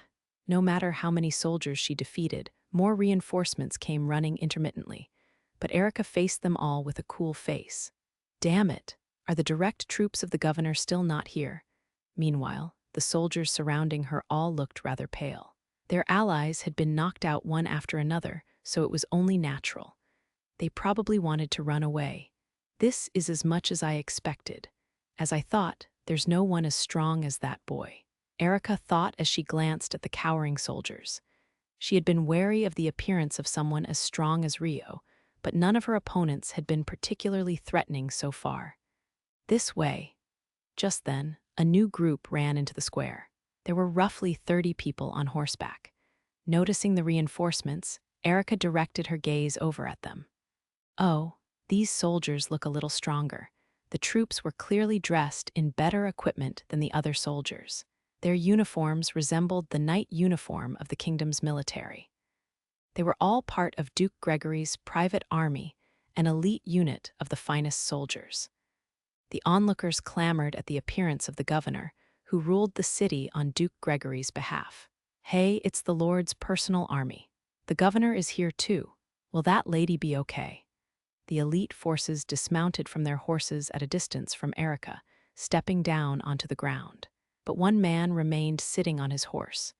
He was Duke Gregory's second son, Maxim Gregory. The eldest son of the family was employed in the capital. Hey, woman, you must be the one causing this commotion, Maxim shouted, glaring down at Erica on horseback. That would be incorrect, Erica replied, answering him boldly before the 30 troop members. This commotion was started by 2 of your subordinates, not me. I believe they're lying around somewhere in this square. What a mess you've made here. You should hope you don't regret your actions. Maxim glanced at the disastrous state of the square with disgust. She had openly fought with soldiers that served nobility. It was pretty much the same as bringing disgrace to the noble himself. No matter the circumstances, this situation was unacceptable. I permit the use of excessive force. Enchant your physical abilities and apprehend her. Agendi corporis. At Maxim's order, the elite troops all chanted the spell in unison. Once they'd finished preparing for battle, seize her, they were given the order to arrest Erica. 3 soldiers immediately approached Erica, surrounding her from different sides. All 3 were armed with police batons. The elite troops had been mobilized. There was nothing else that could be done here. The majority of the onlookers in the square were thinking that, however, their expectations were defied. In a single swing from left to right, Erica defeated all 3 of them. They weren't dead, but their wounds were anything but superficial. The men who had been mowed down writhed, groaning in pain. Maxim gasped in shock at the sight. What did she? But he immediately snapped back to his senses. All units, he yelled. Before he could command them to charge forward, Erica was running towards the elite troops. She slipped right into the midst of them. From that point on, it was a one-sided scene of brutality. Against the soldiers that hesitated to raise their hands in fear of friendly fire, Erica swung her staff without a care. Some of the troops attempted to block the attack with their batons, but they were no match for Erica's strength with only their physical abilities enhanced. Who? The 9 subordinates that accompanied Erica joined the residents of the city in watching with bated breath as the Lord's army was helplessly suppressed. The nobles they feared didn't seem so scary right now. Defeat her, defeat her, defeat her. Maxim ordered, getting his horse to back away so he could distance himself from Erica. But even as he did that, the number of his unharmed subordinates decreased moment by moment. What people sought in fiction wasn't a boring and ordinary life. They wanted stories of the unreal and extraordinary. For example, a hero appearing to punish the evil nobles. A story of poetic justice. Something simple and easy to empathize with. That was how to seize the hearts of the people. Eventually, all the knights and soldiers besides Duke Gregory's son had fallen. Woo-hoo-oh, the onlookers roared in joy, praising Erica as they looked down on the nobles. Maxim's decision was rapid. He quickly yanked the reins, ordering the horse to change directions and flee. "You're not getting away." Erica slammed the end of her staff into the ground. A wall of dirt several meters tall rose before Maxim. The horse neighed and tumbled over in shock. NGH, having fallen from the horse, Maxim rolled on the ground and groaned. Erica walked towards him. "Gah," Maxim tried to scramble back. "There's no need to be frightened. I merely wish to confirm something. If you answer me honestly, I will spare you from any pain." "I'll answer. All right. If I'm not mistaken, you are the governor of this city?" That's right. The Lord is absent right now, so that makes you the head of this city, correct?" "Why, yes. As the second son, I am in charge of the city when my father is away." "I see. Then there's something I need you to do." Erica smiled sweetly, her mouth twisting into a grin. What? In the name of Saint Erica, I am making a declaration. As of this moment, this city will become a territory of the Holy Democratic Republic of Erica. This is a declaration of war to the Galarc kingdom. Tell that to the Galarc king for me. At this very point in time, a state of the Holy Democratic Republic of Erica was created. It was just a short while before Rio won his matches against William and Gilbert. Chapter 7. Their respective intentions. "How dare they?" Duke Gregory's anger echoed in a council room within the castle. "Calm yourself, Clement."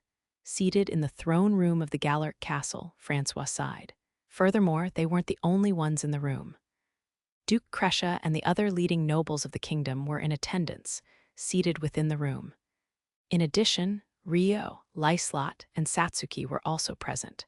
The 3 of them stood behind Francois. "How do you expect me to be calm?" Duke Gregory replied, bearing his emotions at King Francois. "My land, my territory was taken.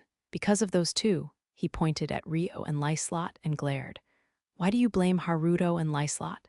The Crescia daughter is the one who started the conflict with that ridiculous saint." And Francois encouraged him to continue with indifference. That reaction was unexpected to Duke Gregory, whose face twitched.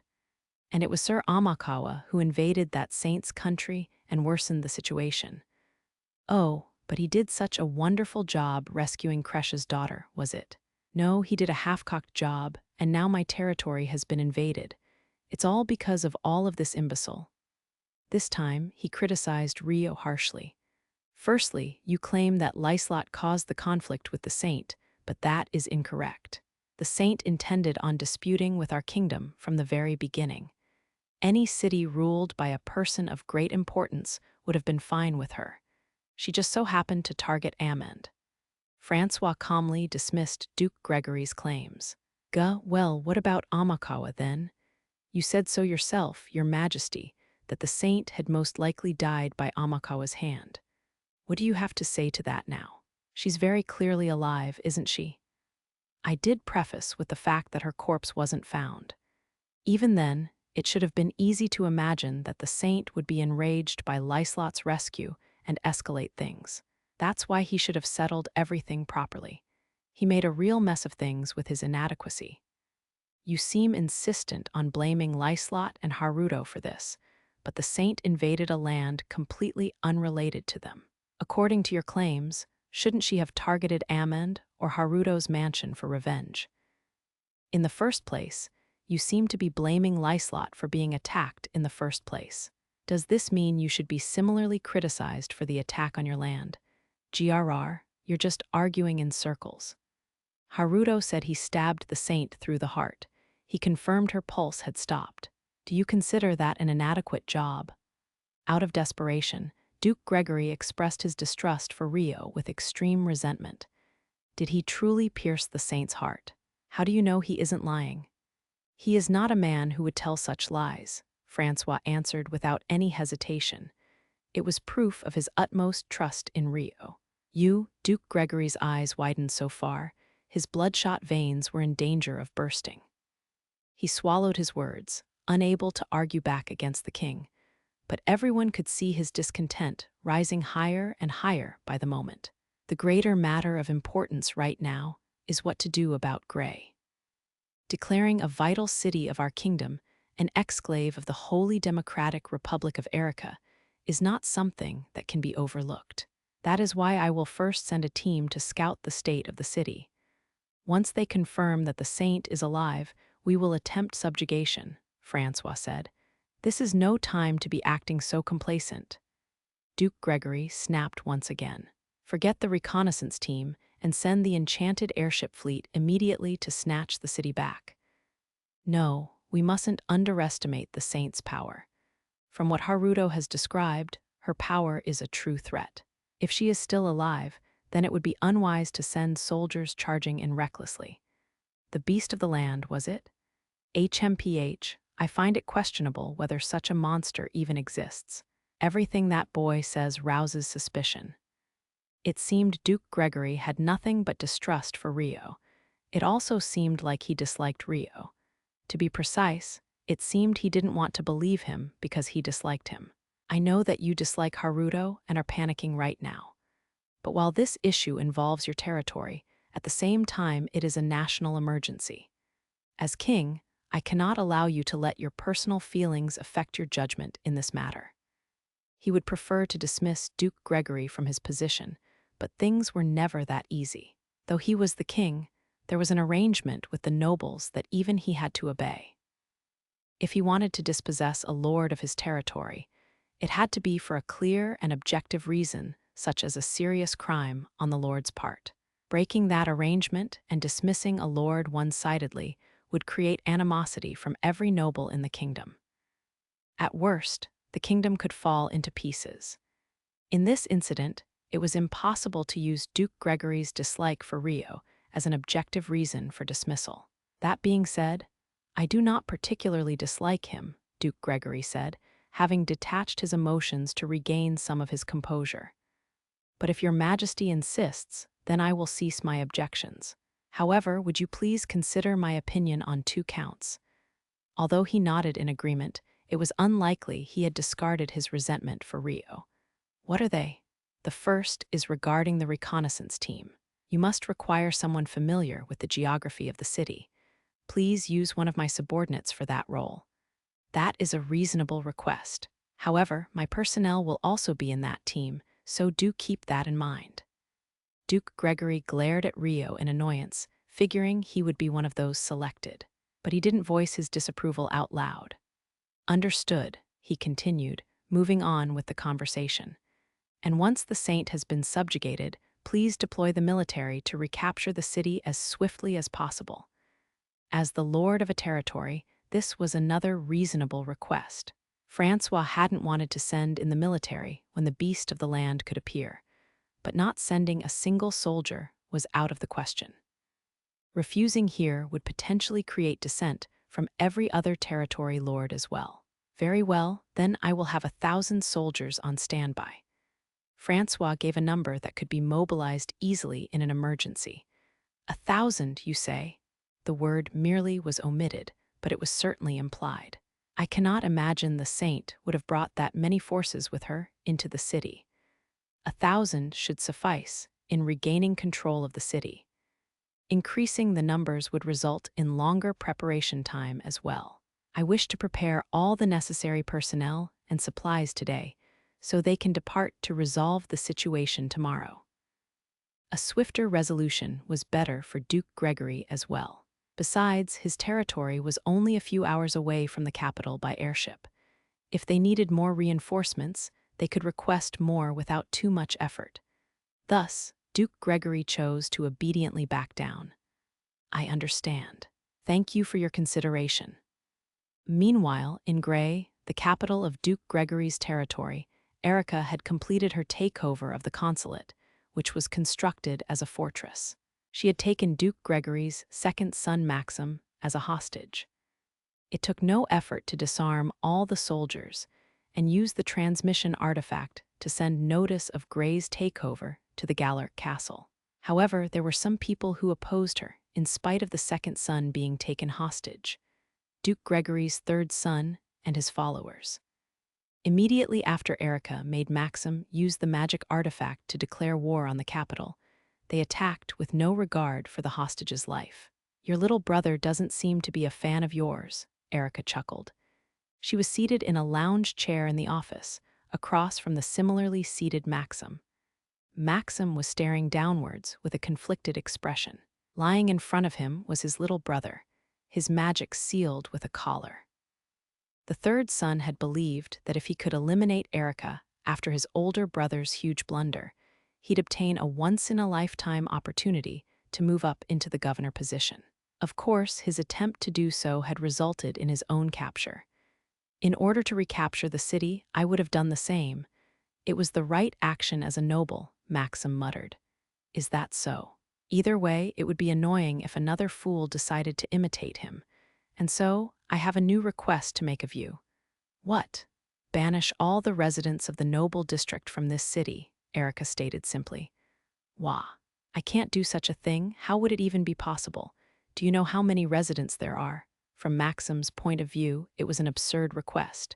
How many residents are there? Over 1,000. I see. But they'll leave if you order them to, no? Or do your retainers hate you just as much as your little brother? What? Order them to leave, Erica demanded mercilessly. I can't do that. That's what will make them really hate me. I don't get it. If those 1,000 residents were from the slums instead, you wouldn't hesitate to obey me, would you? Maxim didn't deny her words. Indeed, banishing the poorest people of the city wouldn't be much of a problem. The public order of the city would be unsettled for a while, but he would have overlooked it as a demerit of the current situation. You're fine with banishing the poor, but you can't banish your noble retainers. It really is a strange way of thinking. There's nothing strange about it. The nobles all serve the Gregory family. If I banish them, they'd all lose their faith in us. Yet you'd be fine with losing 1,000 of the poorer residents of the territory. Both of them are your people, are they not? They're not the same. Those filthy commoners could never compare to the retainers who work for our family. That's where you're wrong. What? This is already my country, Erica said indifferently. It is no longer the territory of Duke Gregory. I have no need for people with special statuses in my country. That is, of course, unless they're willing to give up those statuses. Father would never accept that. The kingdom won't remain silent either, Maxim muttered bitterly, expressing his utmost opposition. I see, then perhaps I'll ask your brother instead. He becomes governor if I kill you, right? I didn't think I had a use for the third son with you around, but now I'm glad I didn't kill him right away. Erica stood up and went over to the third son on the floor, removing his mouth gag. I'll do it, let me do it, please. I'll convince all the retainers.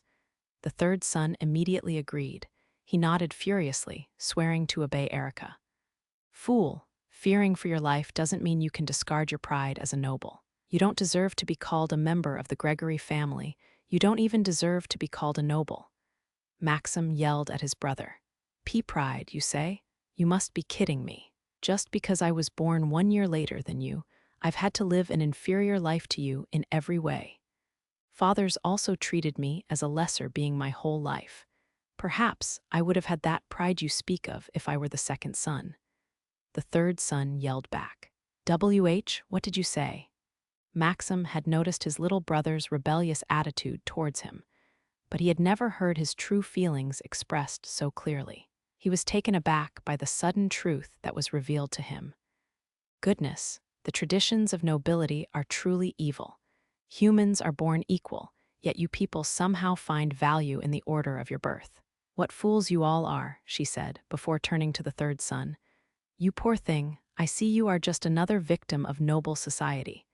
They were the sweet, compassionate whispers of a witch. That's right. The order of my birth was all it took for father to ignore my abilities.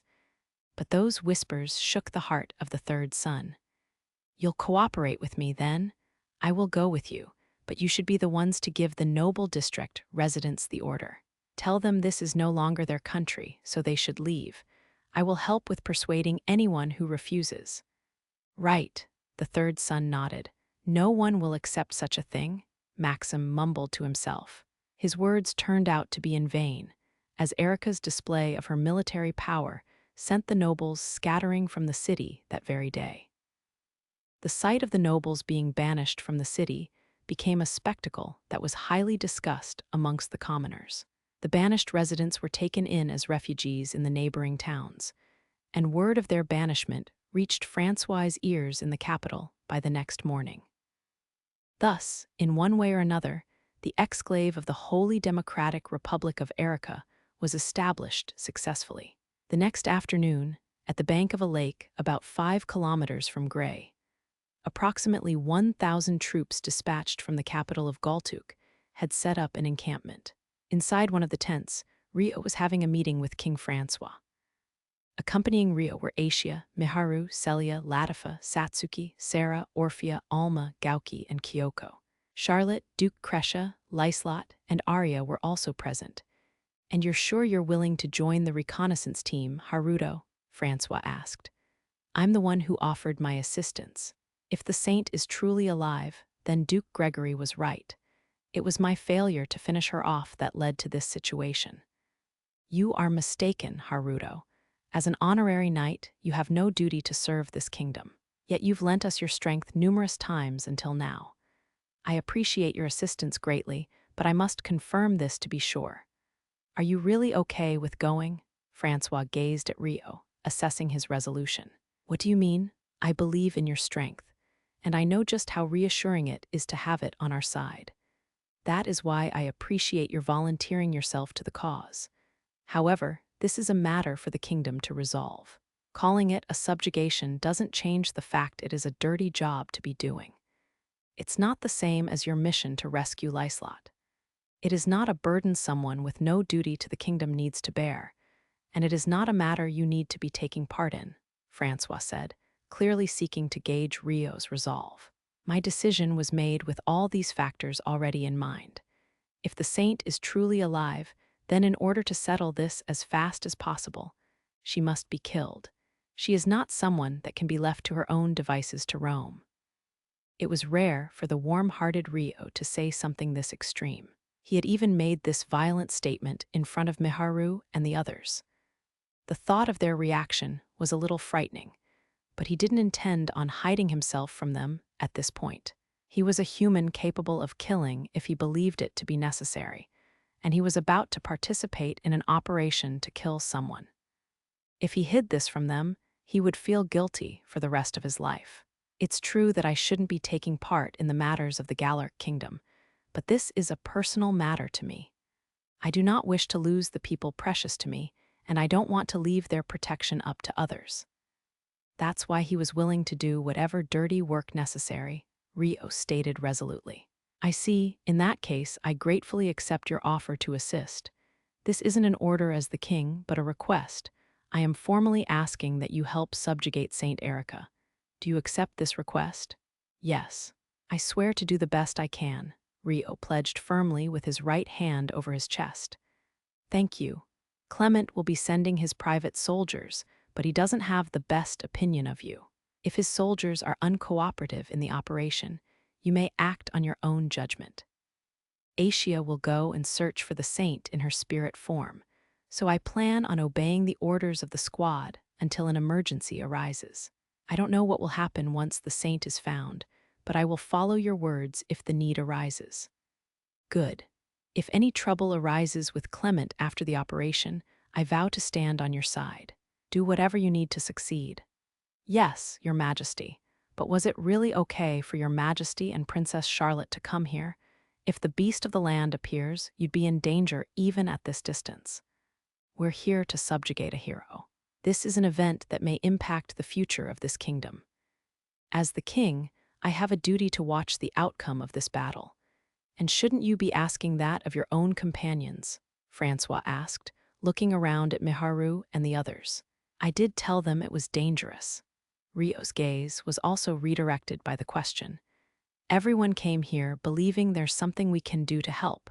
We're all prepared for this, king. That's why I'm here as the hero of this kingdom as well, Satsuki said. This was something they had all discussed together.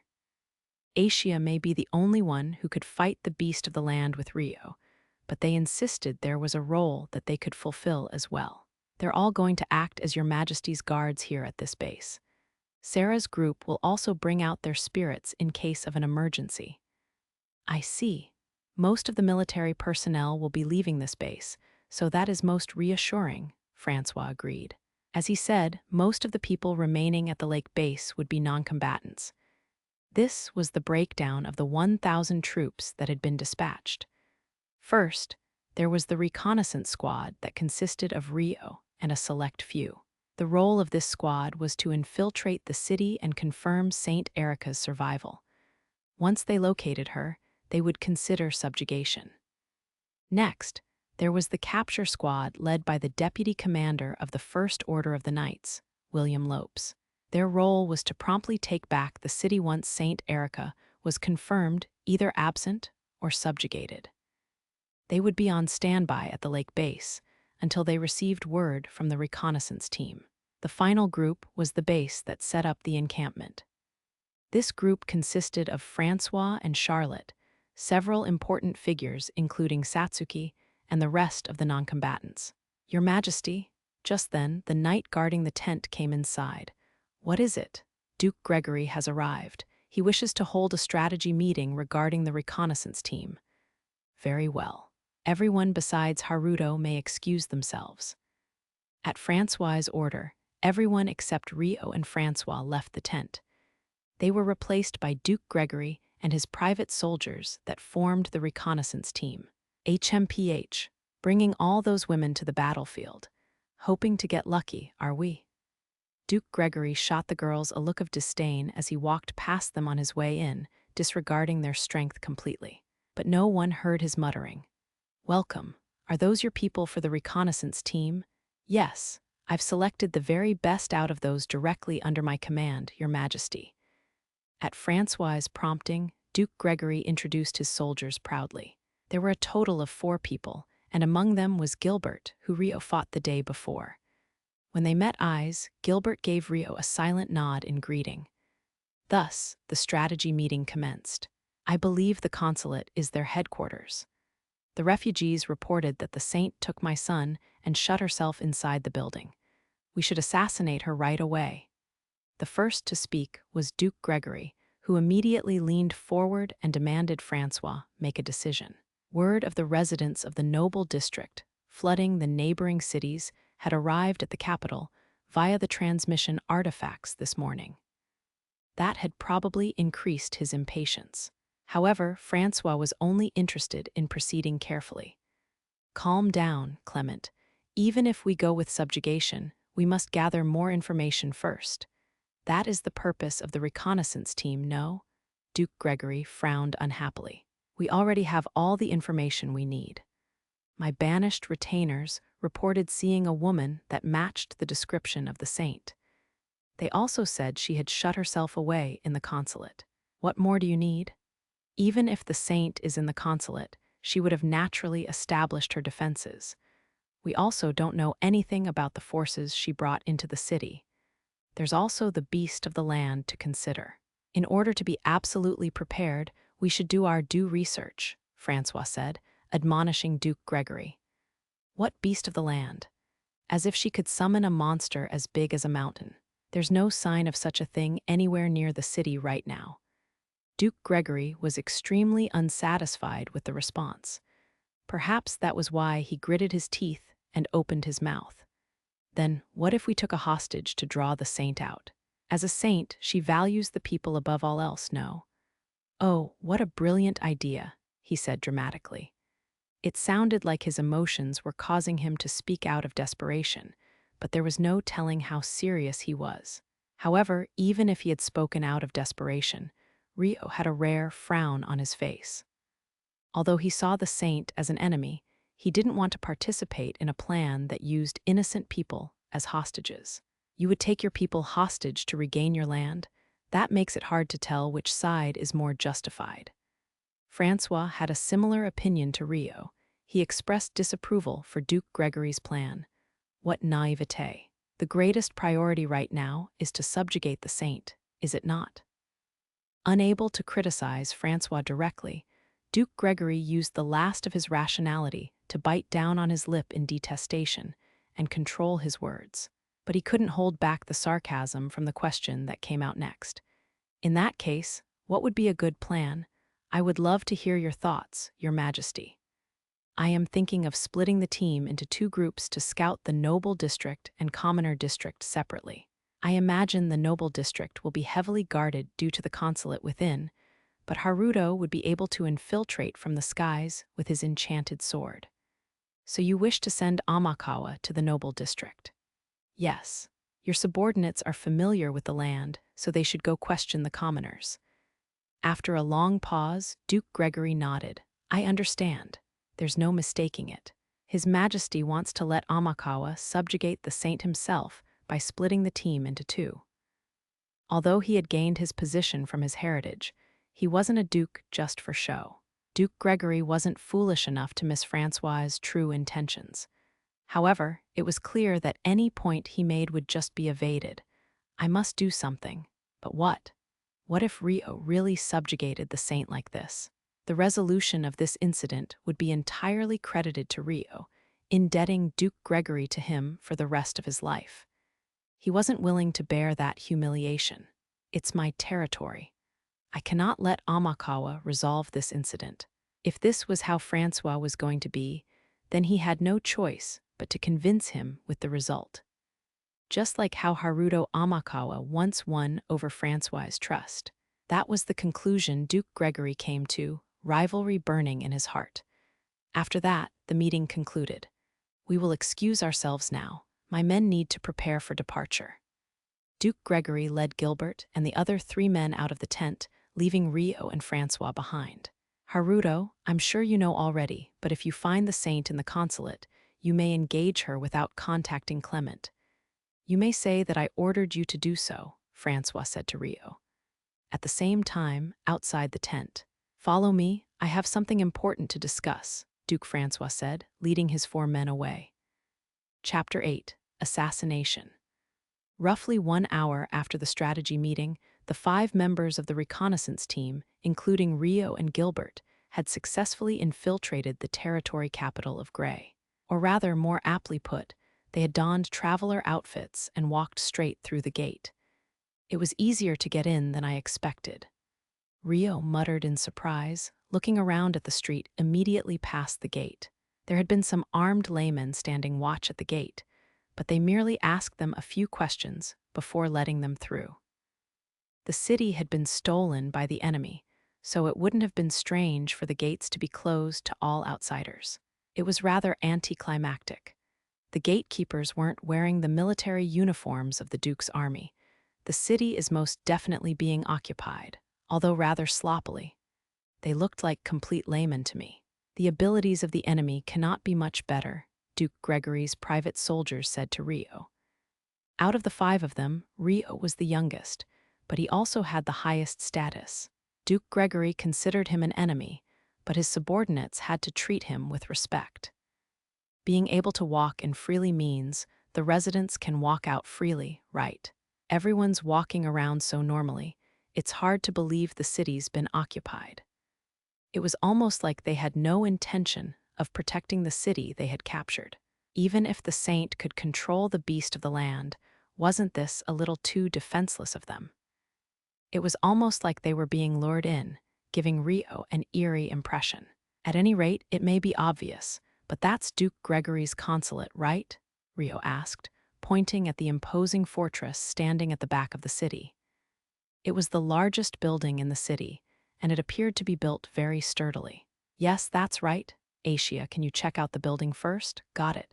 At Rio's order, Asia began moving alone in her spirit form. At the same time, if things continue like this, the plan should be easy to execute. Yeah, two of Duke Gregory's soldiers whispered between each other. How eerie, Gilbert mumbled. What is? Rio had been standing next to him, so he had overheard his mumbling. Nothing. It just feels like they're asking us to sneak in. Do you think it's a trap? Yes, but that doesn't matter. We're not on some shopping errand, so we can't turn around either way. We can only fulfill our duty. Right. Gilbert had a similar opinion to Rio, but knowing it was a trap didn't mean they could cease their infiltration. Okay, we'll be moving separately from here. When the city bell rings twice, gather in the square at the end of this street. Sir Amakawa, please investigate the consulate in the noble district. We will go around the market and question the residents. Understood. Until then. Rio split up from the other four. He headed towards a quiet alleyway to take to the skies and fly into the noble district. Let's go accomplish our mission as well. Once Rio was completely out of sight, the four remaining men headed for the busy square. Rio rose to the skies from the alleyway and flew straight towards the consulate. It took less than a minute for him to reach the noble district, where the streets were deserted.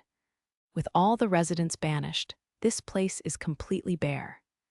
Duke Gregory's vassals, who originally lived in the noble district, had been banished from the city, so there was naturally no sign of anyone around. But I didn't think there wouldn't be a single guard. Rio checked the houses and streets of the noble district one by one, but there wasn't a soul to be seen.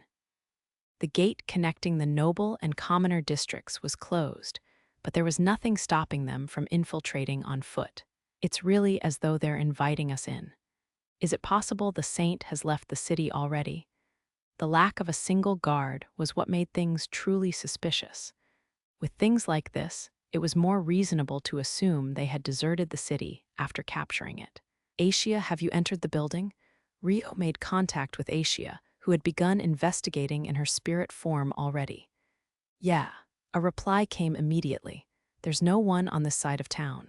What about you? I haven't finished checking every room yet, but there's barely anyone here. Barely, meaning there were some.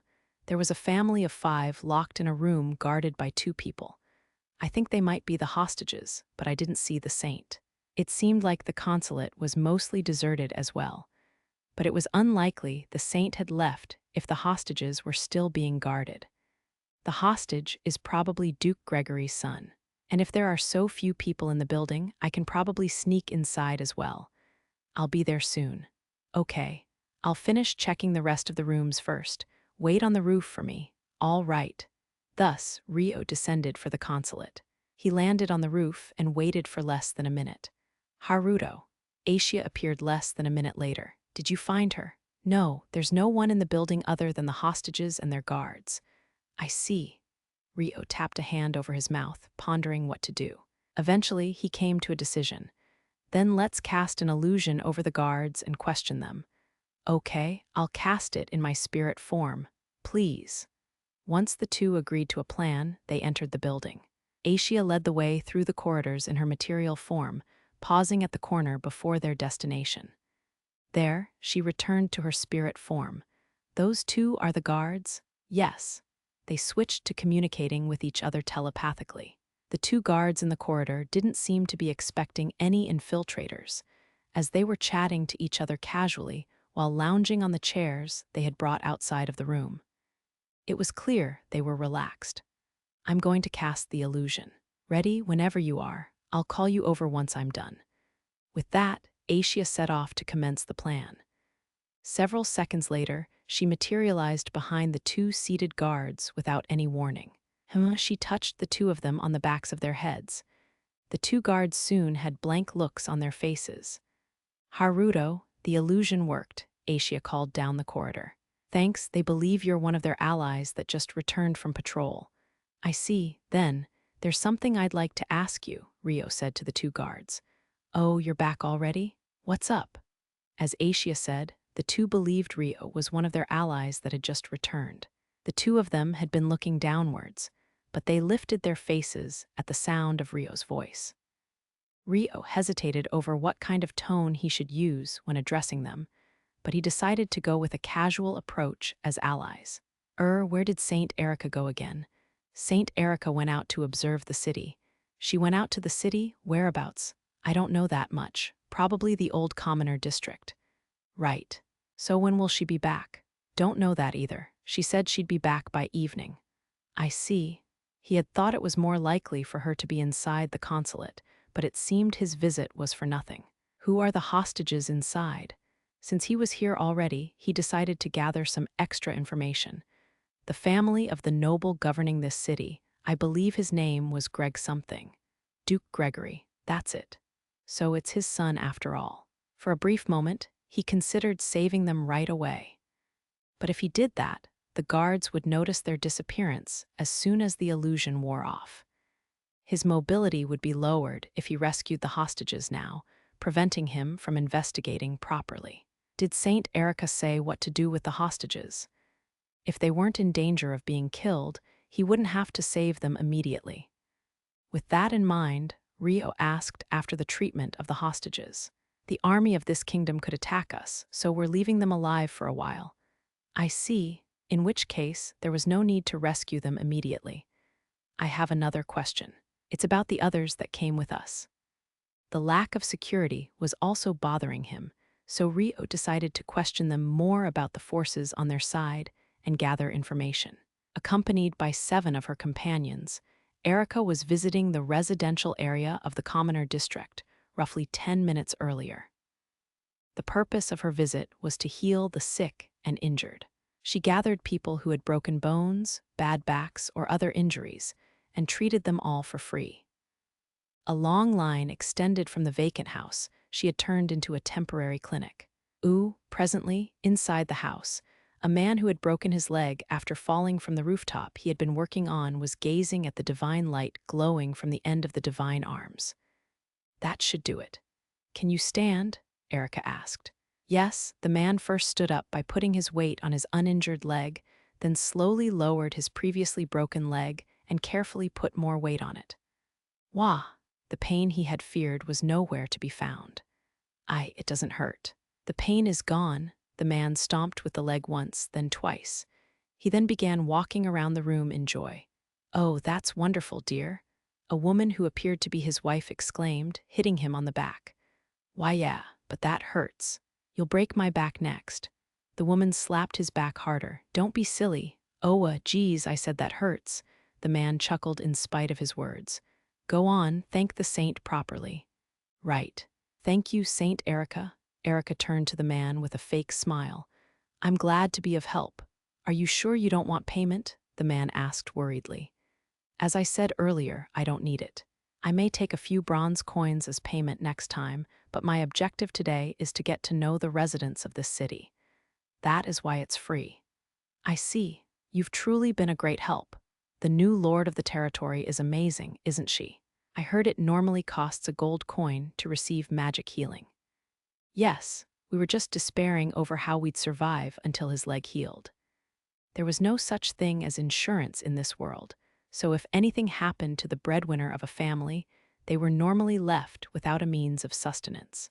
I've treated many people since this morning, but it seems there are many families struggling to make a living. I'm thinking of giving the residents an allowance in the near future, so please use that to pad your finances, Erica informed them. Are you giving us something? Yes, it will either be in the form of cash or of something of high value you can sell yourselves. Why are we receiving something like that from you, the new lord? While they had paid taxes many times in the past, they had never received any money from the lord before. The couple tilted their heads in confusion. It's my present to everyone to celebrate my induction as the new ruler of this city. Think of it as part of the taxes you have paid until now being returned to you. Are you sure? Yes. I will discuss the details on a later day. I have to heal the next person now, so please leave. Right. The couple made to leave the house, still bewildered. But just before they went out the front door, they exchanged glances with each other and turned back to wave happily. Thank you, Saint Erica, they said. Erica smiled cheerfully as she saw the couple off. Next person waiting, please, she called out the door. Just as the next patient was about to enter, a man ran inside, panting. Help. It's an emergency. He wasn't one of the subordinates Erica brought along from their homeland, so he was probably a resident of the city. What's the matter? Nobles have gathered in the square. They're saying to bring the saint. So they've come, Erica muttered, smirking to herself. She then turned to the man. Let's go, show me the way quickly. With that, she hurried towards the scene of the commotion, bringing her subordinates as guards. Some residents followed them curiously, making the residential area bustle with activity. There was a man who watched it all happen from the shadows. That's the saint. It was Gilbert, the assassin hired by Duke Gregory. He had never seen her face before, but the woman who ran past matched the description he was given. I thought she'd be in the consulate, but she was unexpectedly close by. How fortunate for Duke Gregory. Blending in with the curious onlookers, he followed after Erica. The square where the commotion was occurring was a few minutes away from Erica's temporary clinic. Duke Gregory's 3 subordinates had taken a young mother and her daughter hostage. A crowd of residents from the city were watching on from afar. Eventually, the crowd in the square split to reveal the saint. Hey! The attention of the 3 men was drawn towards Erica. When Erica saw the captured parent and child, she covered her mouth in horror. Oh, the inhumanity. So you're the saint, one of Duke Gregory's men shouted. Yes, that is what everyone calls me. I beg of you, please release that family, Erica called out to the 3 men. HMPH, listen, all of you, this woman is no saint, she's a witch. The man yelled loudly for the square to hear. But there was no credibility to the words of a man who had taken a powerless mother and child hostage. To the onlookers, it was clear which side was the villain they should be glaring at. However, for the men who had taken the family hostage, the antipathy of the civilians was inconsequential. As long as the saint was killed, the people could be silenced later. The kingdom won't stay silent at the capture of this historical city. The army is marching towards the city right now, and they will seize back this city upon our order. You have invoked Duke Gregory's rage. He laments the inaction of you foolish citizens. For your failure to take back this city, you will be shown no mercy. Duke Gregory's subordinate denounced Erica while threatening the residents in the square. The expressions of the residents stiffened. The man noticed their fear and continued. However, the benevolent Duke has decided to give you all a chance. If you do not wish to be charged with treason, kill that woman immediately. Then you will all be pardoned. The gazes of the residents were drawn to Erica. Everyone looked nervous. The people that had accompanied Erica here from their homeland surrounded her to protect her. Am I really a witch? Erica said to the quiet square, her words seemingly directed to no one. That's right, you're a witch. That's why you must die. Kill her, Duke Gregory's men demanded. But no one leaped into action. They were afraid of the army, but they were similarly opposed to the idea of dirtying their own hands. Either that, or this was a revolt. What a farce, Gilbert thought, having watched the chain of events take place. He was currently located in the crowd behind Erica, prepared to assassinate her at any moment. In the current situation, it shouldn't be a difficult task. As for why he had to go along with such a bothersome plan, Duke Gregory had promised rewards to whoever was able to complete the job, which the 3 men were all vying for. If Gilbert ignored their plans and killed Erica here, he could face some troublesome accusations later. The plan was for someone else to hit Erica first, so that Gilbert could blend in with the chaos and assassinate her. But the scene he was being made to watch was rather frustrating. I assume this is their attempt to demonstrate the discord between the saint and the people, but I don't see why they would make such an ugly show of themselves. Humans were foul creatures. That was why Gilbert made a living of assassination, and after taking the lives of countless people, he could affirm that it was the truth. Nothing changed just because his target was a disciple of the 6 wise gods. He had volunteered for the role of Satsuki's instructor out of the faint hope that heroes were special existences, but that Satsuki was just another human. She would eventually end up in the same place as the others, he had thought in disappointment. Hurry up and show your true selves already, Gilbert thought, glaring around at the crowd coldly. If they didn't want to be trampled by the army, they had to murder Erica. That was what they were all thinking, yet no one moved. They were ashamed at the thought of dirtying their own hands. That was the mood that hung over the square until, "There's no need for everyone to dirty their hands," Erica yelled to the crowd.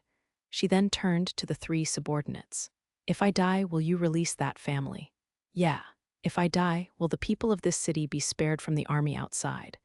"Yeah, they will." "What, are you considering suicide?" "If you really want what's best for these fools, kill yourself." The men taunted, believing she was incapable of doing so. However, very well. Erica immediately materialized her bishop's staff, grabbing it with both hands. She then lifted it high enough to aim the end at her chest and pierced it through her heart without any hesitation. Wah! What in the world?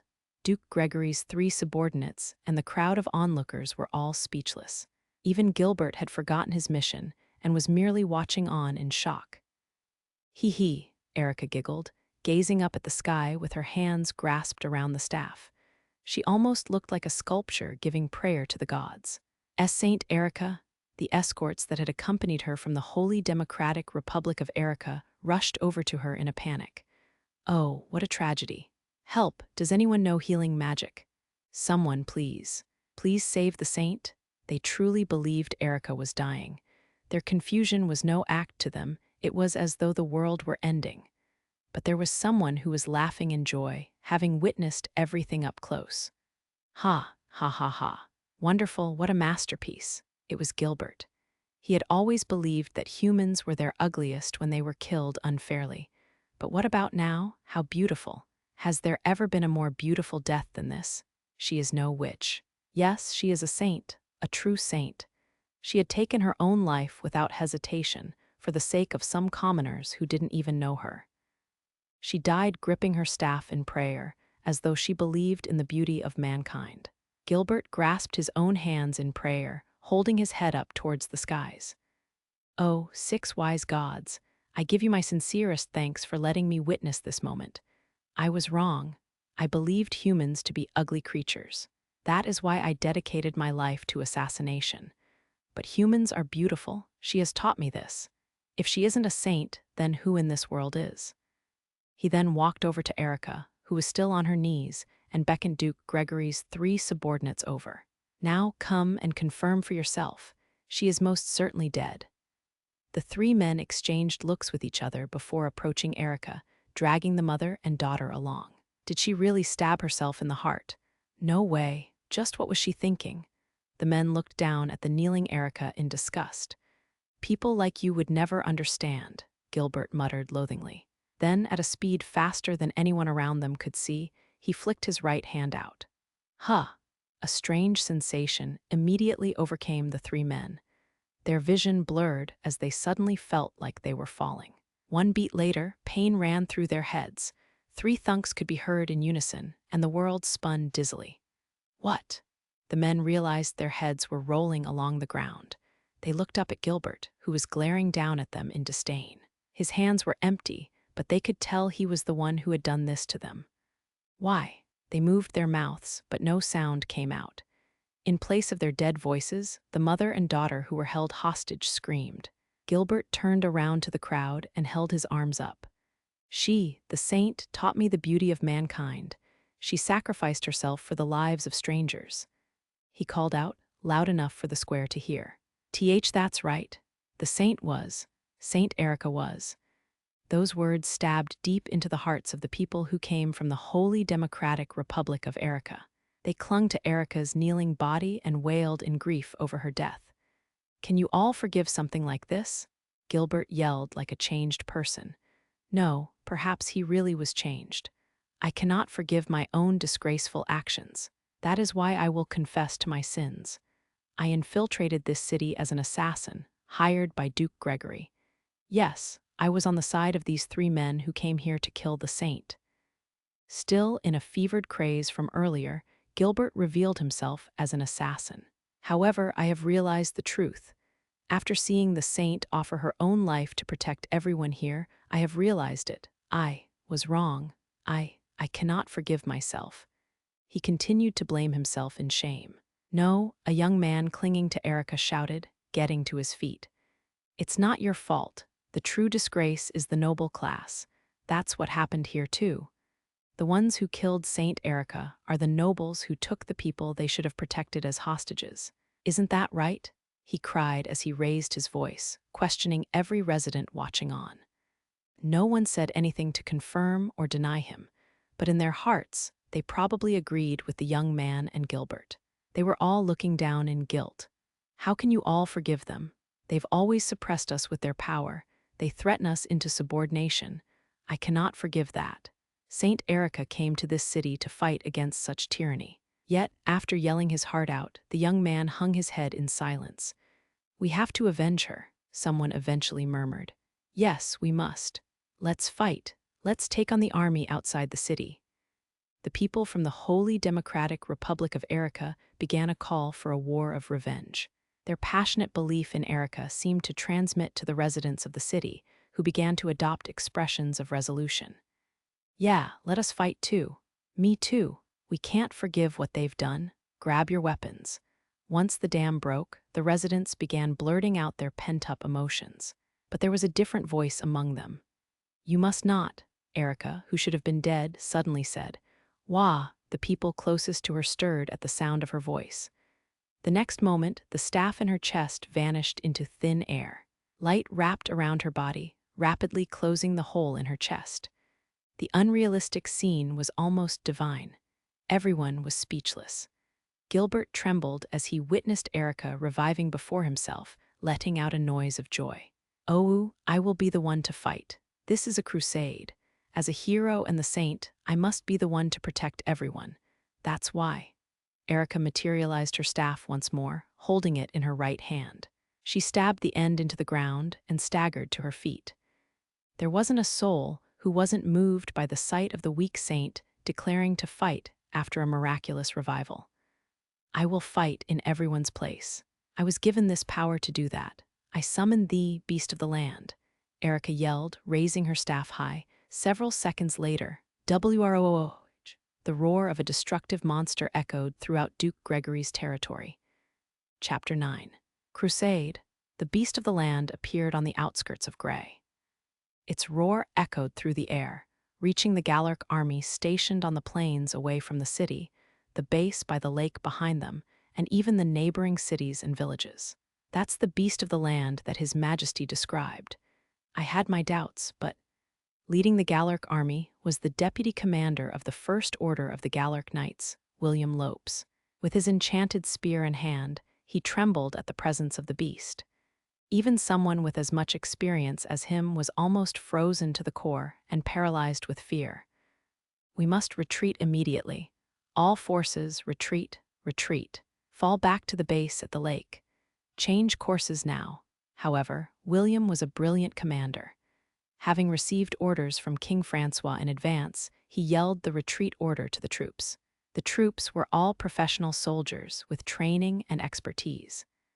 It was also fortunate that Francois had limited the scale of the army so that they could be more mobile in an emergency. But the fact the army was only composed of cavalry, another decision made with mobility in mind, backfired. The horses and griffins that had been raised for the military were so frightened they wouldn't move as ordered. Some people were thrown from their horses, and the army fell into disarray. Inside the city, the residents were similarly trembling at the appearance of the beast of the land, which was the size of a small mountain. It stood outside the city with its back to the residents. If it had been facing them, they probably would have panicked. No, it wouldn't be strange for them to panic anyway if they continued to have no explanation regarding the beast. However, everyone, that is a miracle created by Saint Erica. It is the beast of the land, and it is our ally. Rest assured it's on our side. Saint Erica is both a saint and a hero. The people from the Holy Democratic Republic of Erica all knew about the beast of the land. They immediately called out to the residents, assuring them it was friendly. "The beast of the land obeys my orders. As proof, you can see how it remains still as it waits for my command. I will now give the beast an order. the order to protect everyone and eliminate the Galarc army outside these walls. Erica said, trying to emphasize the beast of the land's harmlessness. Can you forgive them all? They declared you traitors without listening to what you had to say. They treat you like filth and throw you away. Can you forget the noble class for that? She asked the people, stirring them up. I cannot. The way nobility decides the value of others and places itself on top is an unforgivable evil of this world. Such people must be erased from this world. That is why I ask you all, can you truly forgive the royalty and nobility outside this city? Her earnest words seemed to strike the hearts of those listening, as voices began to rise across the square. I can't forgive them. That's right. The frustration from constantly being oppressed normally had nowhere to go. But now they were being told it was okay to release those feelings, which was why their emotions exploded. However, humans must not fight for hatred. Fighting for hatred is another evil. You must not attack others out of rage. Erica preached her ideals. Judging the evil in this world is a special duty bestowed upon the gods. You are not gods, so you must remain good through your actions. Erica continued calling to the people, advising them not to turn to evil. Vengeance is mine, I will reply. Your rage is my rage. That is why, as the hero and agent of God, I will execute judgment on everyone's behalf, she declared grandly. Yeah, great hero, Saint Erica, we're not afraid of the Duke. The army doesn't scare us. We'll follow you and your beast of the land. Those with the will to fight rise. Saint Erica will lead us to victory. It's a crusade. Yes, this is a crusade. Voices called through the square one after another. The spirits of the people had risen to the max. There were some parts of the saint's speech they didn't understand, but her feelings had been conveyed. Yet, for a brief instant, there was a cold look in Erica's eyes. The evil will receive the divine punishment they deserve. Everyone, this is a crusade. Now go, beast of the land, she ordered. However, on the head of the divine beast scowling outside the city like a guard dog was a young man in black, swinging down his sword. It was Rio. Immediately after he finished swinging, a slash of light was released, swallowing the giant head. The four-legged beast's huge body stumbled, sinking down. So he survived, I knew it. Erica smirked, looking up at Rio above. Rio and Aisha noticed the beast of the land's appearance just as they finished their interrogation and were about to leave the building. WROO! The monstrous roar could be heard through the thick walls. Oh no, Rio mumbled bitterly. He was inside the building, so he couldn't see what had happened, but there was only one thing he knew that made such a noise. At the same time, the information he gained from the interrogation was rendered effectively useless. I'll go check. Aisha immediately turned into her spirit form, slipping through the wall. I'll be right behind you, Rio replied, already running. He flung open the balcony doors of the building and burst outside, rising straight to the skies. I knew it, the monster was dozens of meters tall, making it extremely easy to spot. It hasn't started rampaging yet. Like Aisha reported, the beast of the land was still standing frozen for some reason. Far in the distance, William could be seen hurriedly getting the Galarc troops to turn back. The beast had its back turned to the city, so it was yet to notice Rio floating behind it. The worst is yet to happen. I have to hurry. Without waiting for Aisha's response, Rio approached the beast of the land. Okay. Aisha seemed to be bothered by something, her reply coming one beat late. This was because her vision in spirit form was different to that of her materialized form. Right now, she was capable of visually seeing the waves of spiritual presences she normally couldn't detect. What have I forgotten? Once again, she was on the verge of remembering something. Every time she looked at the beast of the land, that feeling intensified. She just needed one last push. Aisha? Rio was unable to see Aisha in her spirit form, but he probably sensed something strange about her half-hearted response earlier. He called out her name worriedly. What? There was a slight pause, but Aisha responded in her usual tone. In the time she had been absorbed in her thoughts, Rio had reached the skies above the square where Erica was located. Erica was in the middle of giving her speech to the residents. Whether it was because she was mid-speech or because she was yet to give an order, the beast of the land wasn't moving. Either way, Erica was most certainly in control of the beast. The saint is in the square. 3 of the people we came with are dead. The man named Gilbert is still alive, but did those men do something to the saint? Most likely. That's probably what incited the residents.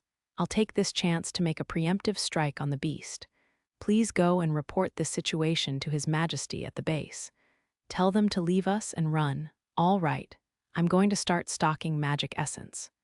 Rio drew his sword. He wavered for a moment, wondering whether to attack Erica or the beast of the land first, but decided on the one that could do more damage. Besides, there was no guarantee the beast of the land would disappear if Erica was defeated first anyway. I'll be right back. Asia began moving in her spirit form. She could travel faster if she materialized and accelerated herself with spirit arts, but she didn't want to risk being detected by the beast. That's why she planned on waiting for the moment Rio attacked before materializing. As the hero and agent of God, I will execute judgment on everyone's behalf. On the ground, Erica's speech was reaching its climax. The residents began roaring in excitement. Okay. Rio was able to refine the magic essence required. He condensed all the essence into his sword, not letting the slightest amount escape. The evil will receive the divine punishment they deserve. Everyone, this is a crusade. Now go, beast of the land. As Erica was saying those words, Rio closed in on the beast of the land from several hundred meters away, aiming straight for its head. He slammed a powerful strike into its vital point. The beast's head was enveloped in light, stumbling forward as its 4 legs were shaken off balance. That wasn't enough. Rio readied his sword once again, promptly changing course midair and aiming for the beast's rear. The snake heads at the end of its 3 tails had their mouths open, ready to fire a blast of light, until Rio slashed at them with a similar blade of light. After that, he continued refining magic essence to create giant blasts of light aimed at the base of the tail and the body of the beast. The beast of the land suddenly leaped upwards, attempting to blow away Rio floating above its back. Rio used the wind to move like a leaf, evading the beast. The beast of the land was still full of life, bearing its full hostility towards Rio. It had been damaged by the attacks Rio landed, but the wounds were healing before his eyes. As I suspected, it was pretending to be dead last time I cut its neck. He still had no idea how much damage it would take to defeat this beast, but he had to try anyway. Meanwhile, in the skies away from the city, Asia materialized. The beast of the land whipped around in her direction with a start. It glared at Asia with clear hostility, and the 3 snake heads at the end of its tail opened their mouths at her. Magic essence gathered so that it could fire a blast.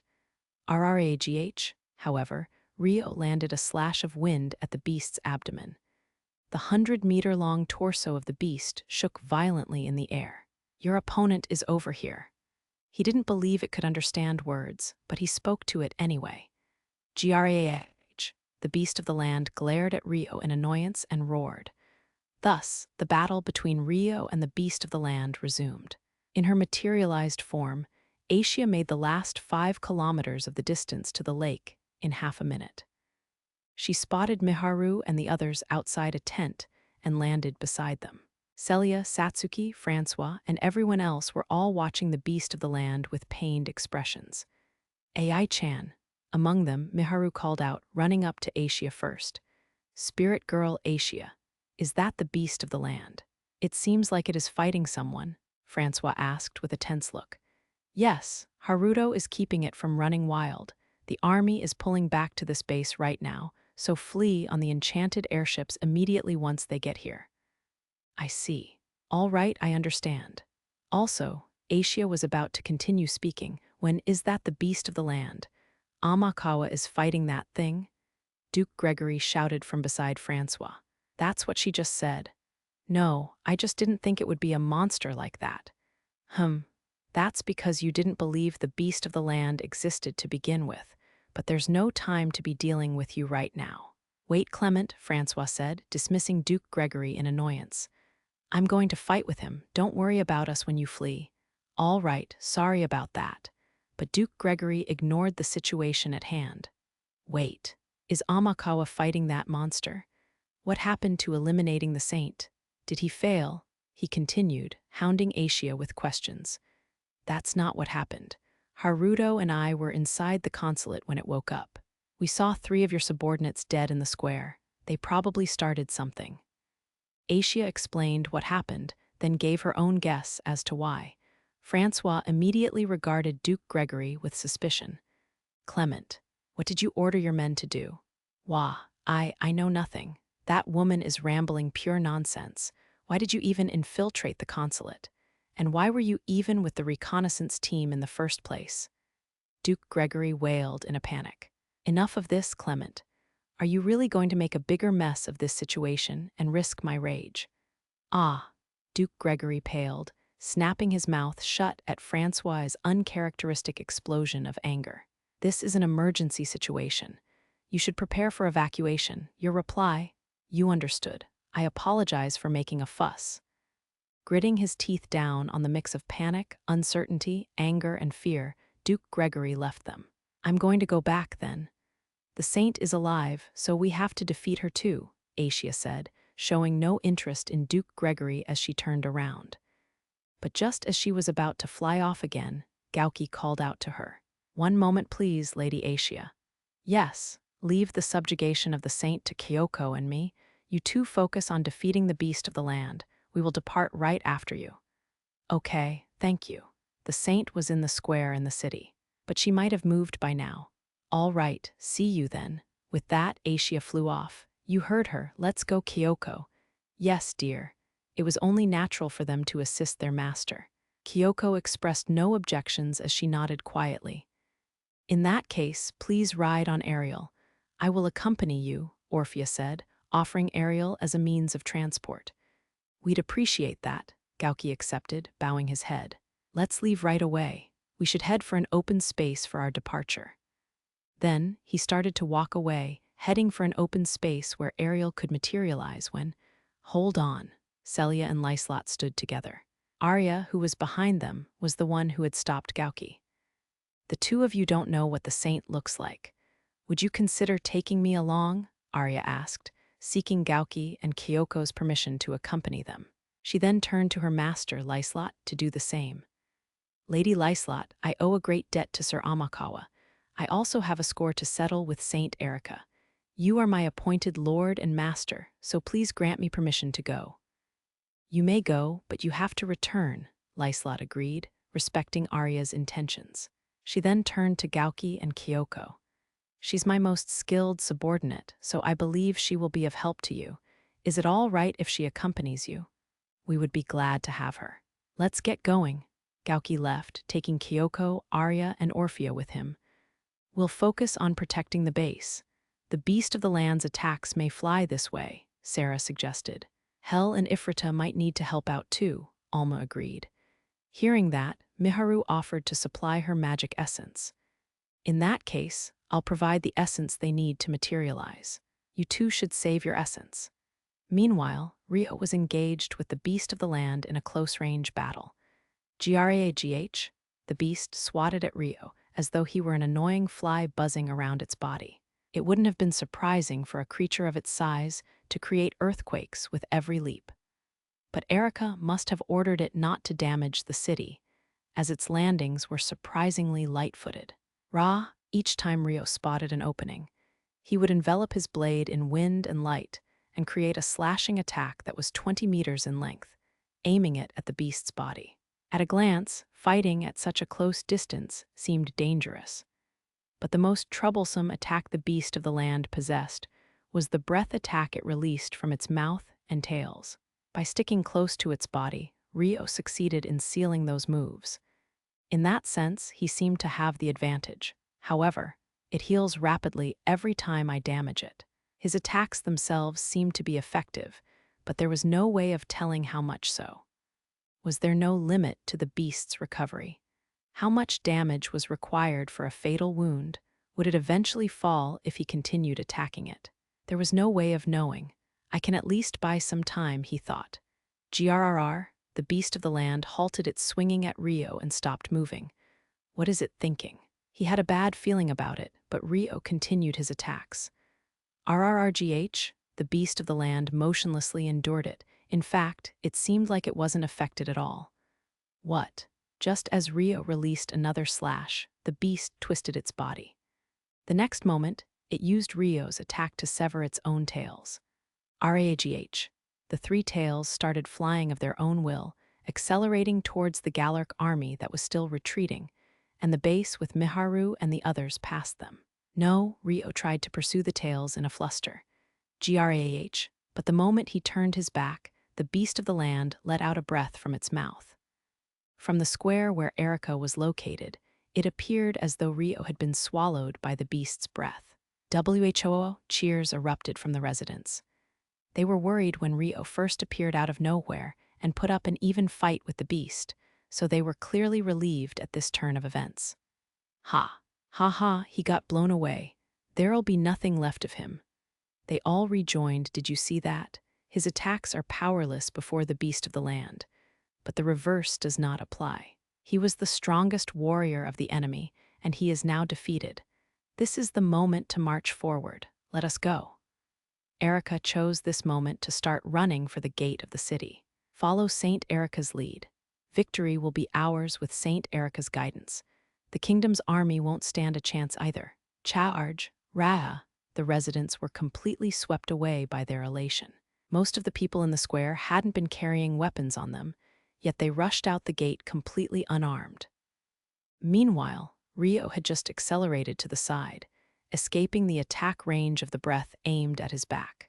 However, doing so caused him to fall far behind the tails flying ahead. Rio chased after them as fast as he could.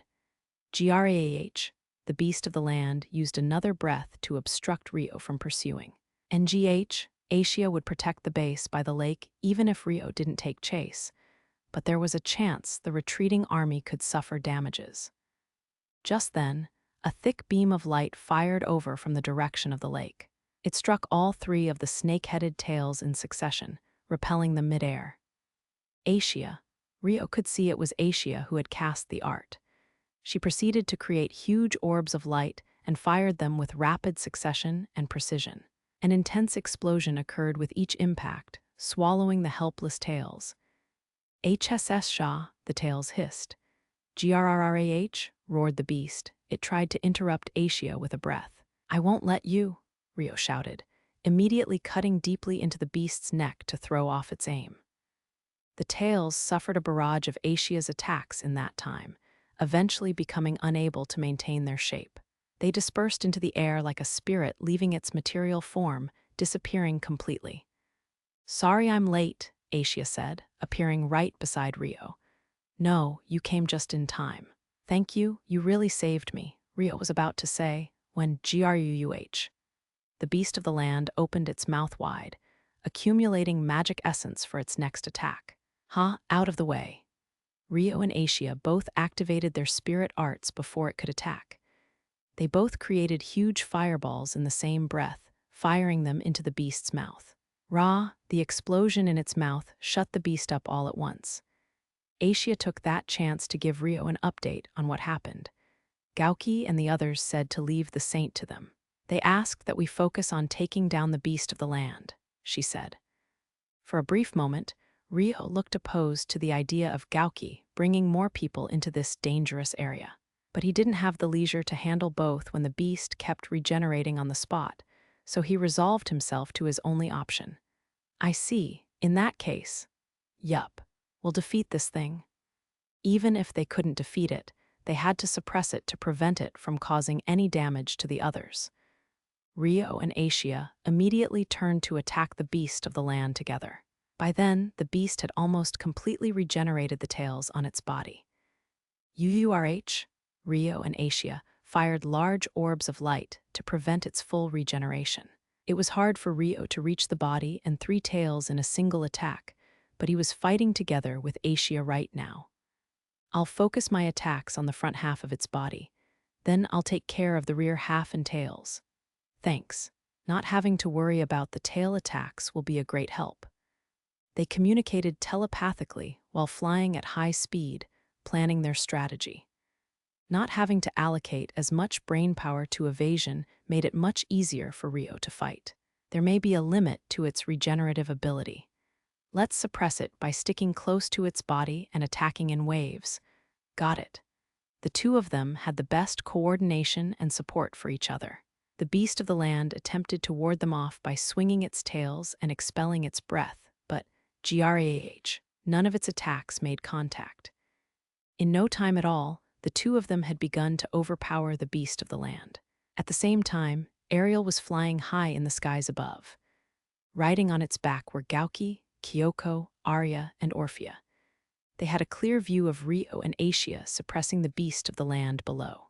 Wow, watching those two fight together is something else, Gauki murmured.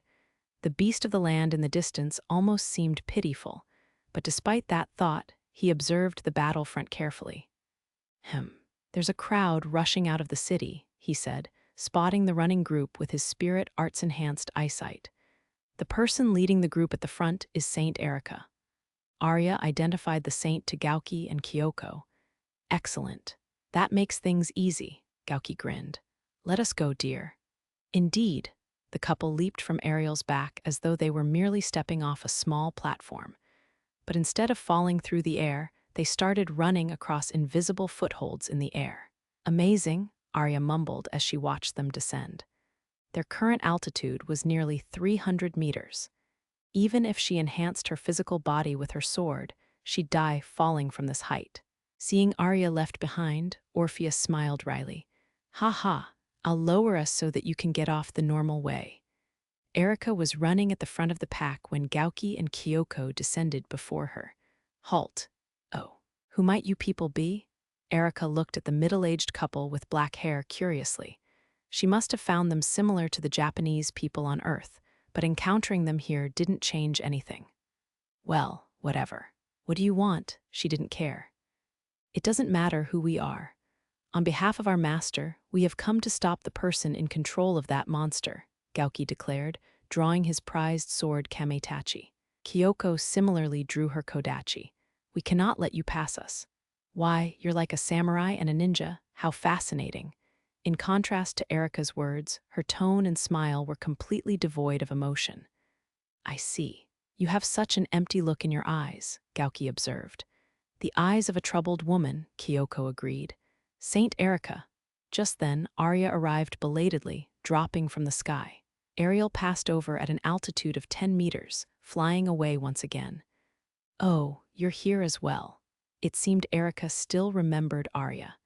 I heard you survived being stabbed in the heart, so I came to finish you off.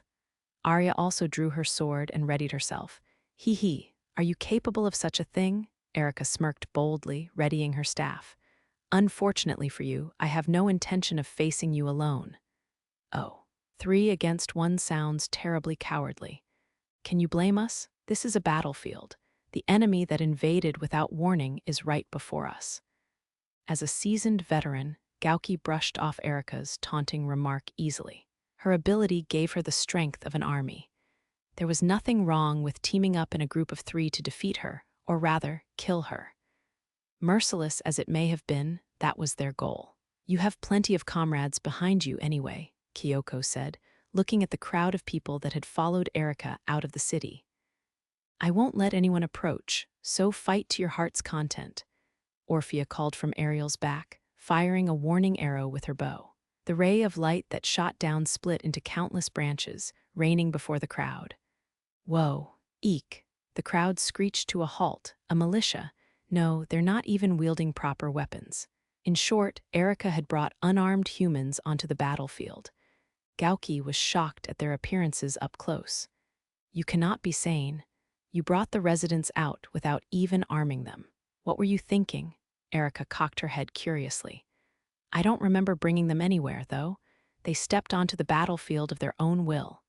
This is a result of you deceiving them with your words, Arya stated as if it was obvious. No, my words had no effect on them. If they did, they wouldn't have come after me. What are you saying? I told them about how humans are foolish and evil. It seems they won't understand even if it kills them. Erica sneered scornfully. Either way, everything will be resolved if we defeat you. Both the troops behind you and that monster will lose the will to fight, Gauki pointed out. The crowd was clearly losing their will to fight already, seeing the barrage of arrows Orphea had released. Yes, that is true. In which case, we should get started. Gauki took half a step forward, ready to face Erica. HMPH. Just then, a knife came flying from within the crowd. It was aimed precisely for Gauki's heart, shooting at a terrifyingly fast speed. But Gauki merely flicked his sword, knocking the knife away. Lady Saint, one man rushed forward from the crowd. He was surprisingly fast to approach Erica, immediately bowing his head in a fluid motion.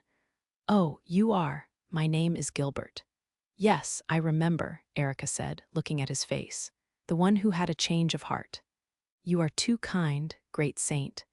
Earlier, you said that one should not fight out of hatred, that only the gods are allowed to bestow punishment upon others. In which case, I wish to fight to protect you. I know I originally came here to kill you, but will you allow me to fight to protect you?" Gilbert drooped his head, as though he was completely enraptured by her. "Isn't that one of the men that infiltrated the city with Sir Haruto? He seems to have switched sides." Gauki and Kyoko looked on in annoyance. "I am grateful for your devotion, Gilbert. Please give me your assistance. I am but a lowly human only capable of killing others. I have committed many sins throughout my life, but that is why I may be of use in this situation. Allow me to join you on your journey. In that case, please take care of one of these three. I will take on the remaining two, as you wish." And so, Gilbert joined Erica's battle. At that, Kyoko turned to Gauki and Arya. "I will handle that man. You two focus on the saint." "Hee, now it's 3 against 2. Erica smiled fearlessly. "Your destiny to die here will not change," Arya said coldly. "Will you people be able to kill me? I shall look forward to it." "Truly," Erica replied, almost as though she desired that. "Let's begin." She then raised her staff and slammed it into the ground. Countless spears of dirt immediately attacked Gauki, Kyoko, and Arya. The three reacted instinctively, leaping back. The spears became obstacles hiding Erica and Gilbert from view. However, Arya and Kyoko immediately dashed around the spears from each side. This left Gauki behind the dirt spears. These two are fast, they must have enchanted swords. As a fellow enchanted sword wielder, Gilbert immediately sensed that they were formidable opponents. "So you're the one facing me," he said to the approaching Kyoko, taking out a throwing knife hidden under his coat and flinging it with his right hand. He then took out another knife with his left hand and closed the distance with Kyoko. Kyoko swung the kodachi in her left hand, deflecting the throwing knife. Her speed didn't falter at all as she drew closer to Gilbert. Once the two were within reach of each other, their left hands swung at a speed faster than the eye could see. The screech of metal clashing with metal echoed. "Splendid," Gilbert grinned. A knife had suddenly appeared in the right hand he had held lowered. The knife was soon released, flying towards Kyoko's throat. Kyoko swung the kodachi in her right hand, knocking away the flying knife without even looking. Gilbert backed away, eyes widening faintly. "I'm shocked. Most of my opponents die from that right away. I learned from your match with Sir Haruto that you excel in targeting people's blind spots, and I know how to deal with the devious techniques of assassins. Oh, you don't seem to be from the same profession. Were you a bodyguard of someone important?" As Gilbert guessed, Kyoko was once the royal guard of Ryo's mother, Ayami. She had learned various assassination techniques and how to counter them in order to protect her charge. "You're very talkative for an assassin. I've already washed my hands of the profession. Your hands seem to be contradicting your words." Another throwing knife had gone flying as they spoke, weaving through the gaps of awareness. Kyoko knocked it away in annoyance. "Alas, it seems the best way to kill you is from up close." No sooner had Gilbert said those words than he started running, holding the knife in his left hand ready as he took another throwing knife out with his right hand. At the same time, he glanced over at the saint fighting Arya beside him. "Ooh, Lady Saint." At the shocking scene beside him, Gilbert came to a screeching halt. A bit earlier, Having just evaded the rising spears of dirt, Arya charged in the opposite direction to Kyoko, rushing straight for Erika. Erika exceeded her in physical strength, but Arya's technical skills balanced the scales. If she faced her in her best condition in a direct battle, it would only be a matter of time before she won. However, there was one way for an amateur at combat to win against a seasoned fighter. This woman is prepared to take damage in exchange for the chance to counterattack. And that was to place one's life on the line, attacking with the intent of getting attacked in the process. But it was a much harder method of fighting than it sounded, and not an option for the average person.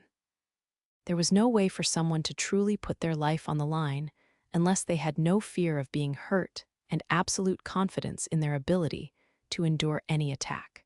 And there was no human that fulfilled such criteria. Yet, Erika probably fulfilled both. Hee, you seem rather wary of me, even though you're stronger. Erika smirked tauntingly. Now that I know you can survive a sword through your heart, it's only natural.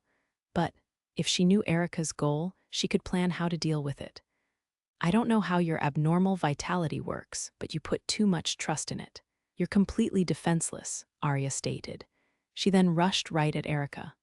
Oh, surprised by the choice to charge forward after being so wary of a counterattack, Erika lifted her staff curiously. Oh, Erika looked around. At some point, Gauki had rounded behind her, where he stood now, posing at the end of swinging his sword. With allies on their side, there was no need for them to take a one-on-one approach with fear of counterattacks. They could just send someone to make a surprise attack from behind. It's just as the young ones described. You're truly an amateur at combat, completely open to attack. It doesn't leave a good taste in the mouth, but with a whoosh of wind, Gauki flicked the blood off his sword. Erika's head rolled across the ground. You said it was 2 against 1 yourself, no? Arya said, stabbing her sword through Erika's heart from the front. If their opponent didn't die to a sword in the heart, they'd just behead her. Then stab her through the heart on top of that. Ooh, Lady Saint. Just as Arya withdrew her sword, Gilbert witnessed the terrible sight and yelled. He tried to run over to Erika in a hurry. Your opponent is over here, Kyoko intervened, stopping him. NGH, move it, you hag, Gilbert yelled in fury. In contrast, all the warmth drained from Kyoko's expression. It's fine, Gilbert. Erika's detached head disappeared. In the next moment, it was reattached to the body it should have been separated from. Erika had called out to Gilbert with a hole in her chest. Wah, Arya immediately backed away from Erika. How mysterious. Gauki also leaped back. Was she really human? They stared at Erika in wonder. That wasn't enough to kill her, Arya muttered in shock. Strange, isn't it? I've tried it myself, you know. If you cut off my head and take it away from my body, one will disappear and reattach itself to the other. In the beginning, I lost consciousness when I died, but even that stopped happening. Erika cracked her neck as though to test the strength of the reattachment. Are you truly a human? I wonder that myself. Erika casually agreed with Arya's sentiments. Ooh, Lady Saint, great hero, you truly are an agent of the gods. I am convinced of that even more now, Gilbert yelled, rejoicing Erika's revival. That's right, I am an agent of the gods. That is why it is my duty to present the answer only the gods know to everyone. Until my duty is over, I cannot die. Whether she truly thought that or was just playing into her role of the saint, Erika made her declaration dramatically. That's impossible. At the realization they were facing an inhuman existence, Arya and Gauki both let out anxious noises.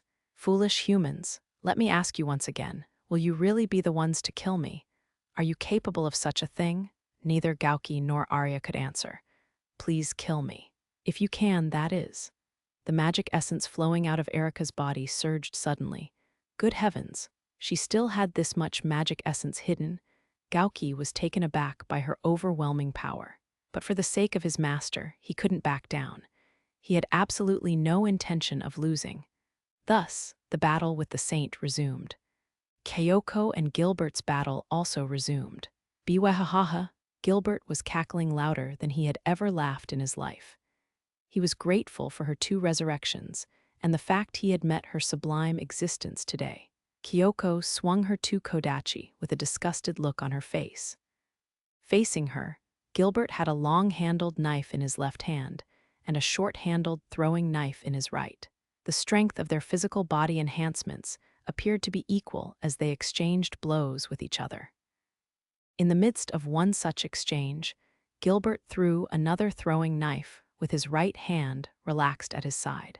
He flung it with the snap of his wrist, resulting in nearly no warning motion. It would have been impossible to react without watching his hands, but he had used the same type of attack on Kyoko already. Kyoko deflected the knife with a bored look. "Heh!" Gilbert smirked as he moved to release the knife in his left hand at Kyoko's body. He twisted his arm like a snake to alter the trajectory of the knife, but Kyoko used the kodachi in her right hand to knock the edge of the knife before it could change course. Impressive, but Gilbert stumbled backwards, left hand recoiling from the deflection. His right hand had lost the throwing knife, so he was full of openings in his current posture. At least that's what it looked like. Kyoko stepped forward to pursue him. Gilbert used the momentum of the recoil to swing his left knife and stop her. But the kodachi in Kyoko's right hand parried the knife, allowing her to strike the kodachi in her left hand at his unguarded solar plexus. "Gah," Gilbert grunted as he thrust his right shoulder forward to evade the strike. This inevitably caused his left hand with the knife to pull backwards. The kodachi in Kyoko's left hand swiped through empty space. Gilbert's mouth was twisted in a smirk, but when he heard the screech of clashing metal before him, his eyes widened. He immediately looked down. "Your techniques are truly devious." The kodachi in Kyoko's right hand was held up against something Gilbert held in his right hand. Something because the object couldn't be seen. The invisible object was actually Gilbert's knife-shaped enchanted sword. "Could you see it?" Gilbert asked in astonishment. "No, the invisible weapon was beyond my expectations, but I assumed you were doing something with your right hand, so I was able to deal with it. I said I was experienced in dealing with the tricks of assassins, did I not?" Kyoko made it sound simple, but it was an invisible knife, the perfect weapon to catch someone unawares. If anything, she was the strange one for blocking it so naturally. "Ha ha, how formidable. It's the first time someone's ever blocked this enchanted sword's attack, you know. And for me to be beaten at my own game." Using the kodachi in her left hand, Kyoko pierced Gilbert through the heart. She then withdrew her sword and quickly backed away. "Oh, Lady Saint," Gilbert called for Erica, then collapsed. Finally, some quiet. Kyoko sighed in annoyance and turned her gaze towards Gauki's fight. Erica caught sight of the fatally wounded Gilbert. She paused mid-battle, ignoring Gauki and Arya to run over to him. "Thank you for your sacrifice, Gilbert," she said to him. "I am unworthy of such words." Gilbert closed his eyes with a satisfied expression. "May you rest in peace." Erica stabbed the end of her staff into the ground in a silent prayer. Several seconds later, the ground folded up to swallow Gilbert's body. "You may not die to a sword through the heart, but aren't you ignoring us a little too much?" Kyoko's voice said from behind her. The next moment, a blade of water stabbed through Erica's heart from behind. The one who had attacked her was Kyoko. The kodachi in her hand had extended through spirit arts, creating a blade to pierce Erica's chest. "You won't even allow me to give a proper burial. How saddening," Erica sighed sadly, her heart still in a skewered state. Blood poured out of the wound, staining the ground where Gilbert was buried. "I heard you ordered the beast of the land to attack your own comrades, and now you're burying allies in the middle of battle." "That's quite the dramatic change of heart," Kyoko said, glaring at her back coldly. "He had only just met me, yet he believed in my words faithfully. I believed he was worthy of my compassion." However, Erica had been standing with the end of her staff stabbed into the ground, but the next moment, dirt spears shot up from the ground at Gauki, Arya, and Kyoko's feet. They all jumped aside at once. "I won't have any compassion for you." Erica stared at them with vacant eyes. "Goodness, fighting an opponent that doesn't die from stabs and cuts is rather unpleasant, isn't it?" The battle seemed to have left a bitter aftertaste in Gauki's mouth as he frowned in shame. but we have no choice but to keep killing her. As many times as it takes, no matter how many times she revives, Kyoko stated flatly. Fortunately, this woman is an amateur at combat. We have all the opportunities we need, Arya agreed, readying her sword. Haha, go on, come at me then. Erika readied her staff leisurely. HMPH. Gauki disappeared. He approached her with the movement spell Ryo used, coined Shukuchi by Satsuki, and swung his sword as he passed. Oh my. Erika's body was split into two, but the two pieces were being drawn together as though time was rewinding. In order to prevent that, Kyoko landed a knee kick to Erika's upper body, sending her flying. Magiki Displodo. Arya pursued Erika's upper body while chanting a spell. A magic circle appeared before the left hand she had extended. In the time it took the spell to activate, Arya leaped, catching up to Erika's body, and slammed the essence cannon into her from point-blank range. Haya, the thick beam of light swallowed Erika's body. However, so you can withstand an intermediate-class attack spell from up close too, Arya muttered, furrowing her brow in contempt. Are you satisfied now? Erika's voice called from where her lower half was lying. At some point, she had returned to her unharmed state and got back to her feet. HMPH. But Gauki and Kyoko immediately struck, piercing her heart and throat respectively. This is the most I've ever died in such a short span of time. As she said those words, Erika swung her staff. Gauki and Kyoko immediately leaped away to avoid the attack. Once Erika finished swinging, Arya cut off her arms, which were holding the staff. Using the momentum of her motion, she turned her blade and slashed Erika's body with a return swing. When will you people learn? Erika muttered tiredly. No one can stop me. She lifted her staff. Meanwhile, Ryo and Asia were both under attack. Rah, the beast of the land, opened its mouth. Light gathered rapidly, aiming at the spot where Erika and the others were. No, Ryo had experienced the attack before, so he knew that the beast of the land was about to fire at everyone where Erika was located. This allowed him, and Asia, to react rapidly. They locked onto the beast's face, which had stopped to take aim. I won't let you. Ryo released a blast of magic essence. Asia created 3 orbs of light, firing them at the 3 snake heads. A total of 4 explosions occurred at once. For a brief instant, the world turned white as a tremendous noise thundered through the area. The force of the explosion blew up the beast's head, causing pieces of its skull to go flying. But Ryo and Asia knew that this wasn't enough to defeat it. They had already damaged it to this extent countless times. This much was nothing for the beast of the land's super-regenerative abilities. Ryo and Asia braced themselves, watching for the beast's next move carefully. The pieces of its head were rapidly regenerating already. Rua, it was strangely quiet.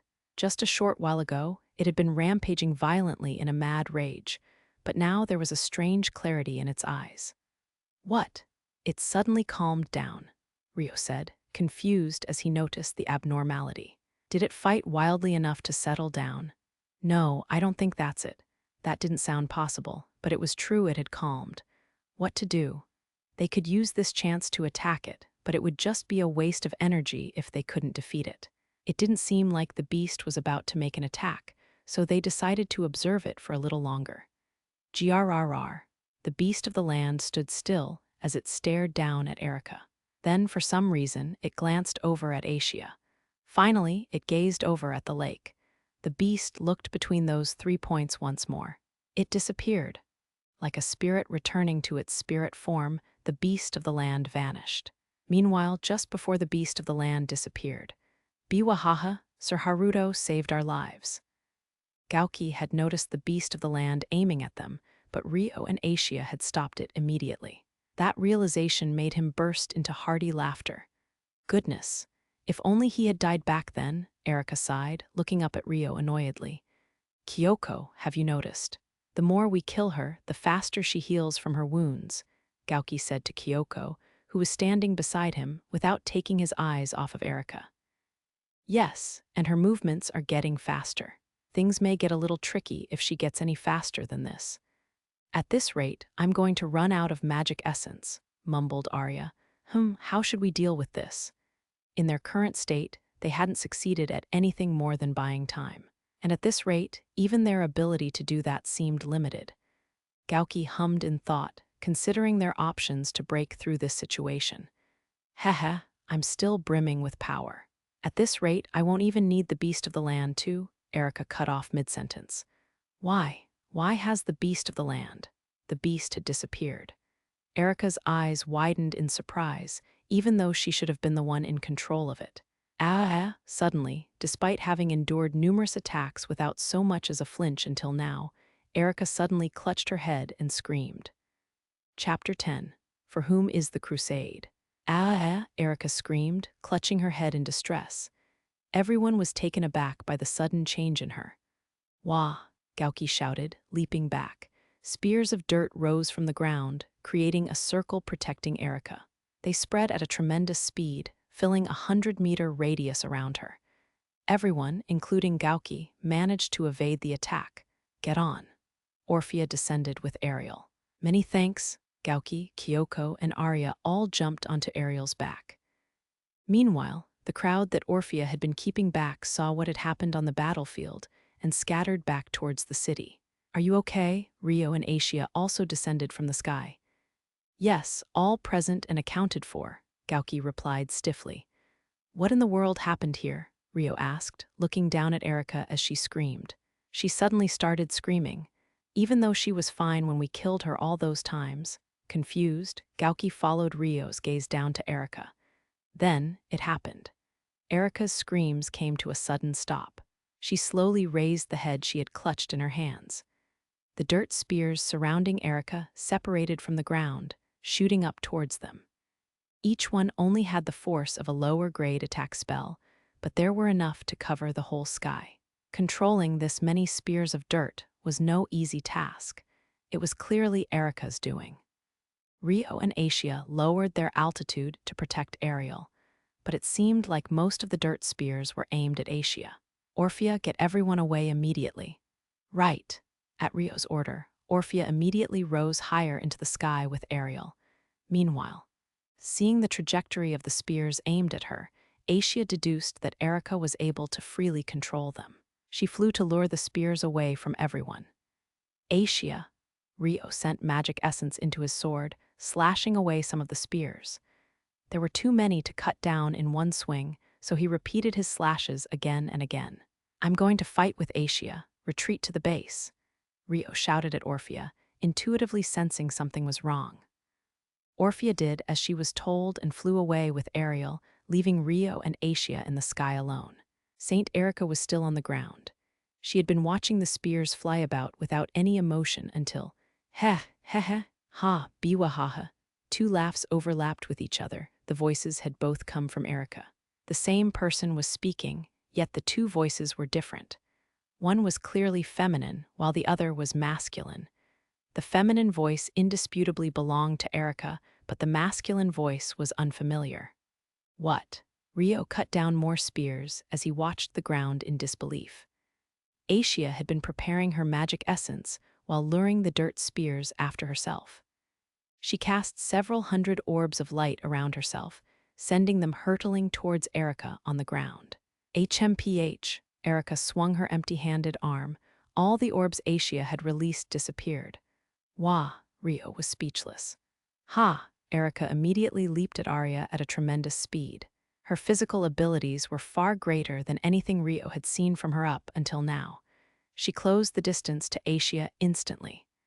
I won't let you. Rio wedged his body between them. Out of my way, the voice of an annoyed man left Erica's mouth. She swung her fist to shake Rio off. Rio brought down his sword with the intention to sever her arm, but he couldn't cut it. That can't be. Rio's sword and Erica's arm clashed midair, but Erica had far more physical strength and was overpowering him easily. Rio used his wind spirit arts to push back with all his might. Why do you hinder me, Dragon King? Erica yelled in a man's voice, glaring at Rio. What are you saying? That woman betrayed us both. I said what? What was she going on about? Rio couldn't make any sense of it. He was confused beyond belief. We must kill that woman. I won't let you. Rio raised his voice, desperately protecting Asia. Why? Erica raged, her power increasing explosively in a single instant. Rio finally lost to her strength and was blown backwards. Fortunately, they were in the air. He used his wind spirit arts to immediately decelerate, minimizing the distance he was sent back. He quickly came up beside Asia once again. Asia was clutching her head and groaning in pain. Asia, Rio called out in a panic. Damn it, I can't use my full power while possessing another. And my memory has been affected by that one, Erica muttered hatefully. She also seemed to be experiencing pain as she was pressing her forehead while glaring at Asia. Rio took that chance to send a slash of wind her way. Dragon King, why has your power declined even more than mine? Have you also possessed that creature because of them? Erica sent a tremendous amount of magic essence into her arm, catching Rio's sword. I have no idea what you're saying, Rio said, sweating profusely. He didn't know what was going on, but Erica was even stronger than the beast of the land right now. That was the only thing he knew. Have you lost even more memories than me? No, that woman resides within you, and that woman's soul is. What is the meaning of this? Erica looked between Rio and Asia questioningly. Asia seemed to be in terrible pain. Does that woman have two souls? No, this woman is an empty shell. The soul I sense over there has a far stronger aura to it. Erica suddenly looked over at the lake. She then glared at Rio in suspicion. Dragon King, you haven't betrayed me as well, have you? I said I have no idea. Who are you? What happened to Saint Erica? Rio yelled. Just then, Erica yelled in Erica's voice. Stop it. Who are you? Her voice changed to the man's voice. Me, I'm the saint, Saint Erica. No, Erica started groaning in pain again. This is my fight, she yelled in her own voice. Don't get in my way. There appeared to be someone else within Erica, someone who was a man. Fool, you're nothing more than a mere puppet. This is not your war, the man inside Erica said to her. No, she yelled in desperation. This is my crusade. No one has the right to stop me. You are irrelevant. The man inside Erica appeared to be just as confused. You are no agent of God. There are no gods in this world. They have all left. The only fools that haven't accepted that are the demigods. That's right, there are no gods in this world. That's why I was trying to become God. I wanted to exact divine punishment. You are an imitation of a god. No, you are a mere puppet. Erica and the man's voice argued loudly with each other. Damn it, I can't remain as myself for that long yet. Arg, forget it. It's annoying enough having the Dragon King's interference. In that case, the man within Erica seemed to be in a hurry. She glared in the direction of the lake. Wah, she accelerated rapidly, leaving them all behind. No, Asia, Rio yelled, about to chase after Erica. But he paused upon seeing Asia curled up in pain. Sorry, go on ahead, Asia groaned. All right, Rio moved faster as he flew after Erica. At the lake located 5 kilometers from the territory capital of Gray, the army led by William Lopes had just returned to the base. It's been a few minutes since the beast of the land disappeared, Francois murmured, gazing in the direction of Gray from aboard the enchanted airship. Just then, one of the ship's crew came running over. Your Majesty, almost all personnel have finished boarding. I see. With the beast of the land gone, there was a possibility the fight was over. However, with no way of knowing the victor, they could only send a scout or wait for Rio or someone else to come back. Francois hesitated over whether he should give the order to depart for some moments. Inform me when all boarding is completed, he decided eventually. If the battle was over, someone may still return to them. He wanted to delay his decision until everyone was on board. Yes, Your Majesty, the crew member who came to make the report quickly departed. Then, they've returned. Over there, Miharu shouted from the deck, pointing at Orphea and Ariel, who was carrying Gauki's group. They're all safe. That means, did they win? He couldn't see Rio and Asia anywhere. For now, he'd have to hear what happened from Gauki. However, someone suddenly appeared passing by Ariel. What? Saint Erica. Indeed, it was Erica, flying through the air. Her arrival out of the blue left everyone looking up, lost for words. I've found you, accomplice to the traitor. I see you've also possessed a human soul like the Dragon King, though I cannot fathom why. The person who looked just like Erica glared down at a girl on the deck. At the end of her gaze was Miharu. Huh, she looked confused as to why she was being glared at. It would be easy to kill you right now. Erica held a hand out at Miharu. A beam of destructive light extended towards Miharu. She was standing beside Celia and Latifa, who would inevitably be caught in the attack. In the last moment before the beam hit, Haya, Rio appeared before them. He poured all his magic essence into his sword to deflect the destructive beam in another direction. Why do you interfere, Dragon King? The person inside Erica looked down upon Rio. Why do you want to kill them? With Miharu, Celia, and Latifa behind him, Rio shot Erica a deathly cold glare. If I answer that, I will no longer remain me.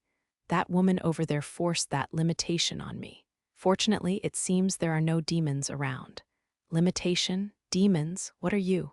Either way, there's no time, which is also that wicked woman's fault. Erica tried to fire another destructive beam at Miharu. However, using flying spirit arts, Rio stopped the spell right before it reached him. He used a wind-clad slash to drive Erica away from the airship. In fact, he slammed the attack into her. A regular human would have been crushed by the destructive force of his swing, but Erica caught the blow with a cool expression. The impact only knocked her back a little, in which case, "I'll distract her, run away," Rio yelled, beginning a fierce attack on Erica. "Take off now," Francois immediately ordered. But no matter how much they hurried, it would take a few minutes before they could depart. "Did you think I'd let you run?" Erica said coolly, blocking Rio's slashing attack with both arms. In the next moment, she disappeared from before him, moving rapidly to the side. She silently held her right hand towards the airship, preparing to fire a destructive burst of energy. She seemed to be intent on aiming at Miharu aboard the ship. But Rio kept up with her speed using wind spirit arts, swinging his sword to interrupt her. "It seems you have the speed, at least." In that case, Erica frowned in annoyance, sweeping her arm to the side powerfully. The next instant, the sword that had accompanied Rio through countless battles, shattered into pieces. Rio immediately abandoned his bladeless sword handle and closed in on Erica empty-handed. He used his punches and kicks to slam spirit arts into her. How irksome. Erica tried to brush him off, but he saw through her movements and evaded her accordingly. Rio's attacks were fearsome. He obviously surpassed the realm of being simply a human in combat. Those who were watching their fierce battle from below were overwhelmed by the sight. However, Erica was unfazed. "You've truly weakened, Dragon King." Haya. With a one-armed shoulder throw, Rio hurled Erica at the ground. He accelerated his own speed to descend with her, stomping down on her abdomen as she fell. A small crater formed at the point of impact, but HMPH. With her back to the ground, Erica held her hand up and fired a bullet of light at Rio. It was only 20 or so centimeters in length, but it was too fast to evade. On top of that, it contained extremely condensed magic essence. Wah! Rio barely managed to raise his arms and create a barrier of essence to guard himself, when the bullet made its direct hit against it. The fierce knockback sent him flying. Erica fired several additional bullets after Rio's retreating form, and they all found their mark. The explosion swallowed Rio, blowing him back even farther. Several girls screamed at the chain of attacks Rio had taken. Meanwhile, Erica looked away from Rio and towards the airship with Miharu on board. While she was distracted, Gauki, Kyoko, and Arya all made a move, swinging at her with all their strength. But with her pale, thin limbs, Erica caught all of their attacks. She then brushed them away like flies. Wug! Gauki and the others easily went flying. Orphea fired a rain of arrows at Erica. Several made a direct hit, but they bounced off of Erica's body as though it were made of rock. Alma, right. Sarah and Alma placed their hands on the ground and activated a spirit art together. One side used ice while the other used dirt to bury Erica alive. Oh no, the formation was obstructed as though the activation of their art had been denied. infants of the species that inherited our blessings. Did you really think that such child's play could seal the upper high-class spirit of Earth? Erica said to them. The upper high-class spirit of Earth. Are you saying? Sarah and the others were dumbfounded. Erica didn't answer them. Just then, the kingdom's army started attacking as well. But Erica paid them no mind as she held her hand out towards the airship once again. Then, Miharu came running out of the airship. Wait, don't go, Miharu. Satsuki was following her in a fluster. Erica aimed her hand at Miharu as soon as she was off the ship. She's definitely aiming at me. That's why I have to leave the ship. You can't come after me. Miharu was yelling as she tried to move to somewhere with no one around, but there's no way you can do that. Naturally, Satsuki won in physical ability. She caught up to Miharu quickly, holding her spear-shaped divine arms ready to protect Miharu. Erica released a destructive light without thinking twice. I won't let you. Aishia said, cutting in. She stood before Miharu and Satsuki, casting a barrier of magic essence to block the light. Ai-chan, fall back. This man is after you, Miharu. Erica was clearly a woman, yet for some reason, Aishia had called her a man. At that moment, the headache seemed to strike once again, as Aishia grimaced in pain. Perfect. You can all die together. The destructive light Erica released expanded. The barrier Aishia had created was unable to withstand its strength and began creaking. Ai-chan, if you don't have enough magic essence, take mine. Miharu clung to Aishia's back, pouring all the magic essence she had into her. At that, Aishia seemed to realize something. Her eyes widened in shock. For a moment, Aishia froze, staring into space as though time had stopped. I'll help. Satsuki put up a barrier of wind to reinforce Aishia's essence barrier. Miharu, this man has a grudge against you and me. Aishia suddenly said, as though she had remembered something. A grudge on us? Whatever for? Miharu was bewildered, unable to think of a reason why. As she was thinking that, Aishia's barrier was on the verge of breaking. Suddenly, Ryo returned from being blown away by the earlier attack. He came up beside Aishia and held out both hands to support the barrier with her. Even then, pushed by the destructive light, Ryo and the others inched backwards. Ignis Icet, a ball of fire came flying from the airship. The sorcerers of the kingdom had made an attack. Lyslot and Charlotte were among them. Fireballs struck Erica's body in succession, enveloping her flesh in flames. But those flames were also extinguished instantly. Pesky things, Erica clicked her tongue in slight annoyance. Then, she started walking forward while still releasing her destructive light. Gah, it's no good, at this rate. He wouldn't be able to protect everyone, but he absolutely didn't want that. Ryo desperately resisted the force pushing against him, maintaining the barrier. Aishia watched Ryo's profile, her heart feeling like it would burst from her chest. Give it up, Dragon King. That is the limit of a human vessel. My vessel is also a human, but her body ceased to be human the moment she became a hero. She is far different from you, Erica said to Ryo. Satsuki looked perplexed. As a hero, it was a sentence she couldn't overlook. If what Erica just said was true, heroes were no longer humans. Did that mean she wasn't human either? Just then, a slash of intense light came falling down. Durandal, Latifa came rushing over, carrying Celia. She must have been preparing her magic while everyone was fighting. The range had been adjusted a lot compared to the fight with the hero-killer Draugr, but the strongest attack magic in Celia's arsenal struck Erica directly. The surprise attack from behind caught Erica with her guard down, successfully dealing more damage than any other attack until now. The half of Erica's body that touched the slash was completely disintegrated. As a result, the attack Erica was using against Ryo's essence barrier also vanished. To think a human could use transcendent magic. Did that woman teach you? The disintegrated half of Erica's body rapidly restored itself. She looked away from Miharu to glare at Celia for a brief moment. No way, Celia was dumbfounded. Erica swung her arm at Celia and Latifa in annoyance. However, I won't let you. Ryo flew in between them, taking the blow from her arm in their stead. Of course, his physical body was enhanced. Gah! A terrible cracking sound could be heard from the right arm and ribcage that Rio used to guard them. Rio, Latifa screamed in fear. I'll be fine, you stay back. No, you should all flee, Rio shouted, tackling Erica back 2 meters. How annoying, I see. So this is the strength of humans. Each of you may be insignificant alone, but you can support each other by flocking together. I was able to surface today through a stroke of luck, but it seems I'm out of time. Very well. Let's see if you can protect yourselves to the end, Erica said with a sigh, then vanished. Did she leave? Satsuki murmured. But that wasn't possible. Rio immediately looked at the tsunami of magic essence rising on the other side of the plains. Wah, he fell speechless. It wasn't an amount of essence that could be handled by a human or any other living creature in this world, for that matter. Even if someone could hold this much essence in their body, there had to be a reasonable limit for any living creature, and this amount clearly surpassed that. It surpassed it by so much, he didn't know what to do.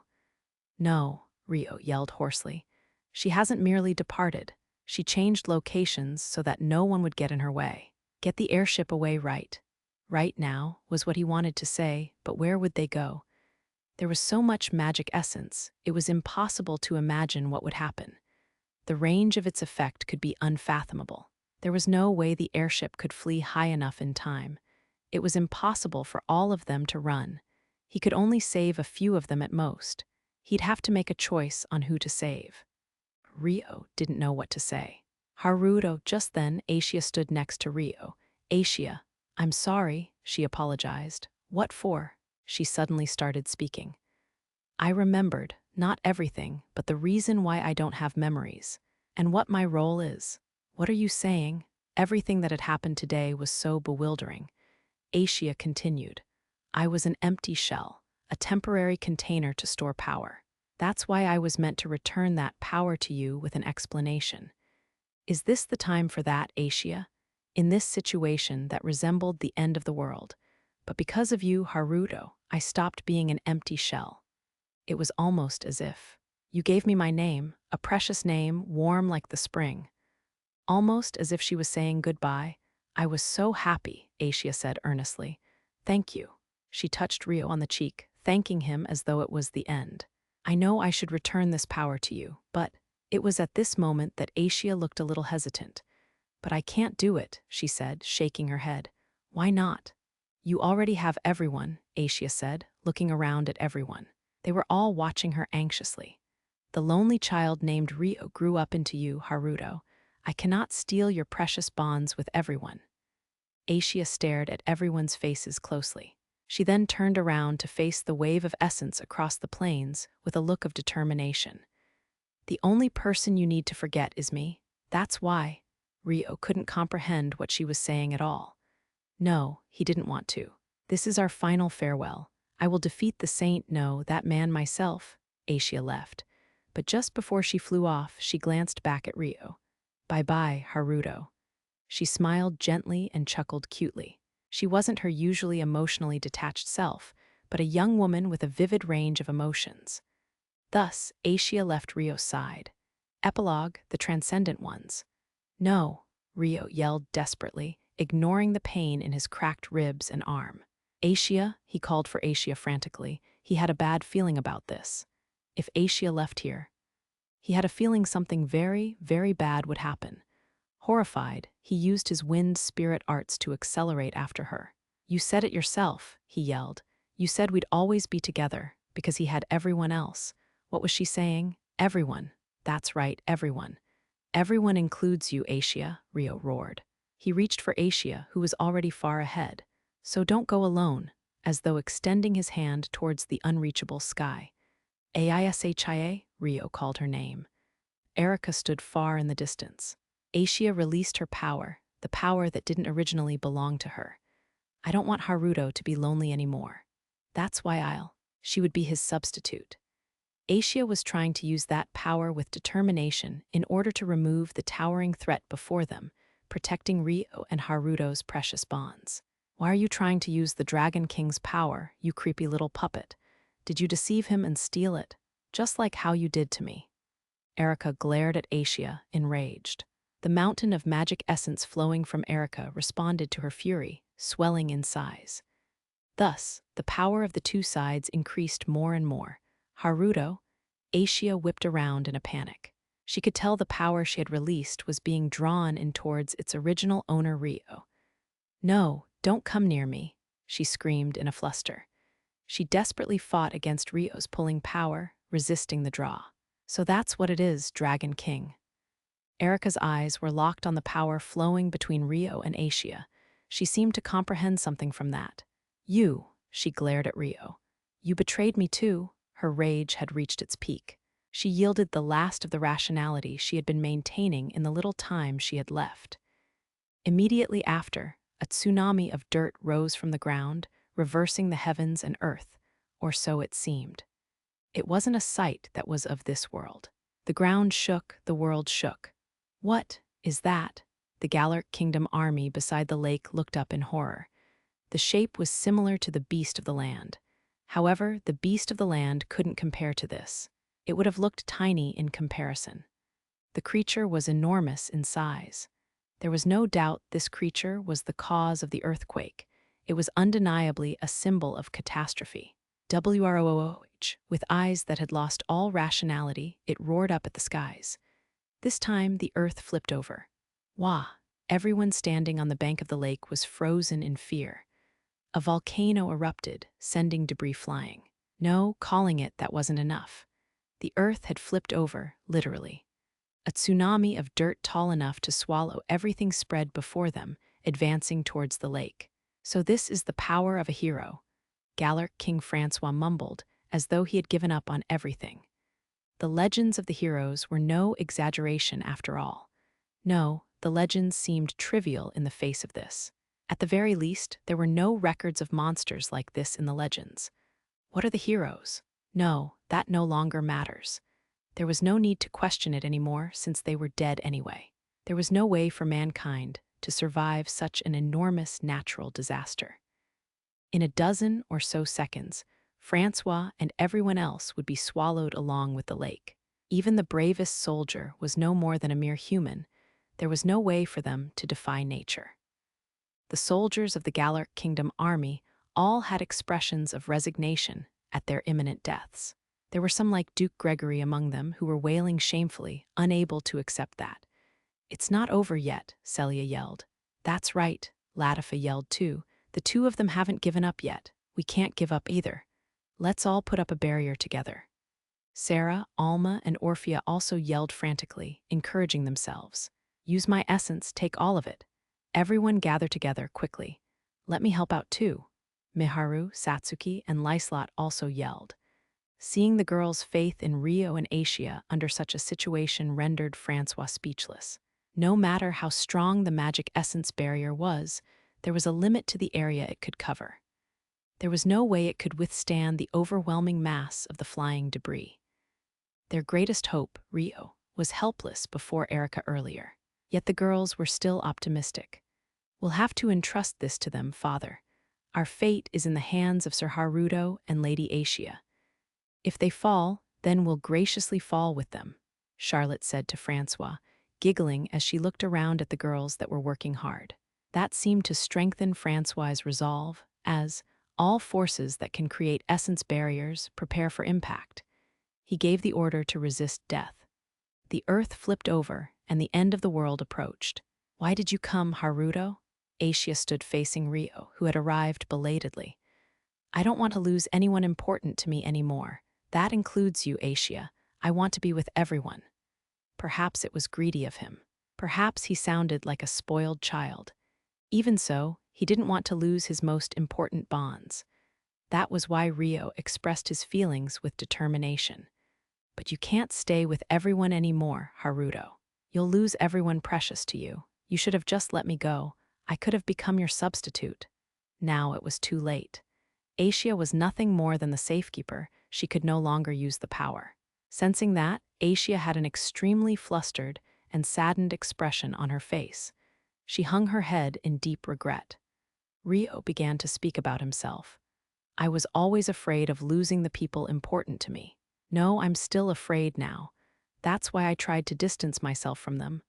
But, he continued, you're the one who taught me that was unnecessary. Asia, you saved me from solitude.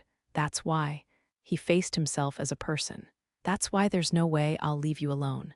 I won't let you go alone if I know you're not coming back. Rio grabbed Asia by the shoulder, staring straight into her face as he made his point. Haruto, tears flowed from Asia's eyes. Rio wiped them away. It's fine. You said I can't be together with everyone anymore. I don't know what you mean by that, but it's fine. This is my decision. He smiled at Asia gently. No matter what happens, I won't regret anything. Rio looked away from Asia, turning his back to the lake where the people precious to him waited. He faced the looming despair approaching them. The overwhelming mass covered the entire sky. If they continued standing here, they would be swallowed in a matter of seconds. That's why Rio released his power. He still had no idea what this power was, but for some strange reason, he understood how to use it. Oddly enough, it felt familiar in his hands. Why was that? Make a sword. Rio imagined the power as a sword. This was the easiest way for him to use this power right now. His instinctual understanding told him that. Asia came to stand beside him. That power is too much for a human body to handle. If you force yourself to use it, your body will fall apart.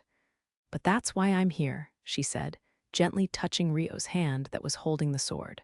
As soon as she did so, she disappeared as though she had turned into her spirit form. But immediately afterwards, Rio gasped, his eyes widening. He could tell the power was flowing from his body. No, he could tell his body was being rebuilt. In order to make the power easier to use, his existence was ascending to something beyond that of a human. Now it'll be fine. Go on, Haruto, Asia's voice echoed. Haha, Rio slashed his sword horizontally with all his might. A blinding light that could erase everything was released from his blade. Wah! Those standing beside the lake were speechless. The tsunami of dirt that was tall enough to cover the skies had been swallowed by a blinding light. And when that blinding light eventually faded, the tsunami of dirt had vanished without a trace. Immediately after, Saint Erica stood where the enormous creature had towered before. There had been nearly a kilometer of distance between them before, but Rio had closed that gap in an instant. GHH and embedded his sword in Erica's heart. Ha, he, Erica was smiling. The voice coming from her mouth wasn't the man's, but the original Erica's. I'm sorry. I had no other choice, Rio said to Erica. This time he would kill her. He was able to actually kill her in his current state. You're so kind. There's no need to apologize, Erica mumbled with a vacant look in her eyes. Even if you didn't deal the final blow, I would have died anyway. I can tell. I used more power than I can handle. The price of that is death. But thanks to you, I can die. I'm so happy. I'm overjoyed. I've always wanted to die, so thank you for killing me. Erica smiled from the bottom of her heart. You, Rio was at a loss for words. You never wanted to do this in the first place, did you? Humans are extremely foolish and ugly creatures. That's why I don't regret what I've done. I still think those fools should die. But there are kind people out there. Foolishly kind people. You must be one of them. So I have a favor to ask of you, kind one. Whether you listen is up to you, Erica said eloquently, even as the light in her eyes dimmed. She really didn't seem to have long left. Rio realized that. What is it? There's a remote village in the nation that I established, 50 kilometers east of the capital. The worst village with the worst people living in it. But deep in the mountains past the village, there's a waterfall where his grave is. If possible, I'd like to be. Erica's consciousness was beginning to fade. Honestly speaking, her explanation was rather insufficient, but I understand. I will search for it. Rio got the gist of it and agreed. Thank you. Please apologize to Rika for me. She was a very good girl. I will. Thank you. Goodbye, true hero. I'm sure you know this already, but be very careful of the other heroes. With those final words, spoken with satisfaction, the light finally disappeared from Erica's eyes. Once upon a time, there were 14 transcendent ones in the world. The one and only God of that world created a handful of absolute rules. Not even the 14 transcendent ones could escape those rules. And now, over 1,000 years later, One of those rules had been triggered. Beside the lake, Miharu, Celia, Latifa, the other girls, and the people of the Galarc kingdom were all standing, stunned. Not a single person could even begin to comprehend what had just happened. They had witnessed a cataclysm before their very eyes, and then that cataclysm had vanished completely. Their utter confusion was very much justified. Then someone spoke up. "Wait," they said in a very panicked voice. "Who's that fighting over there?" Bonus short stories Cinderella's wish Amakawa Haruto was a 17-year-old boy attending high school in Japan. September. The new school term had just begun, but despite it being September, it was still just as hot as the summer months. Ah, Amakawa-senpai. After school, Haruto ran into Minamoto Rika, who was from the middle school division. They saw each other's faces from a distance before Rika waved as she approached. "Hello, Rika." "Hi, senpai. Are you going home for today?" "Yes. Do you want to go back together?" "There's actually something I wanted to ask you." Rika spoke with a friendly smile, but she was watching Haruto's face for a reaction rather nervously. "I don't mind, of course." But Haruto tilted his head, wondering what it could be about. For now, he started walking along with Rika. "Did you know the girls' middle school division is having a school festival at the end of next month?" "Yeah. It's been decided that there'll be a play at the festival. Come to think of it, you're in the drama club, right?" "Yes. My friend asked me to join just to fill a spot, so I barely ever attend." "So you won't be in the play?" "No, it's actually been decided that I'll appear in it." Rika's expression fell. She didn't seem too enthusiastic about it. "Oh, what's the play about?" "It's Cinderella. It was a very famous story, a classic for a school festival. And your role, Cinderella. I see." Haruto chuckled at the way Rika looked down in embarrassment. "I know I don't suit the role of Cinderella," Rika said, even more embarrassed. "No, I think it suits you very well," Rio stated firmly. Thank you. "So what did you want to ask me about?" Well. It seemed to be a difficult topic to approach as she was struggling to find her words. "Amakawa-senpai, will you play the prince?" Rika resolutely put her question, or rather her wish, into words.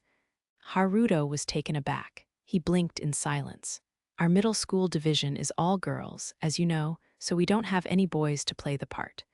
We discussed having a girl play the prince, but no one seemed to fit the role, which was when your name was brought up." Rika added falteringly. "Wouldn't it be bad for an outsider like me to be in it?" Honestly speaking, Haruto felt averse to the idea. But he found it difficult to say no directly, so he tried to take a different approach through the form of a question. "I've already gotten permission from the club advisor. She teaches in the high school division as well, and she said it'd be fine if it's you. Which means I should know this teacher, right? It's Mrs. Suzuki from the arts department." "Oh, her." She was the teacher of his weekly elective class, whom he was rather indebted to. "If you can't do it," she said she could find another boy from the high school division to help out. "But I'm kind of scared of having an unknown boy play the prince. And I also think it'd be nice if you were the prince, so will you become my prince?" Rika looked up at Haruto's face anxiously as though to ask exactly that. "All right. I don't know if I'll be able to do it well, but if it's your wish." There was no way he could shake his head at the adorable sight of his underclassmen. Haruto accepted the role of the prince to Rika's Cinderella. A good bath the night after Rio regained consciousness. During the journey back to the Galarc Castle from the Holy Democratic Republic of Erica, Lyslot was enjoying the bath in the stone house. "This is so nice," she sighed happily, leaning back to look up at the ceiling. She had been beside herself with worry while Rio was unconscious, so she hadn't been able to appreciate how wonderful the bath in the stone house was until now. Was the hanging curtain over the changing room door Amakawa-senpai's way of being playful? "It's like I've come to a Japanese hot spring." Lyslot let out a half-amused, half-delighted giggle. The Rika side of herself seemed to have risen to the surface as she was referring to Rio as Amakawa-senpai in her heart. "A stone bath sure is nice, though. Maybe I'll make one the next time I get the chance." Lyslot thought as she hummed to herself happily. "This cave-like atmosphere is great. It's like having a private hideaway all to myself." Lyslot rarely had the opportunity to soak in an exquisite rock bath. Whether it was because she felt inspired or because she was a merchant by occupation, she looked around while thinking about how she wanted to design the interior of her own bath. She could soak forever like this. I'd like to relax for a little longer, but it wasn't her own bath in her own house, and Rio still hadn't had a turn yet, so Lyslot decided to get out of the bath early. Once she returned to the changing room and finished changing, she stepped out into the corridor.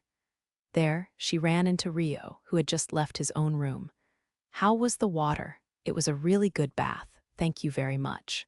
"Amakawa-senpai," Lyslot replied. The blush on her cheeks probably wasn't just because of the bath. She finished her sentence with a grin. "Right, can I get you a drink? Something like milk or fruit with milk to drink after your bath," Rio offered, smiling a little awkwardly.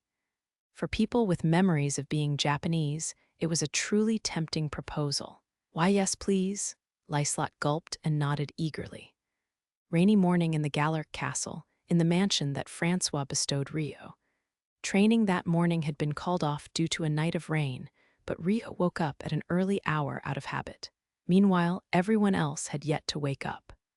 They had decided to cancel morning training the night before, and Christina and Flora had stayed at the mansion last night, so the girls had held a pajama party and might have stayed up late talking to each other. "Right, I'll make breakfast today." Miharu and Orphea were often the ones to make breakfast during morning training, so Rio decided he would make it today. He headed straight for the kitchen. "No one will be moving about without morning training, so should I make something light for everyone? Something simple." He thought about what to make. After deciding on the menu, he began to cook. He began with the ingredients that needed boiling and the dishes that could be reheated later, and chopped the ingredients of those that needed to be made later. He spent an hour in the kitchen on those preparations before returning to the living room. There's nothing left to do. He sat down on the sofa in the empty living room. Mornings were normally a loud and lively affair with everyone awake, so being alone like this felt oddly lonely. Rio smiled gently, realizing he had gone from being always alone in his school days to becoming completely accustomed to living with others. At any rate, he wasn't sleepy enough to return to his bed and sleep again, so he was left wondering what to do with this free time. "Maybe I'll drink my tea while reading a book." He had made some tea on his way out of the kitchen earlier. He glanced at the clock in the room. The tea should be about ready. With that, he poured himself a cup from the teapot. The scent of tea spread throughout the room. After enjoying its scent to the fullest, he took a sip of the tea. "Tastes good." "Oh, is that you, Haruto?" Celia said, entering the living room. "Good morning, Celia." Princess Christina and Princess Flora too. When he spotted Christina and Flora with Celia, he stood up to greet them respectfully. "Good morning, Sir Amakawa." "Good morning, Sir Haruto." Christina returned his bow with a curtsy. Flora's voice was animated with joy. "You're all up early," Rio said. "So are you," replied Celia. "Did you sleep well?" "Yes, we all slept in the same room last night." Flora had something she wanted to ask Professor Celia no matter what. Hee. "I'm glad I was able to talk to Professor Celia so much." Flora grinned happily. "That's great." "Yep," Celia nodded. She then looked around the room. "Is everyone still asleep?" "Yes, I was just waiting for everyone to get up. I'll bring some more cups over, so please have a seat." Rio stood up and headed to the kitchen. "Isn't this just the best morning, Christina?" Flora said to her older sister. She seemed overjoyed at the opportunity to talk to Rio. "Indeed," Christina chuckled gently. After that, the four of them chatted with each other until the others woke up. It was a scene Rio never would have imagined during his days at the Royal Academy.